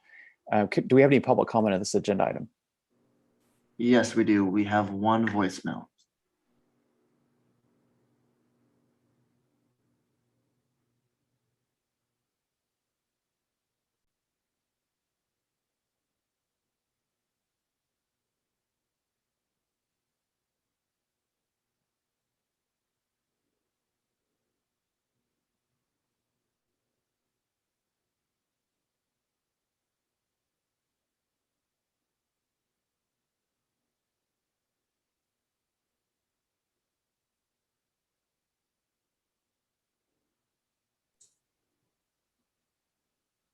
We're not hearing anything.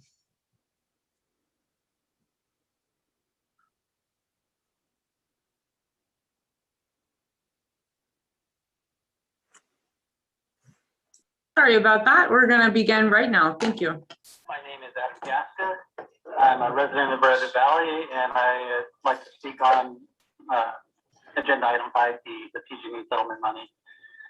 So I want to start by saying what I find good about where things are at now. I'm happy with how most of the money is being attentively appropriated to be spent. Now, never the bad. It's not really clear what some of the projects are. It would have been nice to have a little bit of a summary on some of them, just so, nothing really fancy or super in depth, but just that it made it more clear exactly where the money's going. I know personally where most of the money is going, but there are things that even after listening to the presentations, the proposals for funding, I'm still a little confused on exactly what's being funded. And I'm also wondering if there's going to be any follow-up on how things are spent to make sure that they're really, the money's going to where it's supposed to be going and getting spent how it's supposed to be spent, and maybe some kind of a measure of its impact. Because some of the projects, they sound good in practice, but once they get rolled out and happen and the money's spent, it would be nice to just know, how, if it was a good investment or not for those funds, even though they're obviously not going to come back. That would be nice to know. And now for the ugly. The initial rollout of the proposals for funding was just, I found it pretty exclusive. Rhode Valley wasn't really told, the fire department wasn't told. There was obviously people that were told that the money was finally available with no strings attached. And even though it doesn't look like it affected their ranking, it still was just basically really insensitive and insulting to not get a bigger heads up, especially for Red Valley, especially considering that just a week prior to the proposal that they were going to be taken, becoming public, then Red Valley Fire Chief was looking for money for the siren system and was told that there wasn't any money by the CEO, and there was, which she knew that there was, close to $23 million available. So yeah, hopefully we don't lose another town and have to be in a position where we're getting millions of dollars in mitigation money for a tragedy like that. But yeah, I really didn't like that. And I think that there needs to be a lot more transparency in the process. And that's it. Thank you. Thanks for your service and for the process and where things are at now. And that concludes public comment for this item. Okay, back to the board. Do we have a package here that could be brought back with some follow-up details? Supervisor Hashak. Yeah, I would move that we bring back the list that is funded and adopt it, and the changes that we made, and bring it back at the next meeting in the consent calendar. Second. Okay, can we have a roll call? One moment.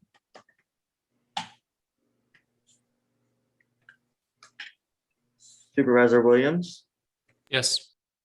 Supervisor Hashak, Yes. Supervisor Mulhern, Yes. Supervisor McGorty, Yes. Chair Jurdy. Yes. Motion carries unanimously. Okay, well, I think we're going to see a lot of positive, constructive things happen with these funds in Mendocino County for decades to come. Okay, all right, that we have a couple items that are going to be continued to the next agenda or next meeting. Item 6D, 6B, I believe, are both being continued, and item 5E is withdrawn because it was just dealt with the PG&E funds. Supervisor Judy Darcy Antle, Assistant CEO. Howard needs to speak for 1 minute to get approval for his contract to go forward. One little final action to be taken. So if I may interrupt and let Howard ask his question on 5E. Okay, great. Yes, good afternoon, Mr. Chair, ladies and gentlemen of the board. Can you hear me? Yeah. Good. So Howard DeShield, your Director of Transportation. While I really appreciate the board's actions on the previous item, I realize it's being continued to consent and that the East Side Powder Valley Road bid additives are on the list to be funded. In order to comply with public contract code and for me to actually alert the contractor that they can move forward, I do need action on this item in order to advance it. So I know it didn't quite happen with your last action, but if it's close enough, I'd ask you to support this item. For clarification, looking at County Counsel, so we are on item 5E and we need to formally take the action that Director DeShield is requesting? I believe that Director DeShield is requesting that you move the recommended action on item 5E so that he can proceed as directed. Okay, thank you. Supervisor McGorty. So move. Second. Second. Okay, we've got a motion and a second on item 5E. Can we have a roll call? Or do we have any public comment on this item? No, we do not. Okay, thanks. Can we have a roll call? Chair Jurdy, Yes. Supervisor Hashak, Yes. Supervisor Mulhern, Yes. Supervisor Williams, Yes. and Supervisor McGorty. Yes. Motion carries unanimously. All right, well, thanks. I just wanted to make one other comment to Howard. The new stripes you put on Old River Road look great. Okay, you're welcome. Okay, great. Now we have one item left for today, and that is supervisor reports.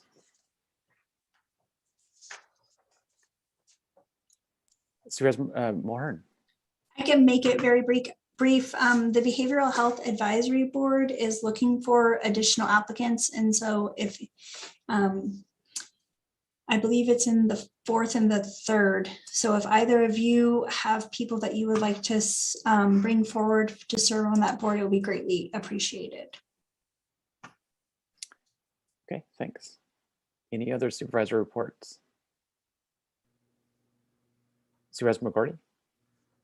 Just briefly, all the water negotiations are really very interesting in terms of how difficult it it is dealing with the state on water issues. So behind the scenes, working with the State Water Resources Control Board and LAFCO and the Federal Energy Regulatory Commission. All I can tell you is that there's a lot in play on water this year for a whole bunch of reasons. And long term, I'm glad that we're thinking about water real seriously as a board, because this is going to be a legacy that we leave behind, both on short term and long term projects. And you know, it's something that we really have to start moving on, because our old systems aren't going to work into the future with climate change. So it's you know, in the coming months with the ARPA funds and such, I hope that we can make good things happen. All right. Supervisor Hashak. Yeah, I'll just add that I attended the Hopland MAC meeting last week, and they had questions about the Great Redwood Trail, the conversion from the North Coast Railroad Authority to the Great Redwood Trail, and that was a good conversation. We're going to have another one up with the Eel River Corridor or Canyon on August 11th. And you know, the Cannabis Ad Hoc met a few times. I attended First Five and Laytonville MAC. So wanted to share what the activities are.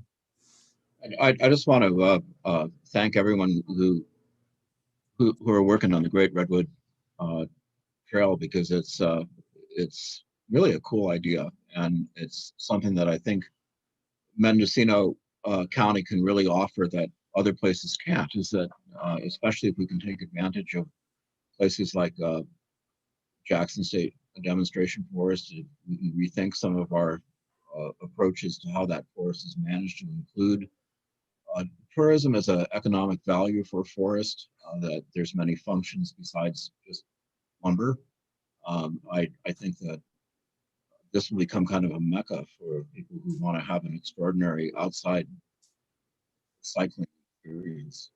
With that and the 10-mile haul road on the coast, this is something Mendocino can do that a lot of other places can't.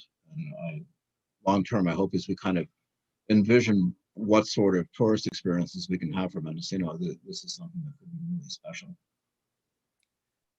Thank you. Supervisor Williams. Yeah, with Glenn mentioned Jackson State. With the board's support, an item related to Jackson State coming forward, there's been some controversy in the community, and I think it might be appropriate for us to take it up. You know, my thoughts on it is that I think we should have a discussion, but recognize that we have no authority. But I think that the board having an opinion about an important large piece of state property is important. And again, Jackson State Forest can do a lot of different things, and it should be a demonstration to the value of forests and public lands in California. And it doesn't necessarily have to be about timber production, but it doesn't necessarily have to preclude it either. So, and I think at this level,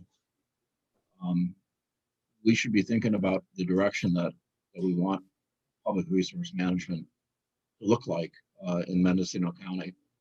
Because as I said, there's a lot of things that the forest can do. It's got so many important values and qualities from habitat and biodiversity and watershed and all of that, plus also economic viability, not just for producing lumber, but not excluding it either, because that's part of our tradition and heritage, but also looking at the forest and having values in certain sections for the outdoor experience, which is getting harder and harder to have on this planet. And it's pretty spectacular. Who should bring that item back?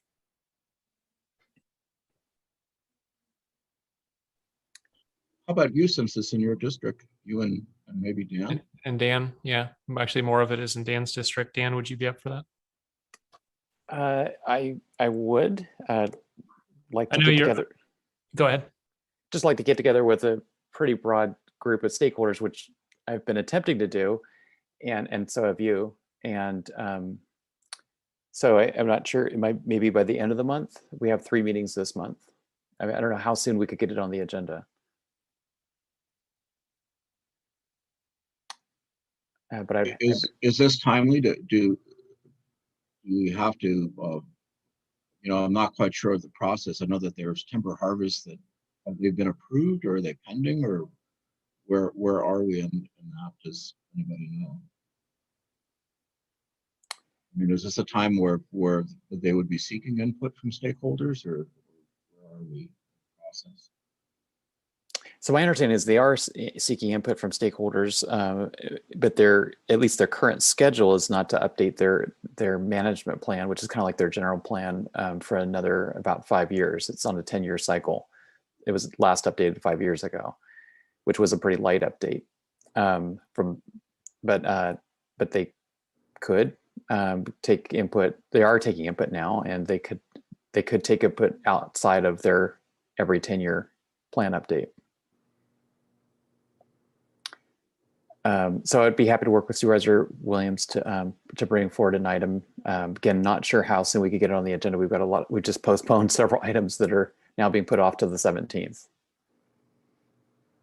So if that's board direction, we'll bring it back as soon as we can. Are there any other items from board members? Okay, all right. Thank you, and we're adjourned at 5:08.